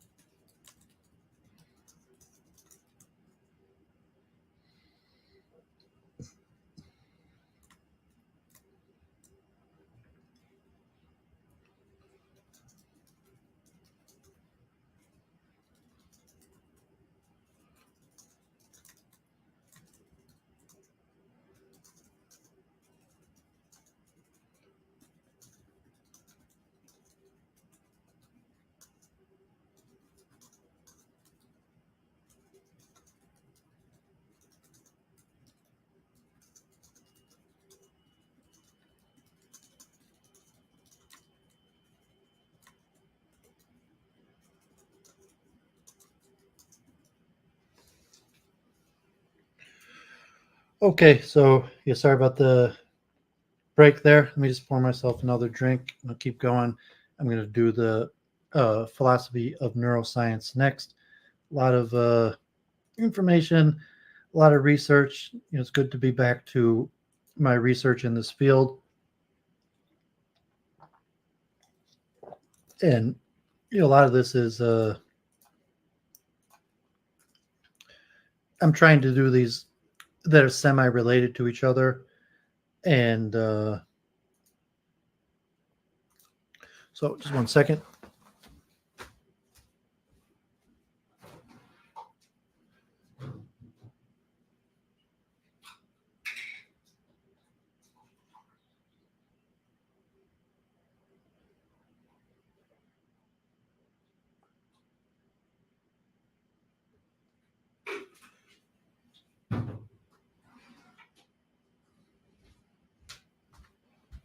Okay, so these are a lot of interrelated, very complicated and important topics to my research and philosophy of science in general.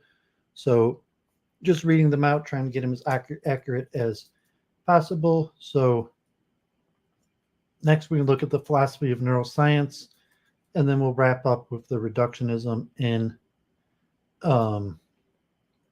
biology, which maybe I'll only do a part of. So, the philosophy of neuroscience. Over the past 4 decades, the philosophy of science has grown increasingly local. Concerns have switched from general features of scientific practice to concepts, issues, and puzzles specific to particular disciplines. Philosophy of neuroscience is one natural result. This emerging area was also spurred by remarkable growth in the neurosciences themselves. Cognitive and computational neuroscience continues to encroach directly on issues traditionally addressed within the humanities, including the nature of consciousness, action, knowledge, and normativity. Cellular, molecular, and behavioral neurosciences, including animal models, increasingly encroaches on cognitive neuroscience domain. Empirical discoveries about brain structure and function suggest ways that naturalistic programs might develop in detail beyond the abstract philosophical considerations in their favor. The literature has distinguished philosophy of neuroscience from neurophilosophy. For 2 decades, the former concerns foundational issues within the neurosciences. The latter concerns application of neuroscientific concepts to traditional philosophical questions, exploring various concepts of representation employed in neuroscientific theories is an example of the former, examining implications of neurological syndromes of the concept of unified self is an example of the latter. One exciting aspect about working in philosophy of neuroscience or neurophilosophy is the continual element of surprise. Both fields depend squarely on developments in neuroscience, and one simply has no inkling what's coming down the pike in that incredible fast-moving science. And this also has 8 sections, a lot of topics about consciousness. Some overlap with the reductionism. Before and after neurophilosophy.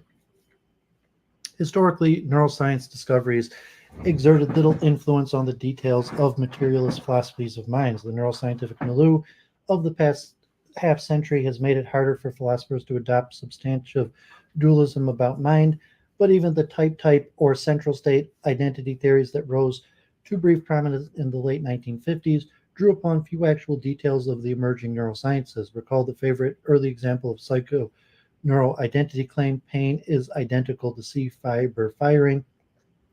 This C fibers turned out to be related only to a single aspect of pain transmission. Early identity theorists did not emphasize psychoneural identity hypothesis. Their neural term was admittedly placeholders for concepts from future neuroscience. Their arguments and motivations were philosophical, even if the ultimate justification of the program was held to be empirical.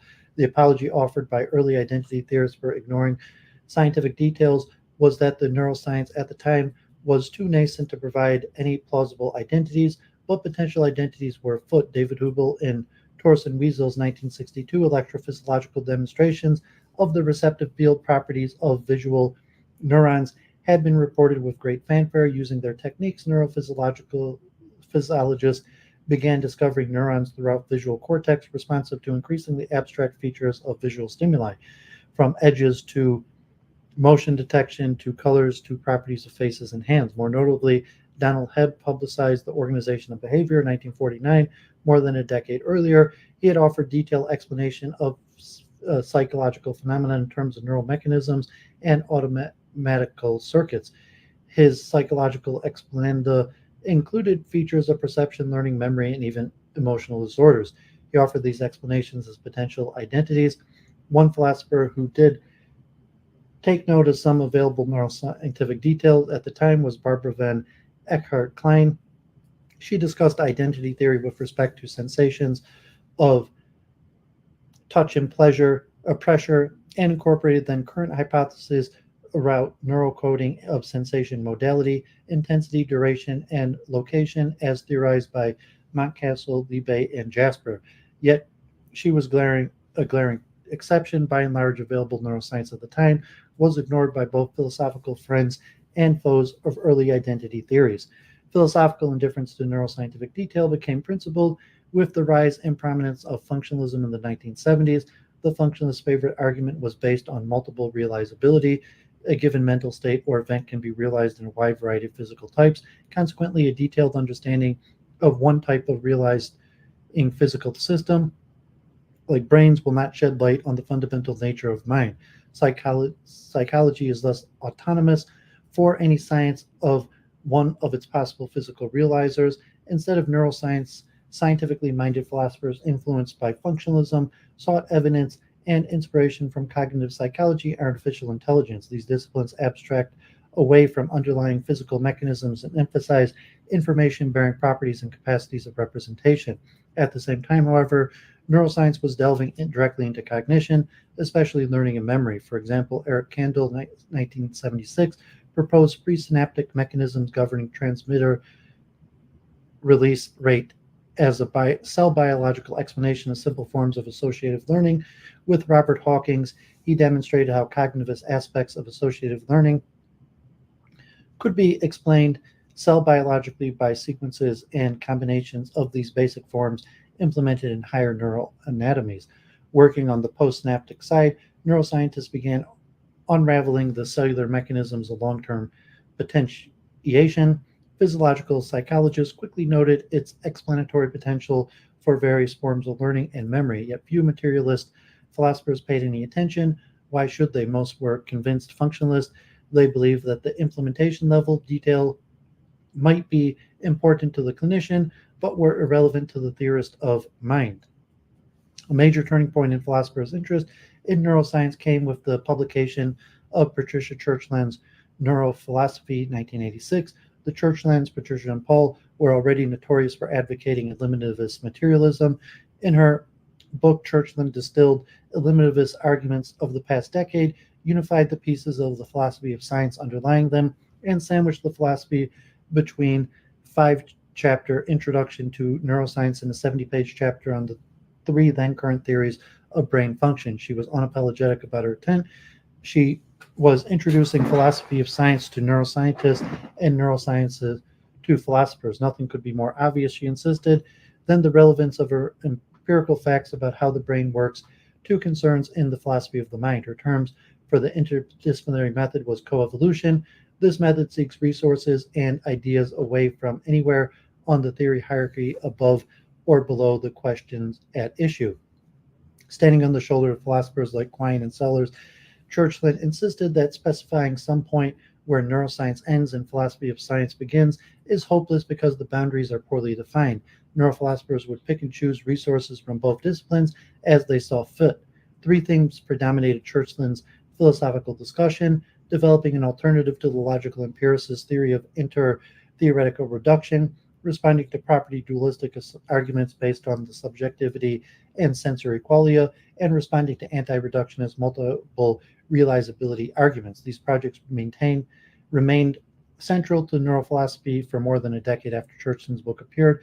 John Bickel, 1998, extended the principal insight of Clifford Hooker's post-imperialistic theory of inter-theoretic reduction. He quantified key notions using a model theoretic account of theory structure adapted from the structuralist program in philosophy of science. He also made explicit a formal argument to draw ontological conclusions, cross-theoretic identities, revisions, or eliminations from the nature of the inter-theoretical reduction relations obtained in specific cases. Bickel explicated the nature of the reduction relation in a specific case using a semi-formal account of inter-theoretic approximation inspired by structuralist results. Paul Churchland, 1996, carried on the attack on property dualistic arguments for the irreducibility of consciousness experience and sensory qualia. He argued that acquiring some knowledge of existing sensory neuroscience increased one's ability to imagine or conceive of a comprehensive neurobiological explanation of consciousness. He defined this conclusion using a characteristically imaginative thought experiment based on the history of optics and electromagnetism. Finally, criticisms of the multiple realizability arguments flourished and are challenged to the present day, although the multiple realizability argument remains influential among non-reductive physicalists. It is no longer commanding the near universal acceptance it once did. Replies to multiple realizability argument based on neuroscientific details have appeared. For example, William Bechtel and Jennifer Mundell, 1999, argue that neuroscientists use psychological criteria in brain mapping studies. This fact undercuts the likelihood that psychological kinds are multiply realized. Eliminative materialism in philosophy neuralized.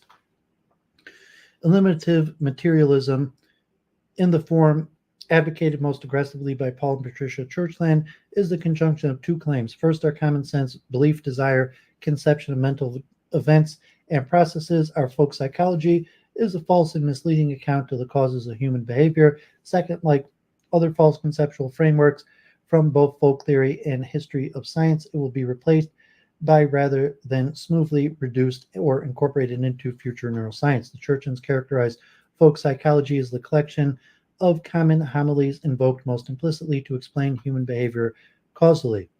Folk psychology contains an extensive repertoire of propositional attitudes in its explanatory nexus, hopes, intentions, fears, imaginings, and more. Eliminative materialists predict that a future generally scientific psychology or neuroscience will eventually eschew all of these and replace them with incommensurable states and dynamics of neurocognition. Eliminative materialism is physicalist in one traditional philosophical sense. It postulates that some future brain science will ultimately be the correct account of human behavior. It is eliminative in predicting the future rejection of folk psychological kinds from our post-neuroscientific ontology. Eliminative materialism proponents often enjoy scientific analogies. According to eliminative materialism, continuing developments in the neuroscience will reveal that there is no such thing as belief, desires, and the rest of propositional attitudes as characterized by common sense. Here we focus only on the way that neuroscientific results have shaped the arguments for eliminative materialism. Surprisingly, only one argument has been strongly influenced. Most arguments for eliminative materialism stress failures of folk psychology as an explanatory theory of behavior. This argument is based on the development in cognitive and computational neuroscience that might provide a genuine alternative to the representations and computations implicit in folk psychological generalizations. Many eliminative materialists assume that folk psychology is committed to propositional representations and computations over the content that mimic logical inferences. Even though discovering an alternative to this view has been an eliminativist goal for some time, some eliminativists hold that neuroscience only began delivering this alternative over the past 30 years. Points and trajectories through vector spaces as an interpretation of synaptic events and neural activity patterns in biology and artificial neural networks are the key features of this alternative. The difference between these notions of cognitive representation and transformation and those of the propositional attitudes of folk psychology provide this basis for one argument of eliminativist materialism. So I'm going to skip the part on the neuroanatomy and technical neuroscience. People could refer directly to read into it. Paul Churchland's 1989 argued that this interpretation of network activity provided a quantitatively neurally inspired basis for prototype theories of concepts developed in the late 20th century cognitive psychology. Using this theoretical development in the realm of neurophilosophy, Paul Churchland offered a novel neuroscientifically inspired argument for eliminativist materialism. According to this interpretation of neural networks just sketched, activity vectors are the central kind of representations, and vector-to-vector transformations are the central kind of computations in the brain. This contrasts sharply with the propositional representations and logical semantic computations postulated by folk psychology.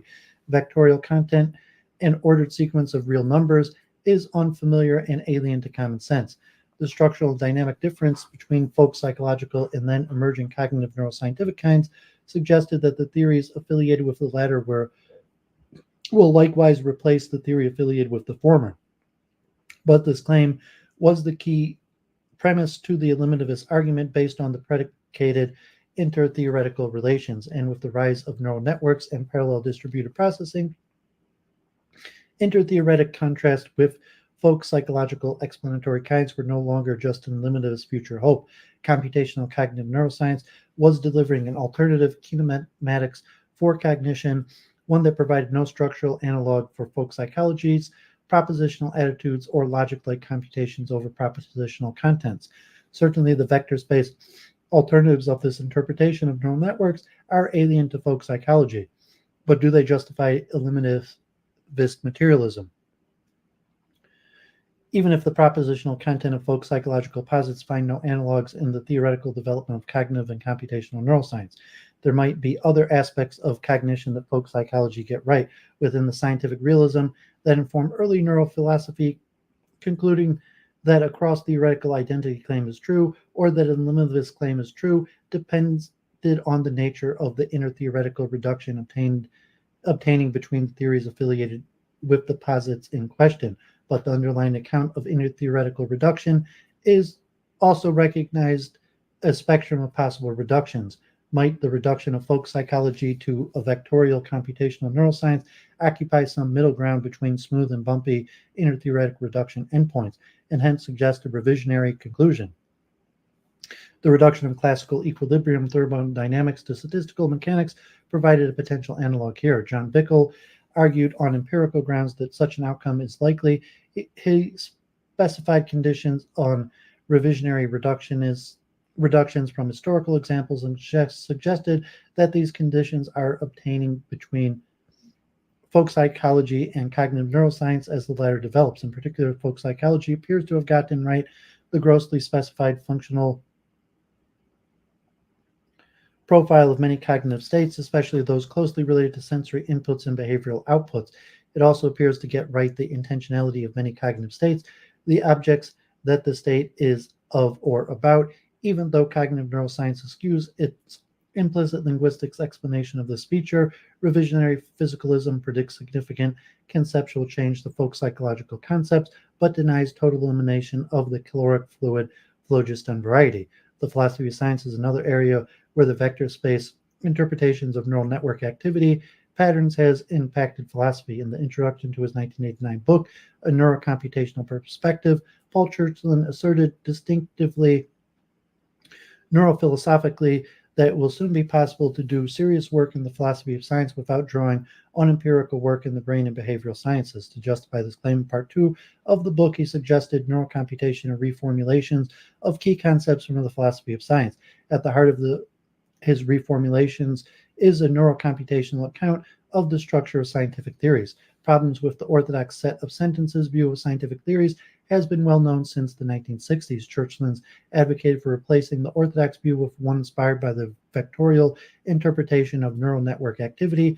Representations implemented in neural networks compose a system that corresponds to important distinctions in the external environment and are not explicitly represented as such within the input corpus, and allow the trained network to respond to inputs in a fashion that continually reduces error. According to Churchland, these are functions of theories. Churchland was bold in his assertion. An individual's theory of the world is a specific point in the individual's error synaptic weight vector space. It is a configuration of synaptic weights that partitions the individual's activation vector space into subdivisions that reduce future error messages to both familiar and novel inputs. This reformulation invites an objection, however. Churchland boasts that his theory of theories is preferable to existing alternatives to the orthodox set of sentences account, for example, the semantic view, because his is closer to the buzzing brains that use theories. But as Bickel, 1993, noted, neurocomputational models based on mathematical resources described above are a long way into the realm of mathematical abstraction. They are little more than novel, albeit suggestive, application of the mathematics of quasi-linear dynamical systems to the simplified schemata of brain circuitries. Neurophilosophers owe some count of identifications across ontological categories, vector representations, and transformations to what, before the philosophy of science community, will treat theories as points in high-dimensional state spaces implemented in biological neural networks. Churchland's neurocomputation reformulations of other scientific and epistemological concepts build on this account of theories. He sketches neuralized accounts of the theory latedness of perception, the nature of concept unification, the virtue of theoretic simplicity, the nature of Kuhnian paradigms, the kinematics of conceptual change, the character of abduction, the nature of explanation, and even moral knowledge and epistemological normativity. Conceptual redeployment, for example, is the activation of already existing prototype representation, the center point of a region of a partition of high dimension vector space in a trained neural network by a novel type of input pattern. Obviously, we can't here do justice to Churchland's many varied attempts at reformulation.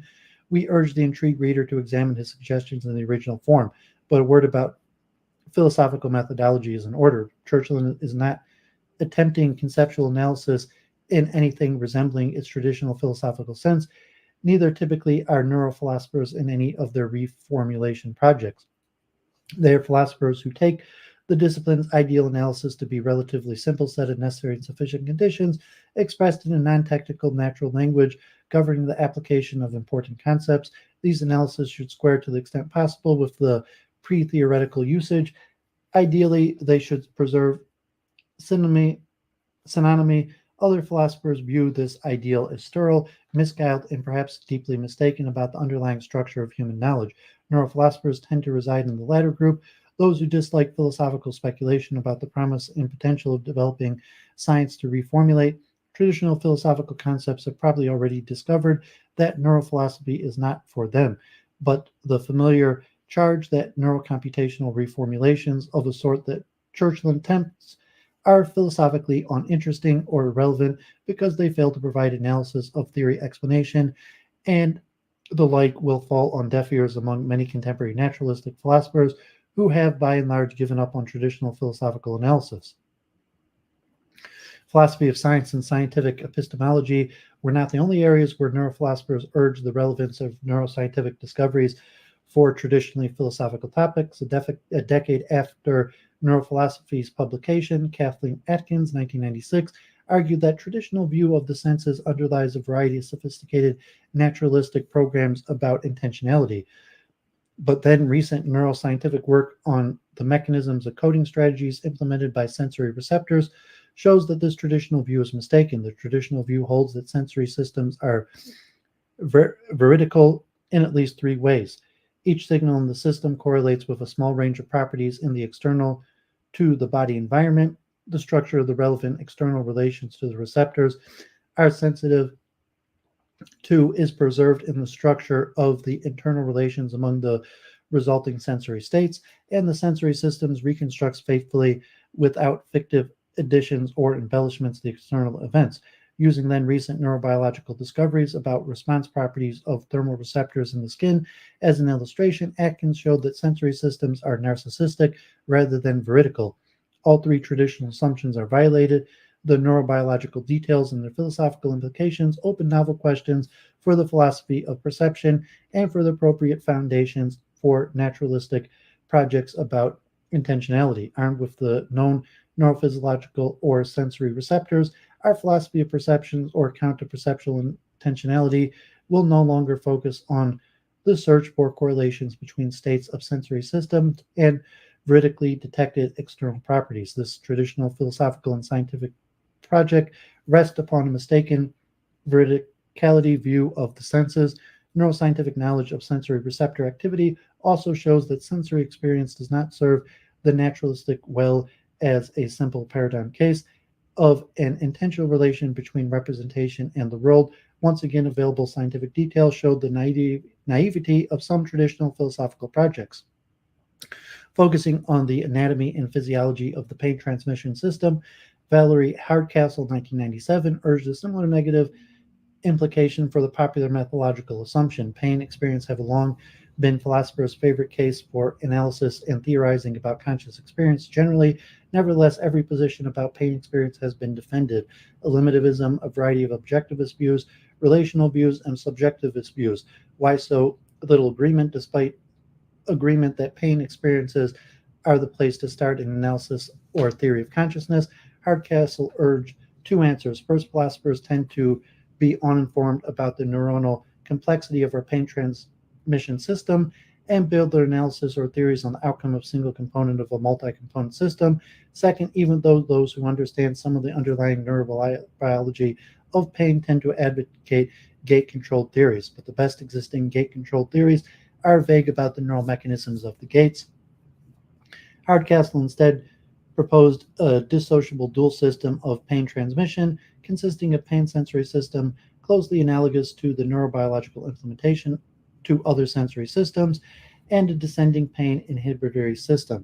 She argued that this dual system is consistent with neuroscientific discoveries and accounts for all the pain phenomenon that have tempted philosophers towards particular but not limited theories of pain experience, the neurobiological uniqueness of the pain inhibitory system, contrasted with the mechanisms of other sensory modalities, renders pain processing atypical. In particular, the pain inhibitory system disassociates pain sensation from stimulation of nociceptors, pain receptors. Hardcastle concluded from the neurobiological uniqueness of pain transmission that pain experiences are atypical conscious events and hence not a good place to start theorizing about analyzing the general type. Just 1 second, gotta check something.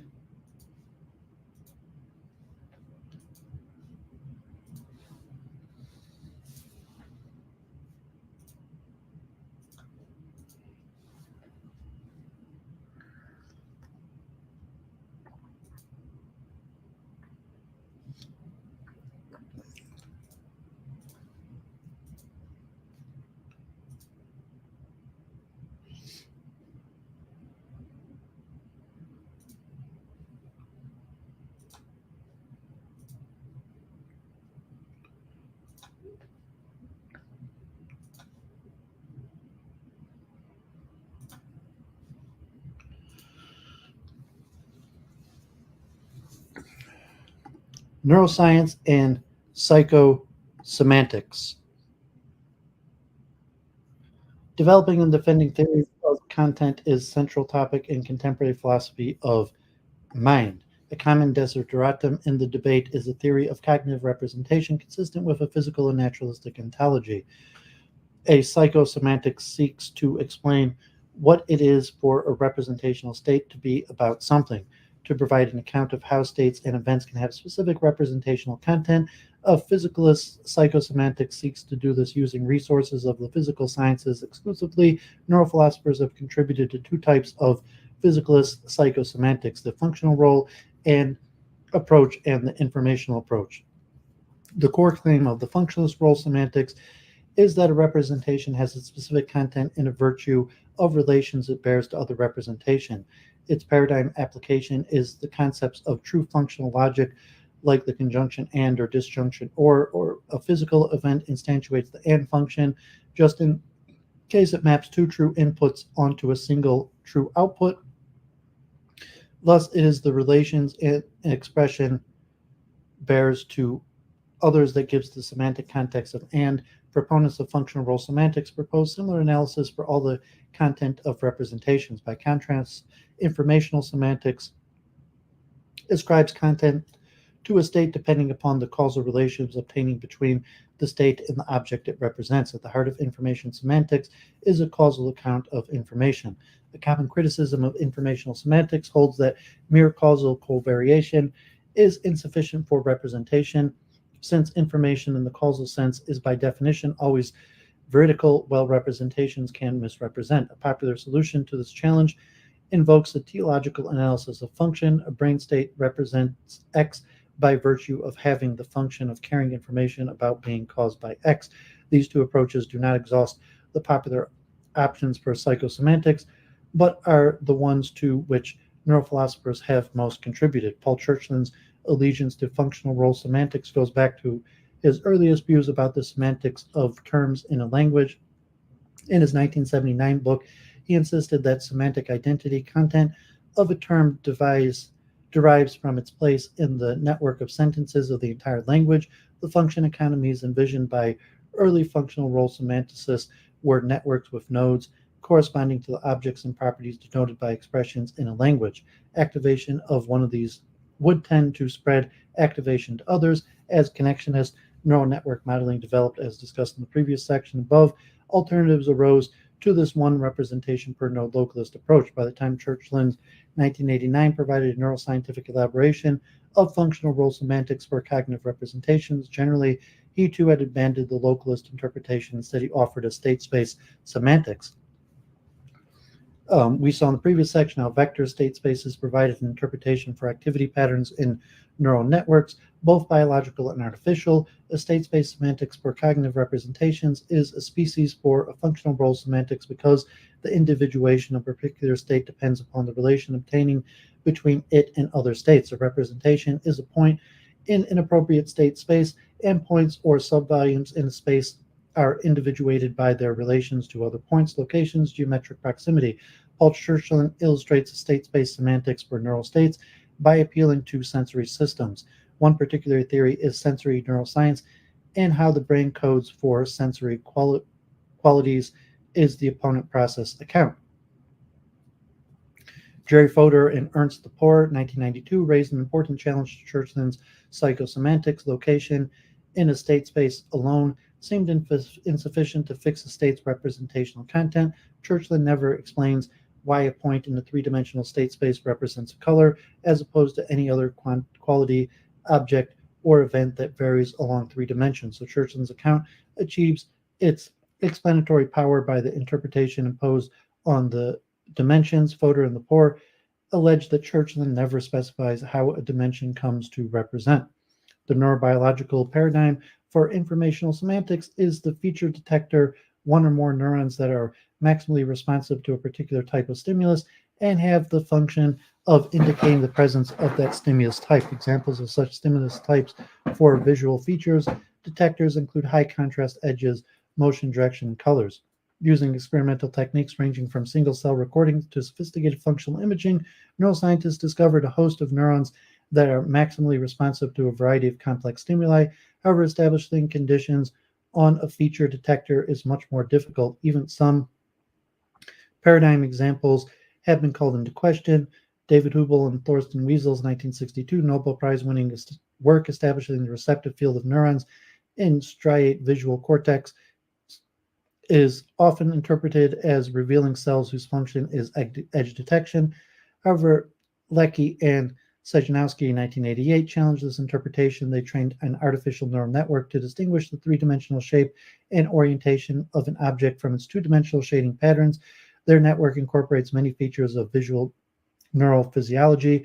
Nodes in the trained network turned out to be maximally responsive to edge contrast, but did not appear to have the function of edge detection.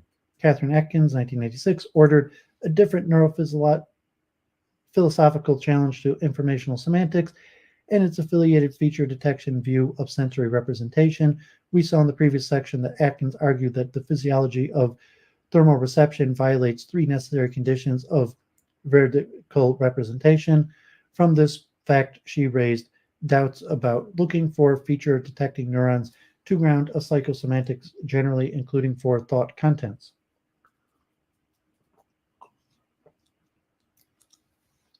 Consciousness explained. Consciousness reemerged over the past 3 decades as a topic of research focused on philosophy of mind and in the cognitive and brain sciences. Instead of ignoring it, many physicalists sought to explain it, like Dennett, 1991. Here we focus exclusively on the ways that neuroscientific discoveries have impacted philosophical debates about the nature of consciousness and the relationship to physical mechanisms. Thomas Nagel, 1974, argued famously that consciousness experience is subjective and thus permanently recalcitrant to objective scientific understanding.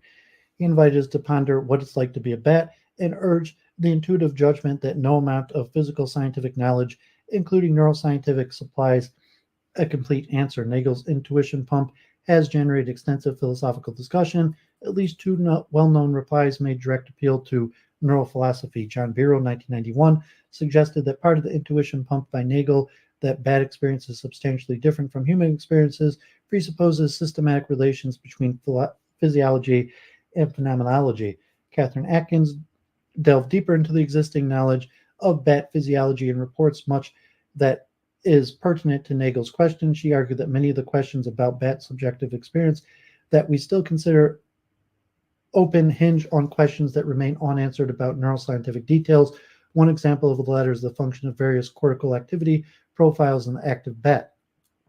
David Chalmers, 1996, famously argued that any possible brain process account of consciousness will leave open an explanatory gap between the brain processes and properties of the conscious experience.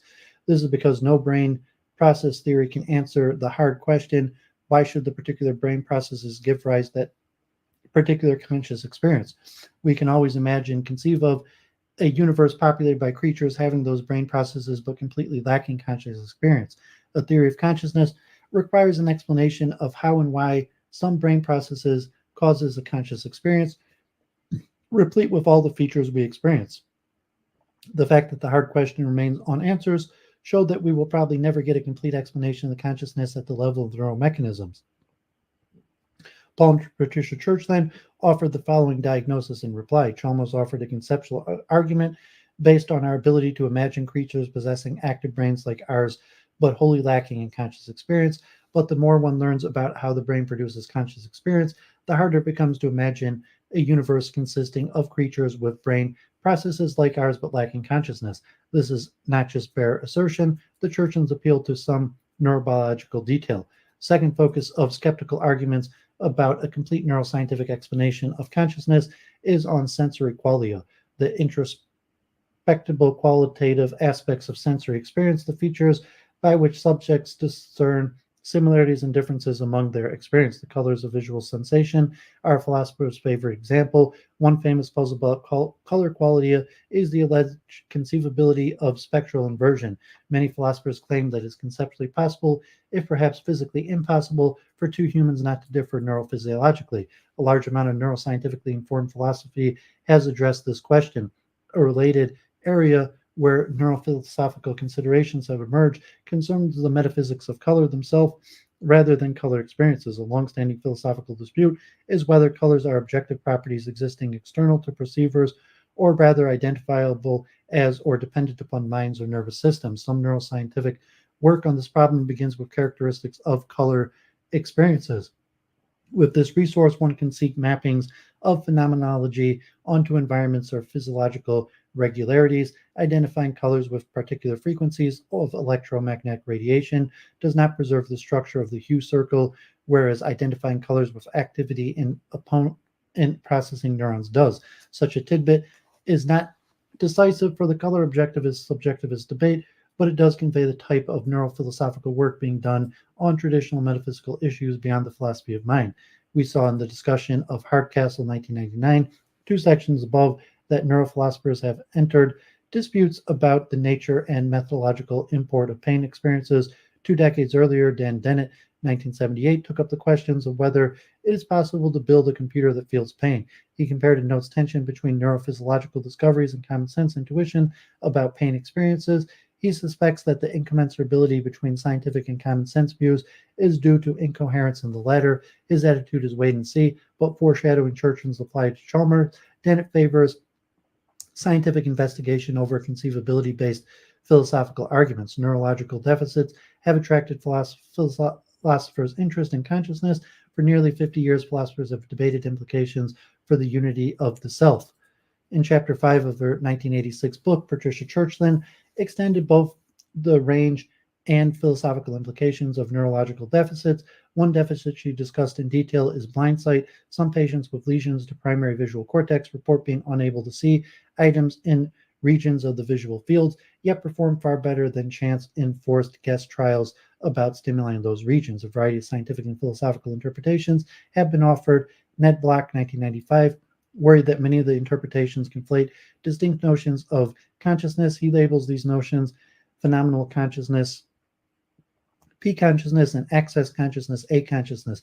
The former is what it is likeness of conscious experience. The latter is availability of representational content to self-initiated action and speech. Block argued that P consciousness is not always representational, as where A consciousness is. Dennett and Tai are skeptical of non-representational analysis of consciousness in general.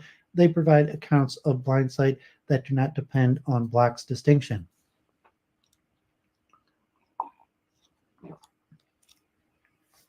Locating cognitive function from lesion studies of functional neuroimaging. One of the first issues to arise in neurology as far back as the 19th century concerned the localization of specific cognitive functions to specific brain regions. Although the localization approach had dubious origins in the phrenology of Gall and Spurzheim and had been challenged strenuously by Florence throughout the early 19th century, and reemerged late in the 19th century in the study of aphasia by Bullion, Abortam, Brochia, and Wernicke. These neurologists made careful studies when possible of linguistics deficits in their aphasic patients, followed by brain autopsies post-mortem. Broca's initial study of 22 patients in the mid-19th century confirmed that damage to the left cortical hemisphere was predominant and that damage to the second and third frontal convolutions was necessary to produce speech production deficits. Although the anatomical coordinates Broca postulated for the speech production center do not correlate exactly with damage producing production deficits, both this area in the frontal cortex and speech production deficits still bear his name, Broca's areas and Broca's aphasia. Less than 2 decades later, Karl Wernicke published evidence for a second language center. This area is anatomically distinct from Broca's area, and damage to it produced a very different set of aphasic symptoms. The cortical area still bears the name Wernicke's area, is located around the first and second convolutions in the temporal cortex, and the aphasia that bears its name Wernicke's aphasia involves deficits in language comprehension. Wernicke's method, like Broca, was based on lesion studies produced by natural trauma, a careful evaluation of the behavioral deficits, followed by postmortem autopsies to find the sites of tissue damage and atrophy. More recent and more careful lesion studies suggest more precise localization of specific linguistic functions and remains a cornerstone to this day in aphasia research. Lesion studies have also produced evidence for the localization of other cognitive functions, for example, sensory processing and certain types of learning and memory. However, localization arguments for these other functions invariably include studies using animal models. With an animal model, one can perform careful behavioral measures in highly controlled settings that ablate specific areas for neural tissue or use a variety of other techniques to block or enhance activity in these areas and remeasure performance on the same behavioral test. Since we lack widely accepted animal models for human language production and comprehension, this additional evidence isn't available to the neurologists or neurolinguistics. This limitation makes the neurology study of language paradigm case for evaluating the logic of lesion deficit method of interfering function localized. Barbara van Eckhart attempted to make explicit the steps of reasoning involved in this common and historically important method. Her analysis begins with Robert Cummings' well-known analysis of functional explanation, but she extends it to the notion of structurally adequate functional analysis. These analyses break down complex capacity C into constituent capacities where the constituent capacities are consistent with the underlying structural details of the system. For example, human speech production, complex capacity C, results from formulating a speech intention, then selecting appropriate linguistic representations to capture the content of the speech intention, then formulating the motor commands to produce the appropriate sounds, then commuting these motor commands to the appropriate motor pathways. Altogether, the constituent capacities. A functional localization hypothesis has the form brain structure S in organism, O has constituent capacity, where the constituent capacity is a function of some part of the organism. An example might be Broca's area in humans formulates motor commands to produce appropriate sounds, one of the constituent capacities. Such hypotheses specify aspects of the structural realization and functional component model. They are part of a theory of the neural realization of the functional model. Armed with these characterizations, von Eckert-Klein argues that inference to a functional localization hypothesis proceeds in 2 steps. First, the functional deficit in a patient is hypothesized based on abnormal behavior the patient exhibits. Second, localization of function in normal brains is inferred on the basis of the functional deficit hypothesis, plus the evidence about the site of brain damage. The structurally adequate functional analysis of the capacity connects with the pathological behavior to the hypothesized functional deficit. This connection suggests 4 adequacy conditions of functional deficit hypothesis. First, the pathological behavior must result from failing to exercise some complex capacity, like human speech production. Second, there must be a structurally adequate functional analysis of how people exercise the capacity that involves some constituent capacity, like formulating motor commands to produce appropriate sounds. Third, the operation of the steps described by the structurally adequate functional analysis minus the operation of the component performing must result in pathological behavior. Fourth, there must not be a better available explanation for why the patient does the pathological behavior. Arguments to a functional deficit hypothesis on the basis of pathological behavior is thus an instance of an argument to the best available explanation. When postulating a deficit in a normal functional component provides the best available explanation of the pathological data, we are justified in drawing the inference. Von Eckert-Klein applies this analysis to a neurological case study involving a controversial reinterpretation of agnosia. Her philosophical explication of this important neurological method reveals that most challenges to localization arguments either argue only against the localization of a particular type of functional capacity or against generalization from localization of function in one individual to all normal individuals. Such challenges do not impugn the validity of standard arguments for functional localization from deficits. It does not follow that such arguments are unproblematic, but they face difficult factual and methodological problems, not logical ones. Furthermore, the analysis of this argument as involving a type of functional analysis and inference to the best available explanation carries an important implication for the biological study of cognitive function. Functional analysis requires functional theories, and structurally adequate functional analysis requires checks imposed by the lower level sciences investigating the underlying physical mechanisms. Arguments to best available explanation are often hampered by lack of theoretical imagination. The available alternative explanations are often severely limited. We must seek theoretical inspiration from any level of investigation or explanation, hence making explicit the logic of this common and historically important form of neurological explanation reveals the necessity of joint participation from all scientific levels, from cognitive psychology down to molecular neuroscience. Von Eckert-Klein, 1978, thus anticipated what came to be heralded as the co-evolutionary research methodology, which remains a centerpiece of neurophilosophy to this present day. Over the last 3 decades, new evidence of localization of cognitive function has come increasingly from a new source, the development and refinement of neuroimaging techniques. However, the logical form of localization of function arguments appears not to have changed from those employing lesion studies as analyzed by von Eckert-Klein. Instead, these new neuroimaging technologies resolve some of the methodological problems that plagued lesion studies. For example, researchers do not need to wait until the patient dies and in the meantime probably acquire additional brain damage to find the lesion sites. 2 functional imaging techniques have been prominent in philosophical discussions: positron emission tomography and functional magnetic resonance imaging. Among those measuring different biological markers of functional activity, PET, approved for human use now, has spatial resolution down to a single millimeter range, while fMRI has resolution down to less than 1 millimeter. As these techniques increase spatial and temporal resolution of functional markers and continue to be used with sophisticated behavioral methodologies, arguments for localizing specific psychological function to increasingly specific neural regions continued to grow. Stuffelbeam and Bechtel provided an early and philosophically useful discussion of PET. Bechtel and Richardson, 1993, provided a general framework for localization and decomposition arguments, which anticipated in many ways the coming new mechanistic perspective in philosophy of science and philosophy of neuroscience. Bechtel and Mundell, 1999, further redefined philosophical arguments for localization of function specific to neuroscience. More recent philosophical discussion of these functional imaging techniques has tended to urge more caution, resting localization claims on their results. Roski's 2007, for example, points out the tendency to think of the evidential force of functional neural images, especially fMRI, on an analogy of that of photographs, drawing on the work of aesthetics and the visual arts.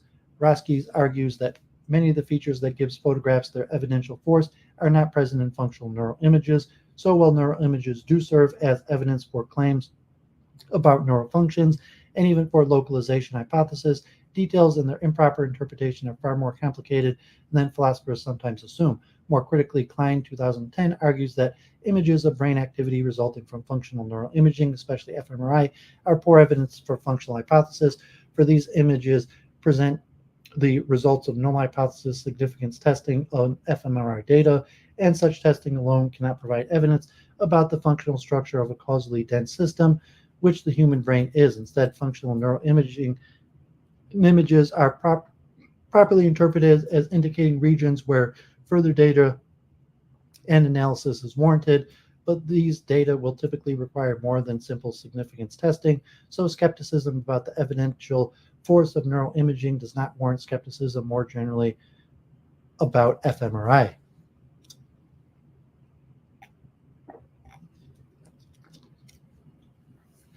A result of the co-evolutionary research ideology, philosophy's emphasis on cognitive and computational neuroscience.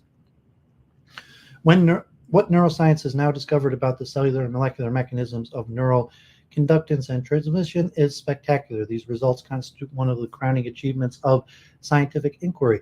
Less comprehensive yet still spectacular are discoveries at higher levels of neuroscience, circuits, networks, and systems. All of this is natural outcome of increasing scientific specialization.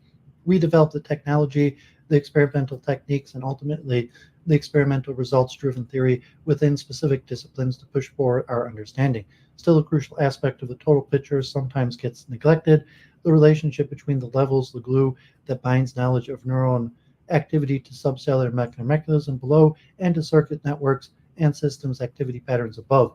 This problem is especially glaring when we try to relate cognitive psychological theories, postulating information bearing representations and process operating over their content to neuronal activities. Coevolution between these explanatory levels still seems more a distant dream than an operational methodology guiding day-to-day scientific research. It is here that some philosophers and neuroscientists have turned to computational methods. One hope was that the way to computational models have functioned in more developed sciences, like in physics, might provide a useful model. One computational resource that has been usefully applied in more developed sciences to similar cross-level concerns are dynamical systems. Global phenomena such as large-scale meteorological patterns have been usefully addressed as a dynamical, nonlinear, and often chaotic interactions between lower-level physical phenomena. Addressing these interlocking levels of theory and explanation, the mind-brain, using computational resources that have worked to bridge levels as more mature science, might yield comparable results. This methodology is necessarily interdisciplinary, drawing on resources and researchers from a variety of levels, including higher ones like experimental psychology, artificial intelligence, and philosophy of science. The use of the computational method in neuroscience itself is not new. Hodgkins, Huxley, and Katz, 1952, incorporated value of the voltage-dependent sodium and potassium conductance they had measured experimentally on the squid giant axon onto the equation from physics describing the time evolution of first-order kinetic process. The equation enabled them to calculate best fit curves for model conductance versus time data that reproduced the changing membrane potential over time when action potentials were generated. Also, using equations borrowed from physics, Roll in 1959 developed the Capel model of dendrites. This model provided an account of how the various inputs from across the dendritic tree interact temporally and spatially to determine the input-output properties of single neurons. It remains influential today and was incorporated into the Genesis software for programming neurally realistic networks. David Sparks and his colleagues showed that a vector averaging model of activity in neurons of superior cociculae correctly predicts the experimental results about the amplitude and direction of saccadic eye movements. Working with more sophisticated mathematical models, Apostolos Georgopoulos and his colleagues predicted the direction and amplitude of hand and arm movements based on the average activity of 224 cells in the motor cortex. This prediction were borne out under a variety of experimental tests. We mention these particular studies only because these are the ones with which we are familiar. No doubt we could multiply examples of the fruitful interaction between computation and experimental methods in neuroscience easily by 100-fold. Many of these extend back and forth. Computational neuroscience was a recognized research endeavor. We've already seen one example, the vector transformation account of neural representation and computation, once under active development in cognitive neuroscience. Other approaches using cognitivist resources were and continue to be pursued. Some of these projects draw upon cognitivist characterizations of the phenomenon to be explained. Some exploit cognitivist experimental techniques and methodologies. Some even attempt to derive cognitivist explanations from cell biological processes. As Stephen Kostin, 1997, put it, cognitive neurosciences employ the information processing view of the mind characteristic of cognitivism without trying to separate it from theories of brain mechanisms. Such an endeavor calls for an interdisciplinary community willing to communicate the relevant portions of the mountain of detail gathered in individual disciplines well with interested non-specialists. This requires more than people willing to confer with others working at related levels, but also researchers trained explicitly in the methods of factual details of a variety of disciplines. This is a daunting need, but it offers hope to philosophers wishing to contribute to actual neuroscience. Thinkers trained in both the synaptic vision afforded by philosophy and the scientific and experimental basis of a genuine graduate level science would be ideally equipped for this task. Recognition of this potential niche was slow to be drawn on graduate programs in philosophy, but a few programs have taken steps to fill it. However, one glaring shortcoming remains giving philosophers training and interest, higher level neurosciences, network cognitive systems, and the fields of computational neuroscience, which ally with these, tend to attract the most philosophical attention. As natural as this focus might be, it can lead to philosophers to a misleading picture of neuroscience. Neurobiology remains focused on cellular and molecular mechanisms of neuronal activity and allies with the kind of behavioral neuroscience that works with animal models. This is still how a majority members of the Society of Neuroscience, now more than 37,000 members strong, classify their own research. That is where the majority of grant money goes for research, and these are the areas whose experimental publications most often appear in the most highly cited scientific journals. Yet philosophers have tended not to pay much attention to cellular and molecular neuroscience. Fortunately, this seems to be changing. Still, the preponderant attention philosophers pay to cognitive systems computational neuroscience obscures the wet lab experimental driven focus of ongoing neurobiology. Development in the philosophy of neuroscience.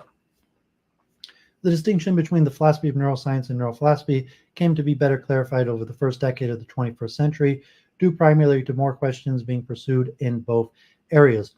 Philosophy of neuroscience still tends to pose traditional questions from philosophy of science, specifically about neuroscience. Such questions include, what is the nature of neuroscientific explanation, and what is the nature of discovery in neuroscience? Answers to these questions are pursued either descriptively, how does neuroscience proceed, or normatively, how should neuroscience proceed. Some normative projects in philosophy of neuroscience are deconstructive, criticizing claims about the topic made by neuroscientists. For example, philosophers of neuroscience have criticized the conception of personhood assumed by researchers in cognitive neurosciences. Other normative projects are constructive, proposing new theories of neuronal phenomenon or methods for interpreting neuroscientific data. Such projects often integrate smoothly with theoretical neuroscience itself. For example, Chris Elias Smith and Charles Anderson developed an approach for constructing neural computational models in their book Neural Engineering in 2003. In a separate publication, Elias Smith has argued that the framework introduced in neural engineering provides both a normative account of neural representation and a framework for unifying explanation in neuroscience. Neurophilosophy continued to apply findings from the neurosciences to traditional neurophilosophical questions.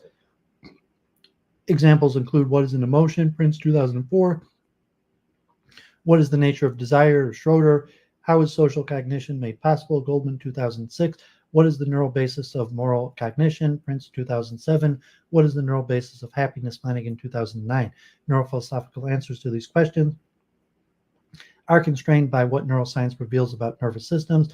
For example, in the book The Three Faces of Desire, Timothy Schroeder, 2004, argued that our common sense conception of desire attributes it to three capacities. One, the capacity to reinforce behavior when satisfied. Two, the capacity to motivate behavior. And three, the capacity to determine sources of pleasure. Based on evidence from literature on dopamine function and reinforcement learning theory, Schroeder argued that reward processing is the basis for all three capacities. Thus, reward is the essence of desire.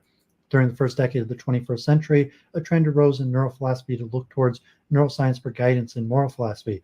That should be evident from the themes we just mentioned. Simultaneously, there was renewed interest in moralizing about neuroscience and neurological treatment.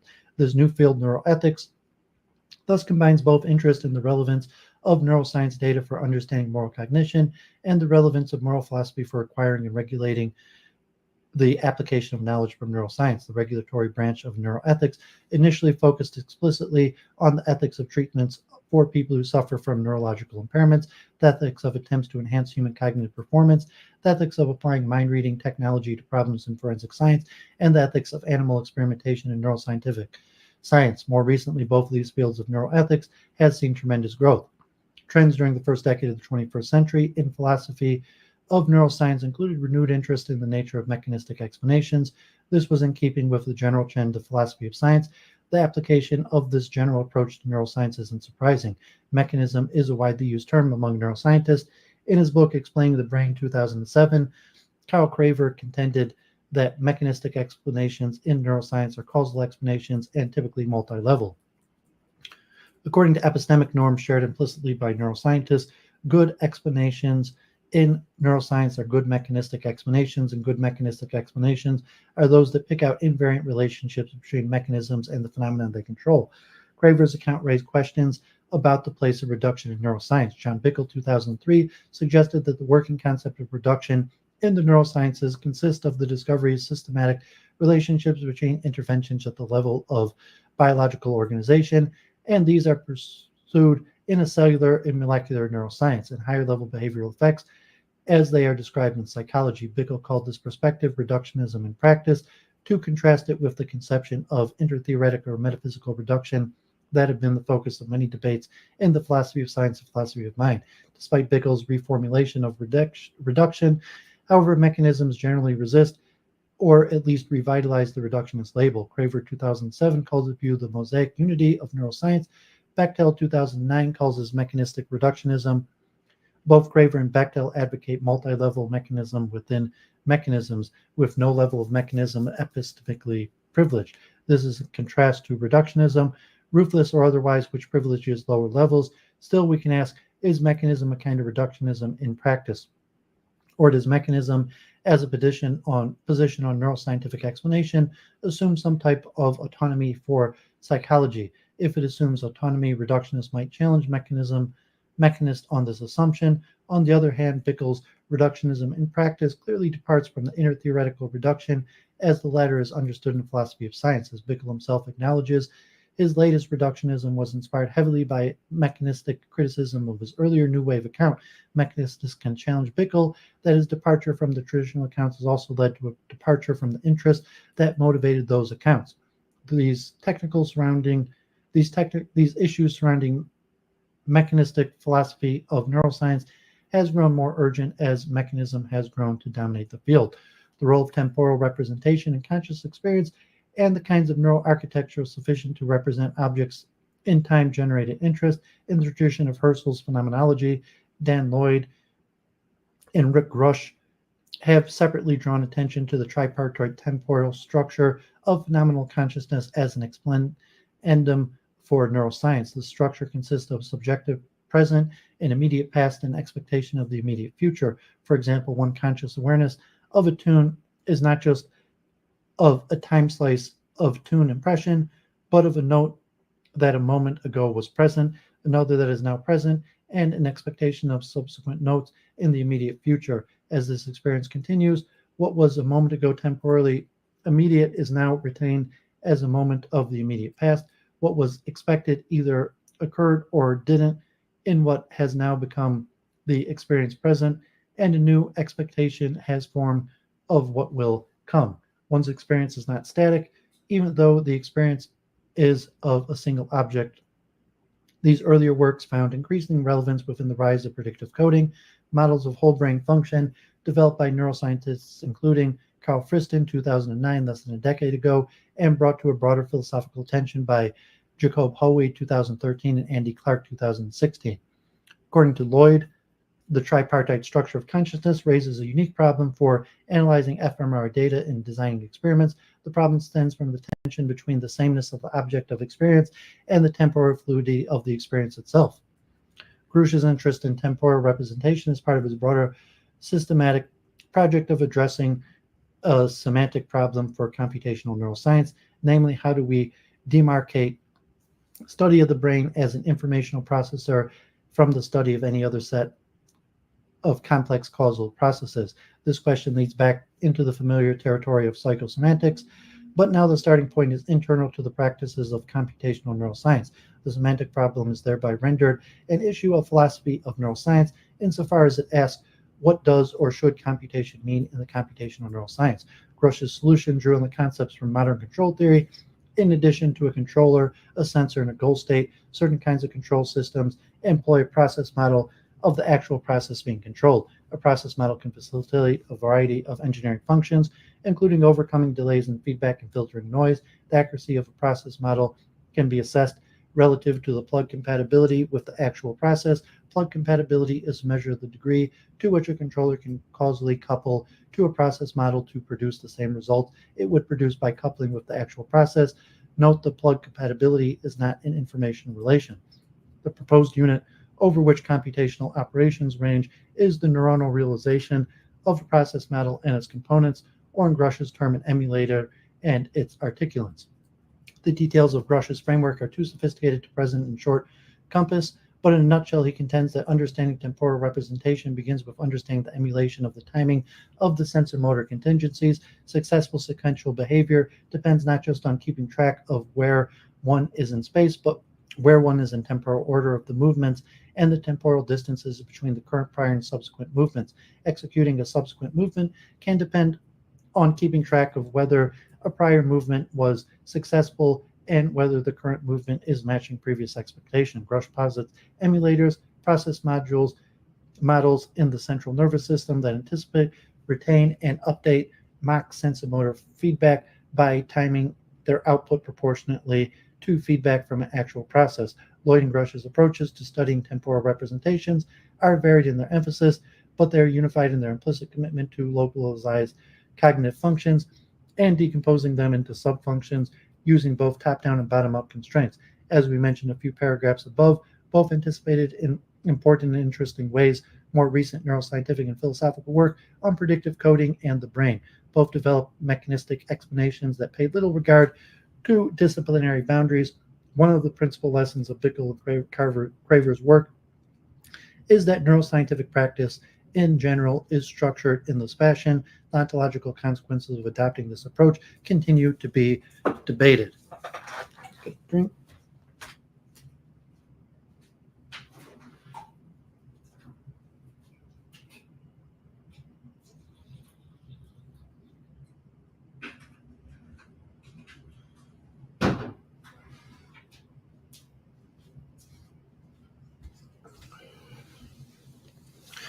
Development over the second decade of the 21st century.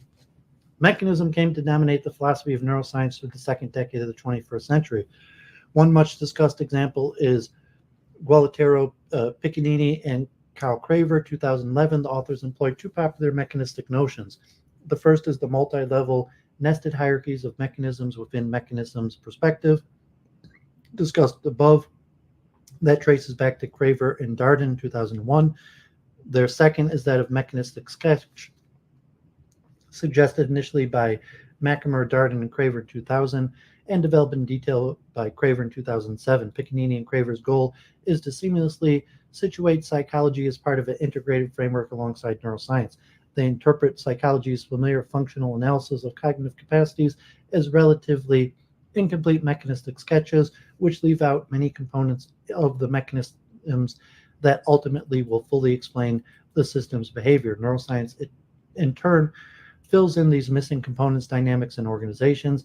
At least one's found in the nervous system. This filling in thereby turns psychology's mechanism sketches into full-blown mechanism explanations. So even though psychology proceeds via functional analysis, so interpreted it is nonetheless mechanistic. Piccinini and Craver realized that their integrated account clashes with classical autonomy claims for psychology vis-a-vis neuroscience. Nevertheless, they insist that their challenge to classical autonomy does not commit them to reductionism in either its classical or more recent varieties. Their commitment to nested hierarchy of mechanisms within mechanisms to account for a system's behavior acknowledges the importance of mechanisms in interlevel causation at levels constituting the system, not just at lower levels.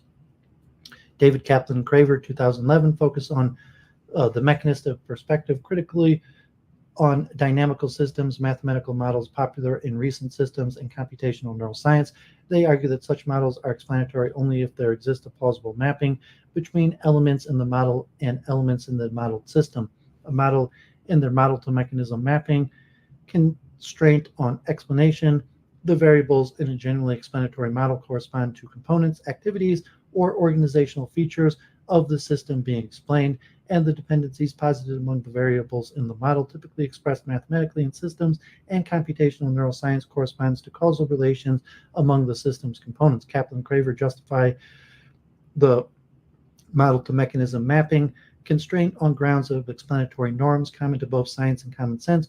All other things being equal, they insist explanations that provide more relevant details about a system's components, activities, and organizations more likely will answer more questions about how the systems will behave in a variety of circumstances than will an explanation that provides fewer mechanistic details. Relevant here pertains to the functioning of the specific mechanisms. Models from systems in computational neuroscience that violate the model-to-mechanism mapping constraint are thus more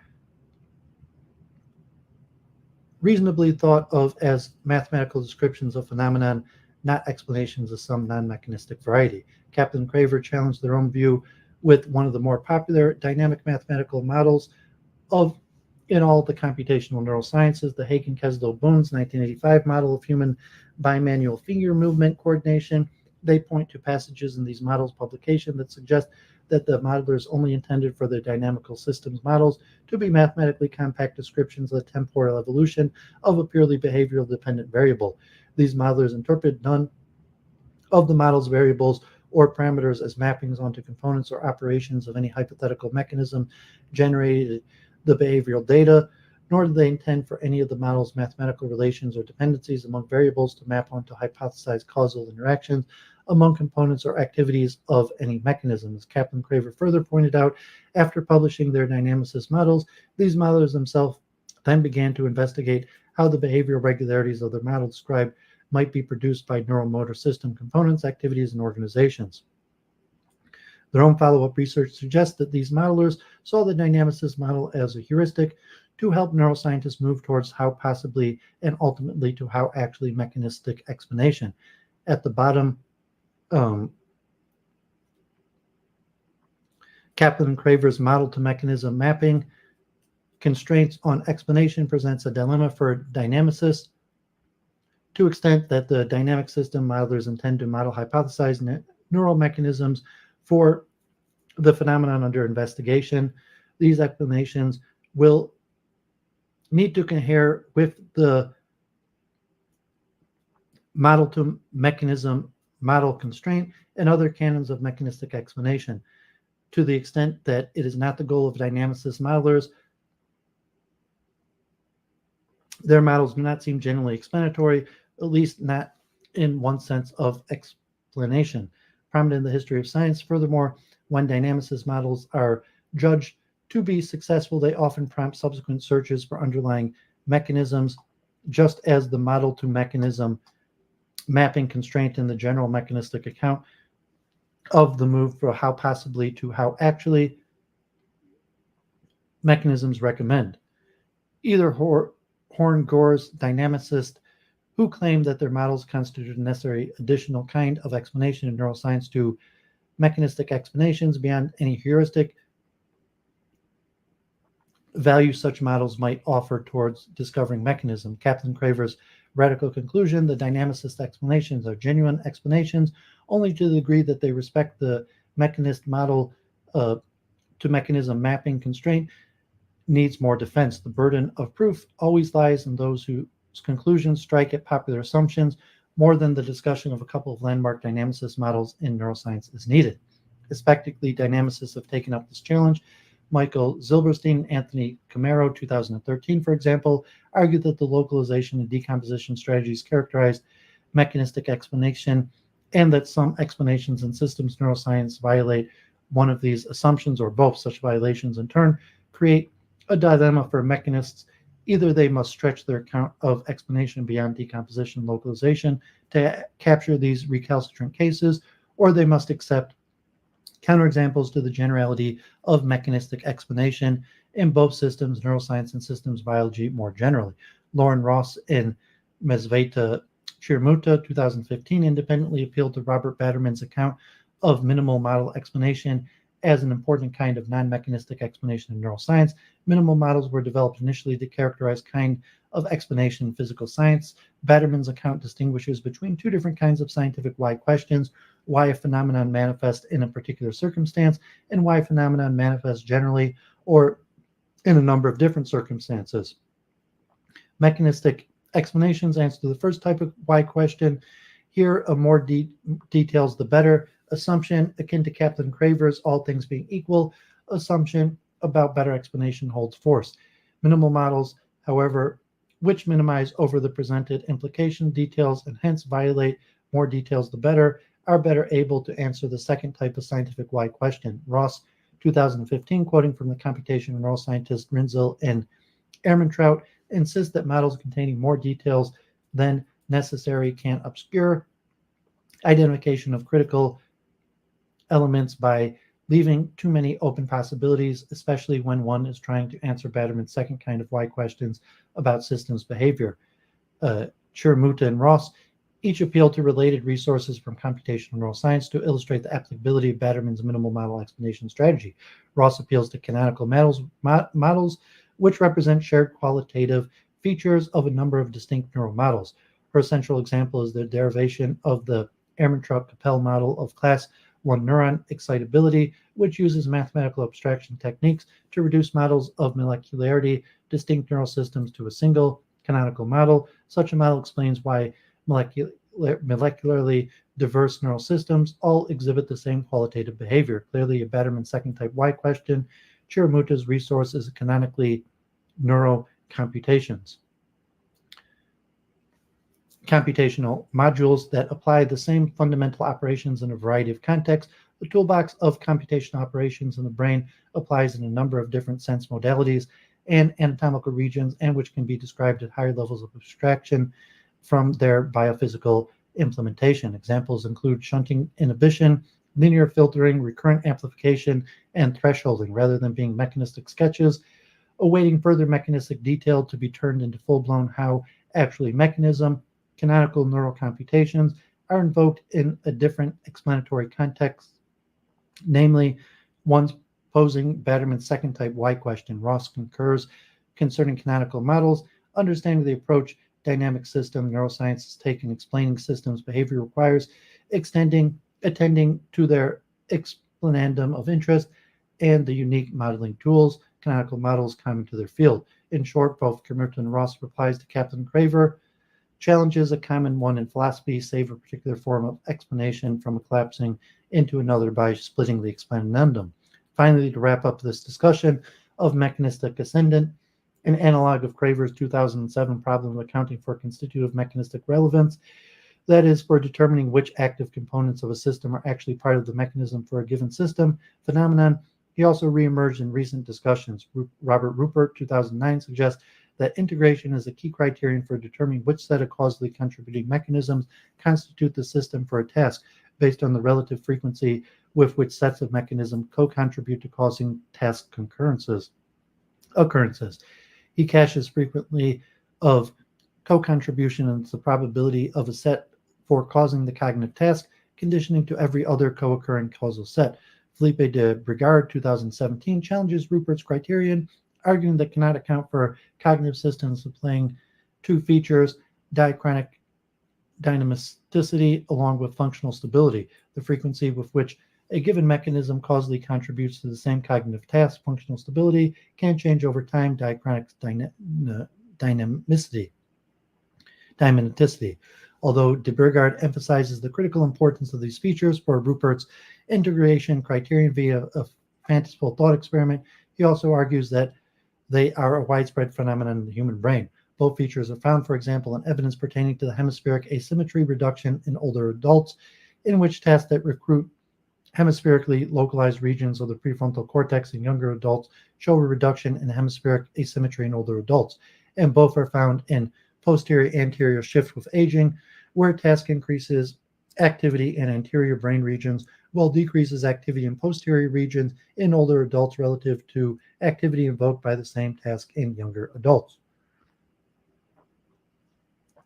To replace Rupert's notion of integration as a criterion for determining which sets of mechanisms constitute a cognitive system, de Brigard points to two promising recent developments in network neuroscience which potentially allow for a parameterized time. Scaled inclusivity is a method for examining each node in a network and identifying its membership in community structures across different iterations of the network. Temporal dynamic network analysis is a way to quantify changes in community structures or modules between networks at different time points. Both methods thereby identify modular alliances, which convey both coactivation and dynamic change information in a single model. De Brigard suggests that these are thus the candidates with which cognitive systems could be identified. Clearly, much remains to be discussed regarding the impact mechanism has come to wield in philosophy of neuroscience over the past decade, but while mechanism has become the most dominant general perspective in the field,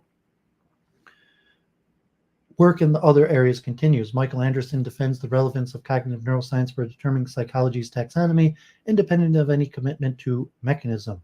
The most detailed development of his approach in his 2014 book, After Phrenology, based on his influential neural reuse hypothesis. Each region of the brain, as recognized by the standard techniques of cognitive neuroscience, especially fMRI, engages in cognitive functions that are highly various and from different neural partnerships with one another under different circumstances. Psychological categories are then to be reconceived along lines suggested by the wide-ranging empirical data in support of neural reuse. A genuine post-phrenological science of the mind must jettison the assumption that each brain region performs its own fundamental computation. In this fashion, Anderson's work explicitly continues philosophy of neuroscience ongoing interest in the localization of cognitive functions.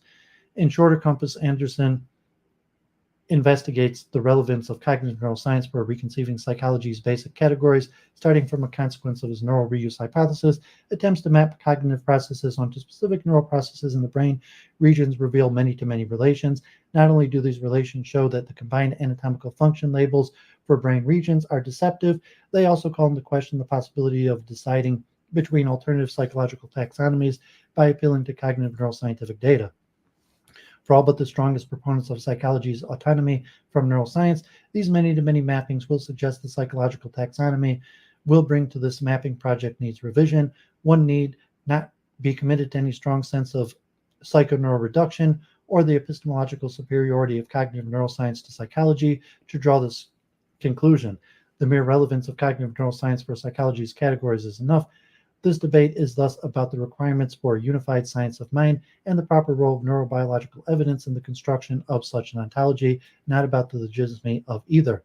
Anderson divides revisionary projects for psychology into three kinds based on the degree of revision each kind recommends for psychology and the extent of one-to-one function to structure mappings the proposed revision predicts will be available. Conservatives foresee little need for extensive revision of psychology's basic taxonomy, even as more neuroscientific evidence is taken into account than current standard practices pursue. Moderates insist that our knowledge of brain function can and should act as one arbiter of the psychologically real, principally by splitting or merging psychological concepts that currently are in use.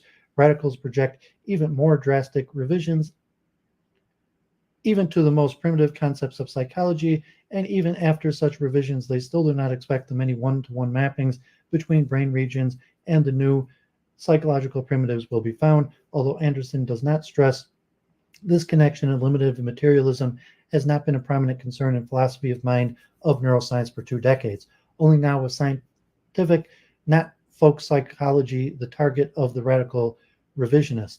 A key criterion for any satisfactory formulation of cognitive ontology is the degree to which it supports two kinds of inference: forward inferences from the emergent of a specific cognitive function to the prediction of brain activity, and reverse inferences from the observation that a specific brain region or pattern occurs to the prediction that a specific cognitive operation is engaged. In light of this explicit criterion, Anderson usually surveys the work of a number of prominent psychologists and cognitive neurosciences in each of his revisionist groups. Given his broader commitment to neural reuse and the trek it invites into evolutionary-inspired ecobiology and in active terms, Anderson's own sentiments lie within the radicals. Language and mathematics, for instance, are best understood as extensions of our basic affordance processing capacities augmented with public symbol systems. The psychological sciences that result from this reappraisal may well look very different from the ones we practice today. Landmark neuroscientific hypotheses remain an unpopular focus in recent philosophy of neuroscience. Brogard, 2012, for example, argues for a reinterpretation of the standard dissociation understanding of Melvin Goodell and David Milner's 1992 celebrated two visual processing streams, a landmark now textbook result from the late 20th century neuroscience. Two components of the standard dissociation are key. The first is that distinct brain regions compute information relevant for visually guided on-the-fly actions and for object recognition, respectively. The dorsal stream, which runs from primary visual cortex through the medial temporal region into the superior and the inferior parietal lobes, and the ventral stream, which runs from primary visual cortex through V4 and into inferior temporal cortex. And second, that only informational relevant for visual object recognition processed in the ventral stream contributes to the character of the conscious visual experiment. Brogaard's concern is that the standard understanding challenges psychofunctionalism. Our currently most plausible naturalistic account of mental states. Psychofunctionalism draws its account of mind directly from the best cognitive psychology. If psi is some mental state type that has inherited the content of a visual experience, then according to the cognitive psychology, a wide range of visually guided beliefs and desires, different kinds of visual memories, and so on satisfy psi's description, but by standard dissociation account of Goodale and Milner's two visual streams, only dorsal stream states and not ventral stream states represent truly egocentric visual properties, namely relation properties with which objects instantiate from the point of view of believers or perceivers. But according to cognitive psychologists, dorsal stream states do not play the wider ranging psi role. So according to psychofunctionalism, psi mental states cannot represent egocentric properties. But it seems enormously plausible that some of our perceptual beliefs and visual memories represent egocentric properties. So either we will reject psychofunctionalism, and so our most plausible naturalism project for determining whether a given mental state is instantiated, or we reject the standard dissociation interpretation of Goodall and Milner's two visual stream hypothesis, despite the wealth of empirical evidence supporting it. Neither horn of this dilemma looks comfortably graspable, although the first horn might be thought to be more so, since psychofunctionalism as a general theory of mind lacks the kind of strong empirical backing that the standard interpretation of Goodall and Milner's hypothesis enjoys. Nevertheless, Brogaard recommends retaining psychofunctionalism and instead rejecting a particular formulation of Goodall and Miller's two visual stream hypothesis. The interpretation to reject insists the dorsal stream information cannot contribute to the potentially conscious representations computed by the ventral stream. Egocentric representations of visual information computed by the dorsal stream contribute to conscious visual stream representations via feedback connections from dorsal to ventral stream neurons. This isn't to deny dissociation. Information about the egocentric properties of objects is processed by the dorsal stream, and information about the allocentric properties of objects is processed by the ventral stream. But this dissociation hypothesis has no bearing on what information it passes on to parts of the brain that process information which correlated with the visual awareness. With this reinterpretation, psychofunctionalism is rendered consistent with Goodall and Milner's two-stream dorsal and ventral what and where how hypothesis and the wealth of empirical evidence that supports it. According to Brogaard, psychofunctionalism can thereby correctly treat perceptual and cognitive states that carry informational processes in the ventral visual stream as capable of representing ergocentric properties. Despite philosophy of neuroscience continuing focused on cognitive systems, computational neuroscience interest in neurobiology, cellular, molecular, mainstream appears to be increasing. One notable paper is Anne-Sophie Berwich and Karen Bashir's 2017 historical philosophical study of G-protein coupled receptors. Work on the structure and functional significance of these proteins has dominated molecular neuroscience for the past 40 years. Their role in the mechanisms of a variety of cognitive functions is now empirically documented beyond question, and yet one finds little interest in or even notice of this shift in mainstream neuroscience among philosophers. Barwich and Bashir's Yeoman history research on the discovery and development of these objects pays off philosophically. The role of manipulability and as a criterion for entity realism in the science and practice of wet lab research becomes meaningful only once scientists have decided how to conceptually coordinate measurement effects distinctly to a scientific object. Scientific objects like G-protein coupled receptors get assigned varying degrees of reliability throughout different stages of discovery processes. Such an object's role in evaluating the reality of neighboring elements of inquiry becomes part of the criterion of its reality as well. The impact of science and practice on philosophy of science generally has been felt accurately in the philosophy of neuroscience, most notably in increased philosophical interest in neuroscientific experimentation. In itself, this should not surprise. Neuroscience relies heavily on laboratory experimentation, especially within the cellular and molecular Society for Neuroscience mainstream. So to understand experiment should beckon any philosopher who ventures into neuroscience, cellular, and molecular foundation.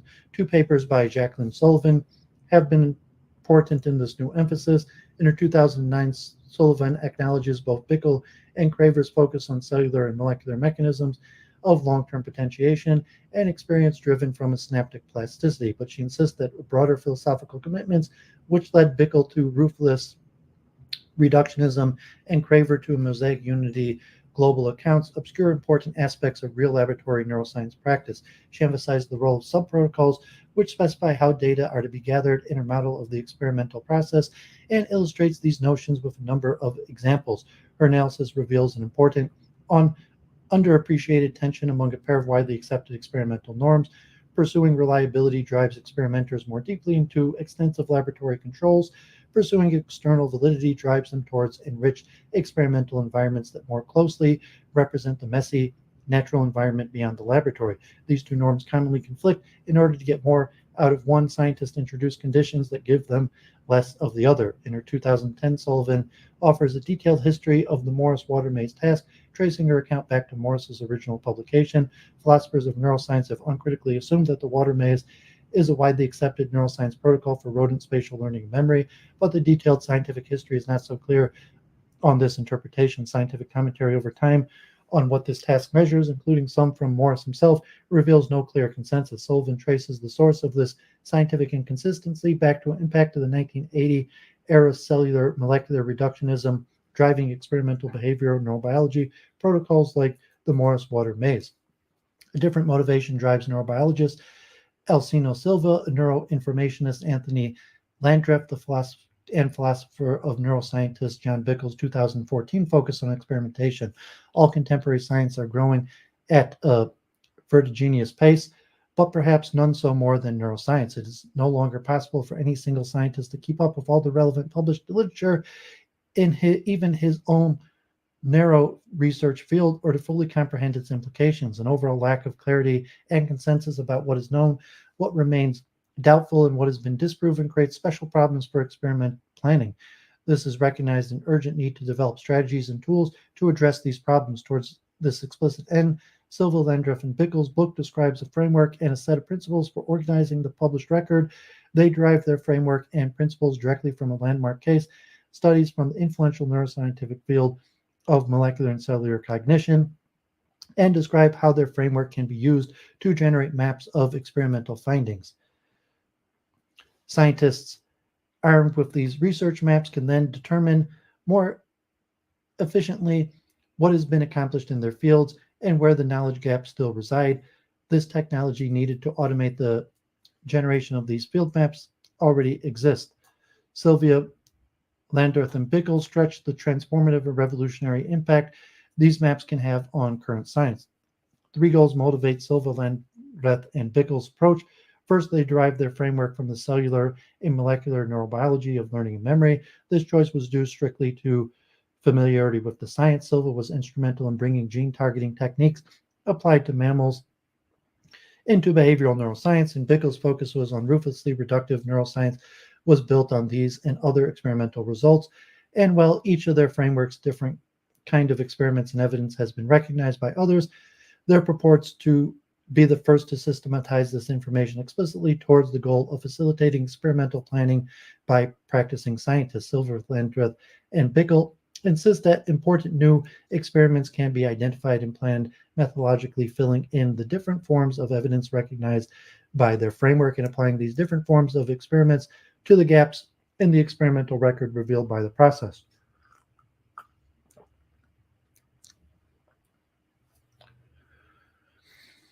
Second, Silva, Yosef, yeah, I know the Benishes, God bless. Happy Hanukkah.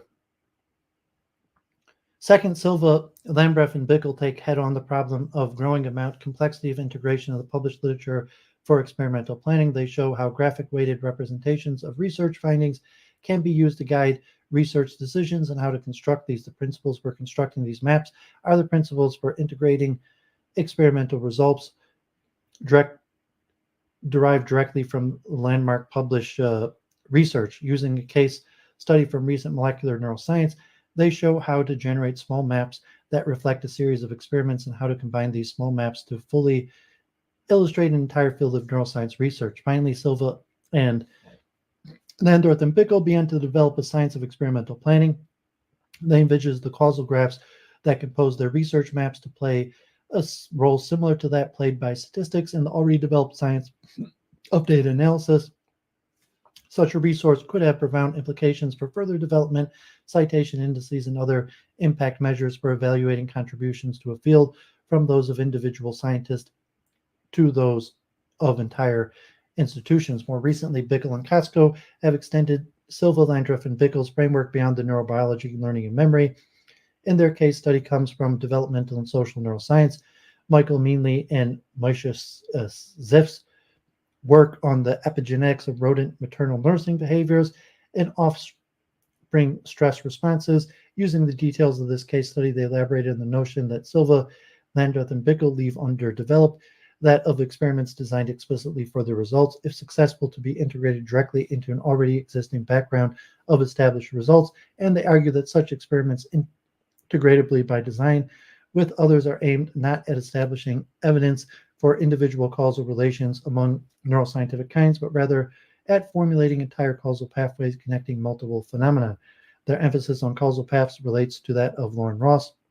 Ross's work is especially interesting in the context because she uses her causal pathway concept to address causal selection, which has to do with distinguishing between background conditions and true triggering cases of some outcome of interest. For Silva, Landreth, and Bickel, accounting for this distinction is likewise crucial, and they rely on the specific kind of connection experiment, positive manipulations to draw it. Bickel and Casco's appeal to causal pathways is detailed. Case study from recent developments, neurobiology might help bridge Silva, Landreth, and Bickel's broader work on neurobiological experimentation with Ross's work drawn from biology more generally. Okay, yeah, that one was really long. 1 second, Joseph. Just look for.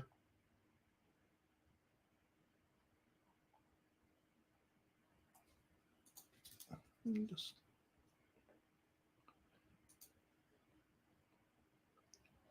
can try to get this book later. Okay, so I'm going to do one more, and reductionism in biology, and I'm just going to do part of this one, so I'll probably wrap up in about 20 minutes. So, Joseph, yeah, I know both Dov Benish and Sruly Yellen. Sruly Yellen's father's a rabbi, I forget the name of the synagogue, but yeah, I've been to his synagogue many times. Me and Dov Benish learned together a little bit, friends with his brother. So yeah, God bless both of them. And happy Hanukkah. Hopefully next week I'll try to do a Ask the Rabbi. Okay, so let me wrap up because I've been going for hours and hours. And so I'm just going to do part of this reductionism biology. And a lot of this is repetitive. And I had this issue with it all going to yellow that I've had before. So I'm just going to read the very beginning part. Reductionism in biology. Reductionism encompasses a set of ontological, epistemological, and methodological claims about the relations between different scientific domains. The basic question of reduction is whether the properties, concepts, explanations, or methods from one scientific domain, typically at higher levels of organization, can be deduced or explained by the properties, concepts, explanations, or methods from another domain of science, typically at lower levels of organization. Reduction is germane to a variety of issues in philosophy of science, including the structure of scientific theories, the relationship between scientific disciplines, the nature of explanation, the diversity of methodology, and notions of theoretical progress, as well as to numerous topics in metaphysics and philosophy of mind, such as emergence, mereology, and supervenience. Questions about reduction in biology are pervasive throughout the history of philosophy and science. Many contemporary debates have historical analogs that reflect long-standing controversies about the legitimacy of reductionist research strategies and models of explanation used by different life science subdisciplines. In philosophy of biology, debates about reduction in the second half of the 20th century focused traditionally on the question of whether and in what sense classical genetics can be reduced to molecular biology. Philosophical debates now address a wider array of domains beyond genetics and include additional questions about the nature and status of interdisciplinary, such as the integration of data or standards across biological fields. Section 1 gives an overview of the idea of reduction and how it connects to biological domains and other philosophical issues, since debates about reductionism have been going on long before recent discussions in philosophy of biology. Section 2 offers some historical background. Section 3 reviews the main philosophical accounts of reduction in light of their respective motivations and limitations. More general objections to the feasibility of scientific relevance of reduction are discussed in Section 4, because most philosophical discussions during the past 2 decades have largely focused on other models of the structure of scientific knowledge than reduction. Section 5 and 6 concentrate on these recent issues and trends. Introduction. Reductionism encompasses several related philosophical themes. At least 3 types can be distinguished: ontological, methodological, and epistemic, even though arguments for and against reductionism often include a combination of positions related to all 3. These distinctions are significant because no straightforward entailment relations obtain between the different types of reduction. Ontological reduction is the idea that each particular biological system is constituted by nothing but molecules and their interactions. In metaphysics, this idea is often called physicalism or materialism, and it assumes in a biological context that biological properties supervene on physical properties, no difference in biological property without a difference in some underlying physical property. And each particular biological process or token is metaphysically identical to some particular physical chemical process. This latter tenet is sometimes called token-token reduction, in contrast to the stronger tenet that each type of biological process is identical to a type of physical chemical process. Ontological reduction is, in this weaker sense, is a default stance nowadays among philosophers and biologists, though the philosophical details remain controversial. Different conceptions of physicalism may yield different implications for ontological reduction in biology. The denial of physicalism by vitalism, the view that biological systems are governed by forces that are not physical chemical, is largely of historical interest. Methodological reductionism is the idea that biological systems are mostly fruitfully investigated at the lowest possible level, and that experimental studies should be aimed at uncovering molecular and biochemical causes. A common example of this type of strategy is the decomposition of a complex system into parts. A biologist might investigate the cellular parts of an organism in order to comprehend its behavior, or investigate the biochemical components of a cell to understand its features. Although methodological reductionism is often motivated by a presumption of ontological reduction, this procedural recommendation does not follow directly from it. In fact, unlike token-token reduction, methodological reduction can be quite controversial. It has been argued that exclusively reductionist research strategies exhibit systematic biases that overlook relevant biological features, and that for certain questions, a more fruitful methodology consists in integrating the discovery of molecular causes with the investigation of higher level features. An epistemic reduction is the idea that knowledge about one scientific domain, typically about higher level processes, can be reduced to another body of scientific knowledge, typically concerning a lower or more fundamental level. While an endorsement of some form of epistemic reduction can be motivated by ontological reduction in combination with methodological reduction, the past success of reductionist research in biology, the possibility of epistemic reduction, does not follow directly from their conjunction. Indeed, debates about the reduction in the philosophy of biology have centered on this third type of reduction as the most controversial issue, and therefore our discussion will focus primarily on issues related to epistemic reduction. Prior to evaluating any reduction of one body of knowledge to another, a conception of these bodies of knowledge and what it would mean for them to be reduced must be explicated. A number of different models of reduction have been proposed. This debate about reduction in biology has not only revolved around whether epistemic reduction is possible, but also which notions of epistemic reduction are operative in actual scientific reasoning. 2 basic categories can be distinguished. Models of theory reduction maintain that one theory can be logically deduced from another, and models of explanatory reduction focus on whether higher level features can be explained by lower level features. The philosophical study of reduction links up with several key issues in the philosophy of science. As reduction involves relating one body of scientific knowledge to another, it presupposes an account of the relevant epistemic units to be related: theories, laws, models, mechanisms, concepts, and disciplines. How should these be understood? Since the reduction of one theory to another usually presumes that somehow the reducing theory explains the principles of the reduced theory. Reductionism also related to issues of scientific explanation. For example, if a more fundamental theory fully reduces another theory to even reduces several theories, unification of some sorts results. The situation where a historically earlier theory is reduced to a later theory is an intuitive case in which scientific progress might occur. Arguments against the existence of this type of historical reduction have maintained that terms occurring in both the precursor and descendant theory have different meanings and commensurability. This indicates that questions about reduction also connect to the meanings of scientific terms and conceptual change. Therefore, accounts of reduction often involve commitments made about other notions, and their adequacy depends in many cases on these related philosophical commitments.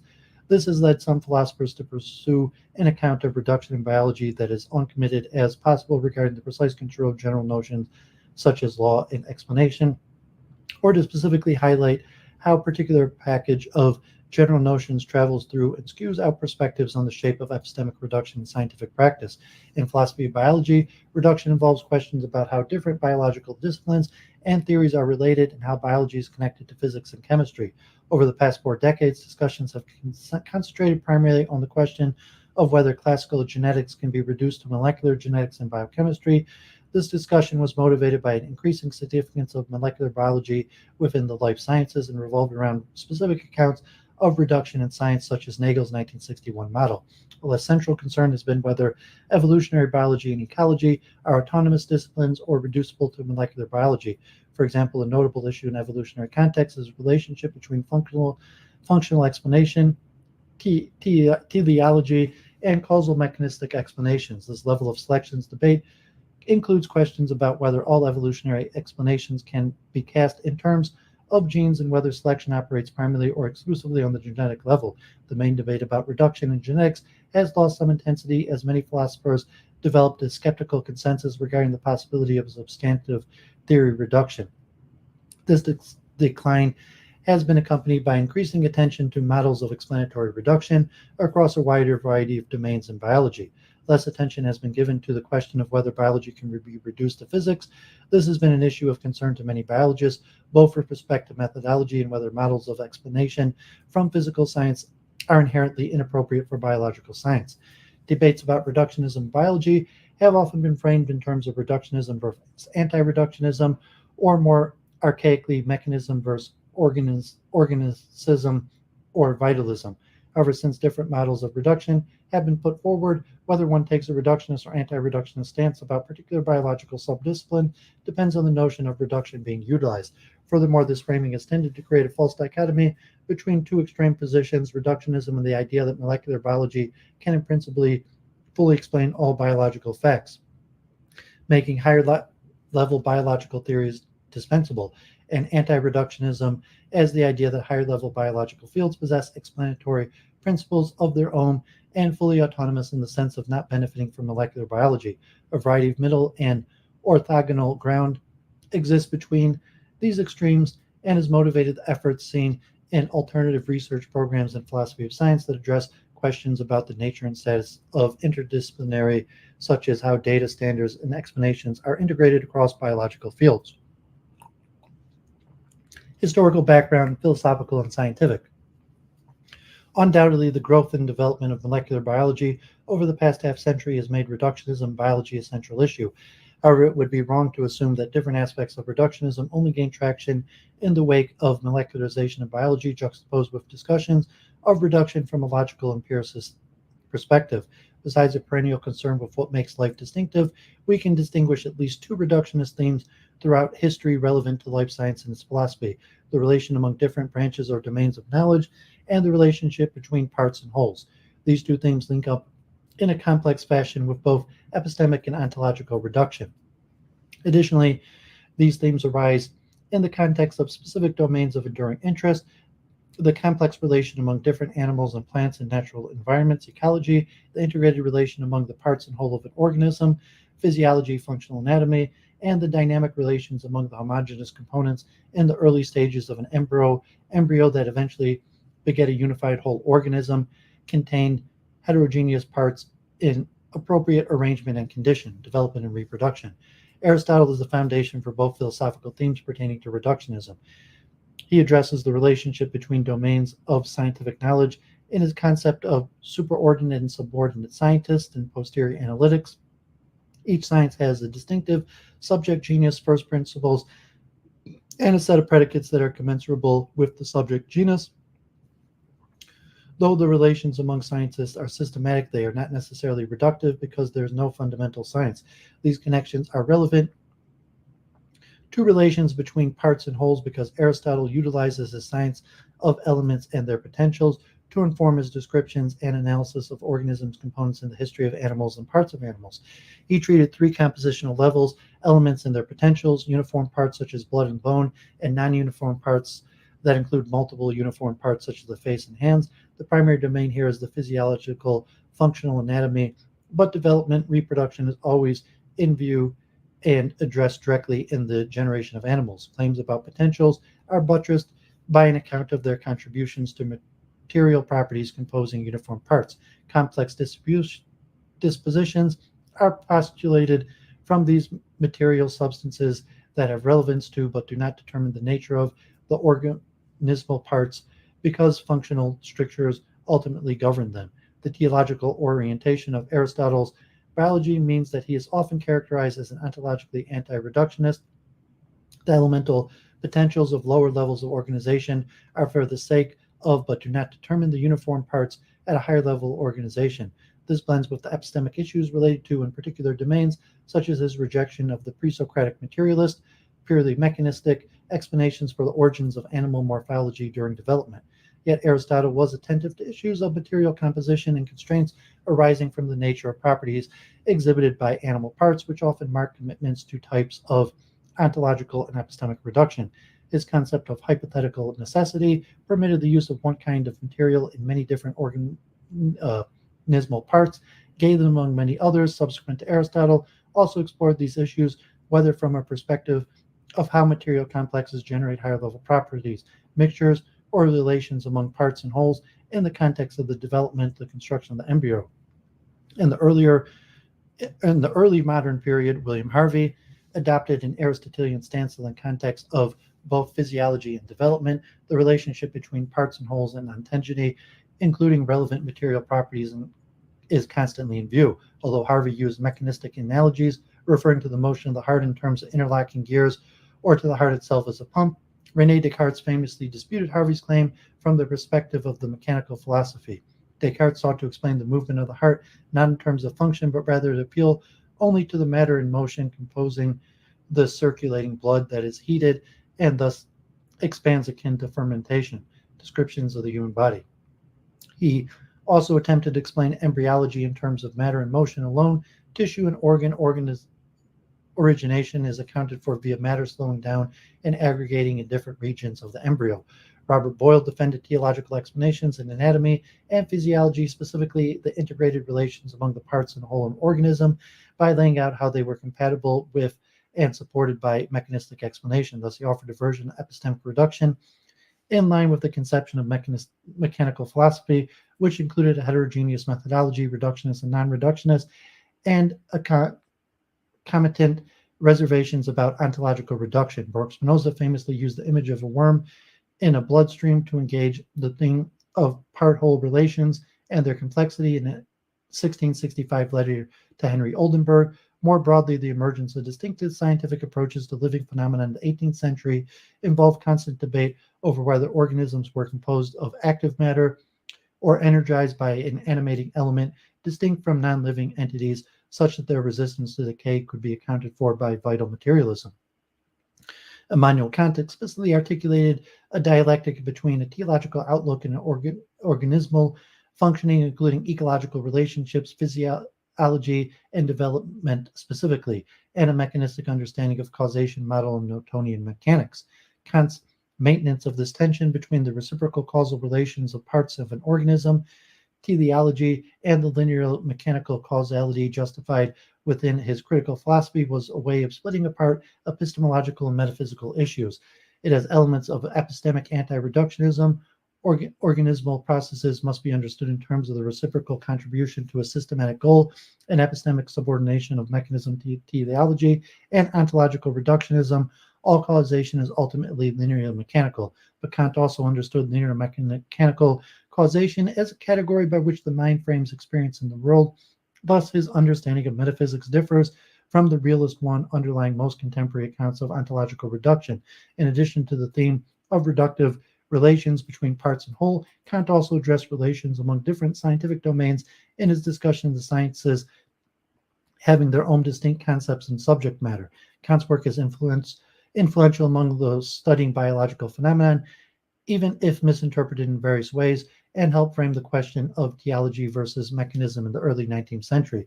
His discussion stressed the significance of methodological conclusions, if necessary, a maxim or a regulative principle to take organisms as natural purposes if we are to investigate them scientifically. This encouraged speculation about new forces akin to those found in Newtonian mechanics, which would explain biological phenomena mechanistically. The Newtonian inspiration survived with or without Kantian traces well into the 19th century and beyond. Comparative anatomy, conceptualized broadly to include functional anatomy and embryology, exploited methodological suggestions from successive physical sciences. For example, Geoffrey St. Hilaire built to Newton's musings that animals are governed by similar principles or laws as those found in mechanics. More typical is Richard Owen's discussion of matter and its properties within living organisms, where he exhibited a clear anti-reductionist stance and postulates something akin to emergent properties. This perspective was shared by many comparative anatomists who used an analysis synthesis style of reasoning. A related strand regarding the reductionist winds winds its way through physiological investigations in the 19th century. Here, the Cartesian mechanical reductionist program is rejoined with an emphasis on the animal machine. Despite clear metaphysical commitments to a form of ontological reduction, methodological types of reductionism were qualified because their impact on experimental design. Overall, there was a diversity of mechanistic reductionist and organistic non-reductionist positions corresponding to ontological, epistemic, and methodological types of reduction in the 19th century, similar to the philosophical diversity observable today. In the late 19th and early 20th century, the topic of development returned with a vengeance in the controversy over vitalism. A general movement towards more mechanistic or materialistic interpretations of living systems was emerging at the time, and disagreements about explaining development loomed large. However, the famous example of vitalism in Hans Driesch's interpretation of development and the autonomy of the organism should have been seen as an issue of epistemology as much as metaphysics. Instead of materialism versus vitalism, ontological reduction questions, the explanatory conflict involved the nature of differentiation of early ontogeny and to what degree it is pre-specified. The theme of order and organization in living systems pervaded many writings about methodological, epistemological, and ontological types of reductionism. At this time, emphasizing both relations between physics and biology and between parts and wholes. Examples include Joseph Needham's Order in Life, 1936, Kurt Goldstein's The Organism, E.S. Russell's The Interpretation of Development and Heredity, 1930, Darcy Thompson's On the Growth of Form, 1917, Ludwig van Bertalanffy's Modern Theories of Development, 1933, and J. H. Woodger's Biological Principles, 1929. Philosophers of science who have had less influence on contemporary Anglo-American philosophy were keenly aware of these discussions. For example, Ernst Cassirer, 1950, explored reductionist themes related to causal explanations of development, including the debates about mechanism and vitalism surrounding Dries, as well as the relationship between physical science and biology. These topics also appear in the pages of Philosophy of Science, although not necessarily utilizing the specific terminology of reduction. Ernst Nagel's general treatment of reductionism in chapters 11-12 in The Structure of Science, 1961, canvassed many different aspects of these perennial debates, whereas the sections concerning theory of reduction have usually been in view connecting with the reductionist theme of relating domains of knowledge. Nagel also interacted with biological literature addressing claims about parts, wholes, and emergence, thereby addressing the second reductionist theme that has been prominent since Aristotle. He highlighted the polysemy of wholes, parts, and sums inherent in claims about success or failures in showing that the whole is just the sum of the parts. Additionally, Nagel treats the question of evolutionary emergence, whether generally new entities arise in the history of a universe and life on Earth. He dealt with the aforementioned theoretical biologist on the topic of hierarchical organization and reduction in the living science, especially as seen in ontogeny. Nagel contemporary likewise treated reductionist themes throughout their work, as has largely been overlooked.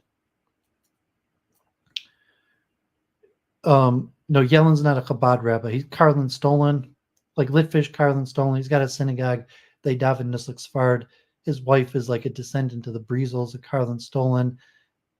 I think he's from Australia, so he's not Chabad, but Chabad friendly. Despite Nagel's wide-ranging analysis, most subsequent philosophical discussions has concentrated on his formal account of theory reduction and whether it serves as an adequate general characterization of reductionism for an area of scientific inquiry, the biological case that has received the most scrutiny in the relationship between classical and molecular genetics, in part because the molecularization of genetics was palpable in this historical period. The manifold difficulties encountered in applying Nagelian theory reduction to genetics encouraged the growth of the philosophy of biology as an independent disciplinary specialty, in part because these difficulties seem to fit in a recurring pattern, misconstruing biological reasoning with philosophical accounts of science forged on physical science examples.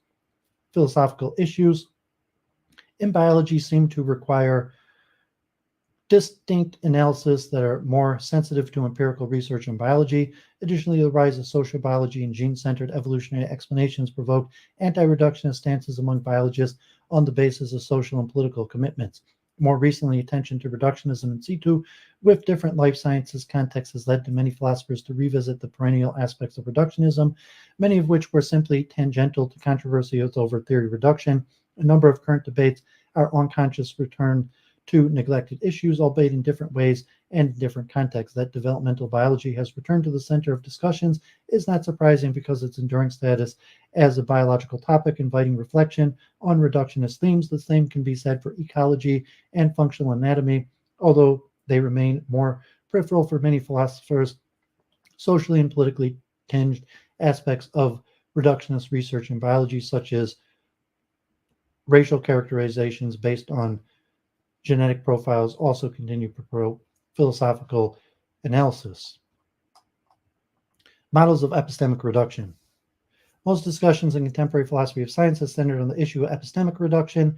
The basic idea is that knowledge or other epistemic units pertaining to one scientific domain can be reduced to another body of knowledge or epistemic units has been spelled out in different ways. It is useful to group different approaches to reduction in two basic categories: models of theory reduction, which maintain that a higher level theory can be logically deduced from a lower level theory, and models of explanatory reduction, which focus on whether representations of higher level features can be explained by representations of lower level features, typically by decomposing higher level systems into parts.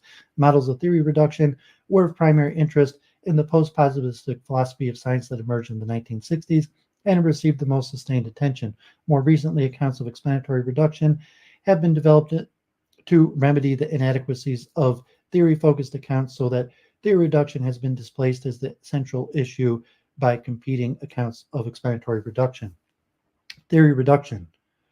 According to theory reduction, a theory A reduces to theory B if theory A logically entails theory B. Assuming a deductive non-logical account of explanation, theory reduction has a deduction from theoretical principles is an instance of explanation. Okay, so I covered a lot of this with the part on scientific reduction. I had wanted to read, really there's a lot of good stuff here, but something just went wrong with the like yellow, all getting like yellow. So I've been streaming a long time. Let me just mention next week, or probably 2 weeks from now, I'm going to look at ceteris paribus laws, which means all things being equal, which would be like non-universal scientific laws, which most scientific laws, like in biology and other things, have exceptions, and they're considered non-universal scientific laws. I'm going to look at models in science and mechanisms in science, and realism and theory change in science, and maybe even something else. So, um, with that, I've been streaming so long. I'm going to try to say some concluding marks. Like, appreciate being in the chat, Joseph. Happy Hanukkah, starting tomorrow night. Um, I'm going to try to do an Ask the Rabbi next week, although um, we'll see if I have time to schedule it or if I'm busy with other things. So I would like to do it, but um, I'm not sure of my schedule, and I have other things planned also. So I'm going to sign off. It was good to get back into the philosophy of science. There's a lot there. Metaphysics, just reading this stuff out, the due diligence, really clarify my own mind, got all these names and ideas down. I've read through it multiple times. I'm reading multiple books on the subject. And as I mentioned, like the metaphysics and philosophy of science, there's this kind of false base assumption that's really simple and everyone understands it, when in reality it's very complicated and almost nobody understands it. So, just to have some accuracy of the names and the ideas for my own purposes, like I'm not even sure the use that I could find for it, like, who to talk to or streaming or debates or various things. But even if I can't find any use for it, just in my own searching for truth and the eventual pushing forward of the multiple truth hypothesis. So it's very important. Probably the most important part, multiple truth hypothesis will be metaphysics and science, because metaphysics is not well understood and metaphysics borders science and somewhat is the basis for science. You have to have a clear differentiation borderline between science and metaphysics. So then when I talk about more spiritual things like, dualism, soul, spiritual things, transmigration of souls, karma, action, reaction, and these various things will have a clear boundary of science, what is known by science, what could be described by science, and what can't be known by science, or even empiricism in general, and for the various truth theories, and how the multiple truth hypothesis could help navigate these extremely difficult, not well understood ideas. So with that, signing off, happy Hanukkah, starting tomorrow night. God bless everybody. And Friday, the Detroit Institutes of Art, there's going to be a simultaneous chess exhibition with Justice Williams. There's some events in Detroit, like a Chabad menorah lighting, and there's even like a protest, the If Not Now, Jewish Voice for Peace counter menorah lighting. I'm not sure if I'm going to go to any of those, but Friday I'll be at the DIA for the chess simultaneous. Sunday, week in review. Next Tuesday, I'm talking with Michael Cisco on his podcast, and hopefully I'm going to try to do an Ask the Rabbi next week over Hanukkah, but I don't have that exactly planned. Stephen James canceled our war update, God forbid. So no stream tomorrow for that. So God bless again. Signing off. Thanks for tuning in, and do the due diligence and really put the intellectual work into trying to understand this.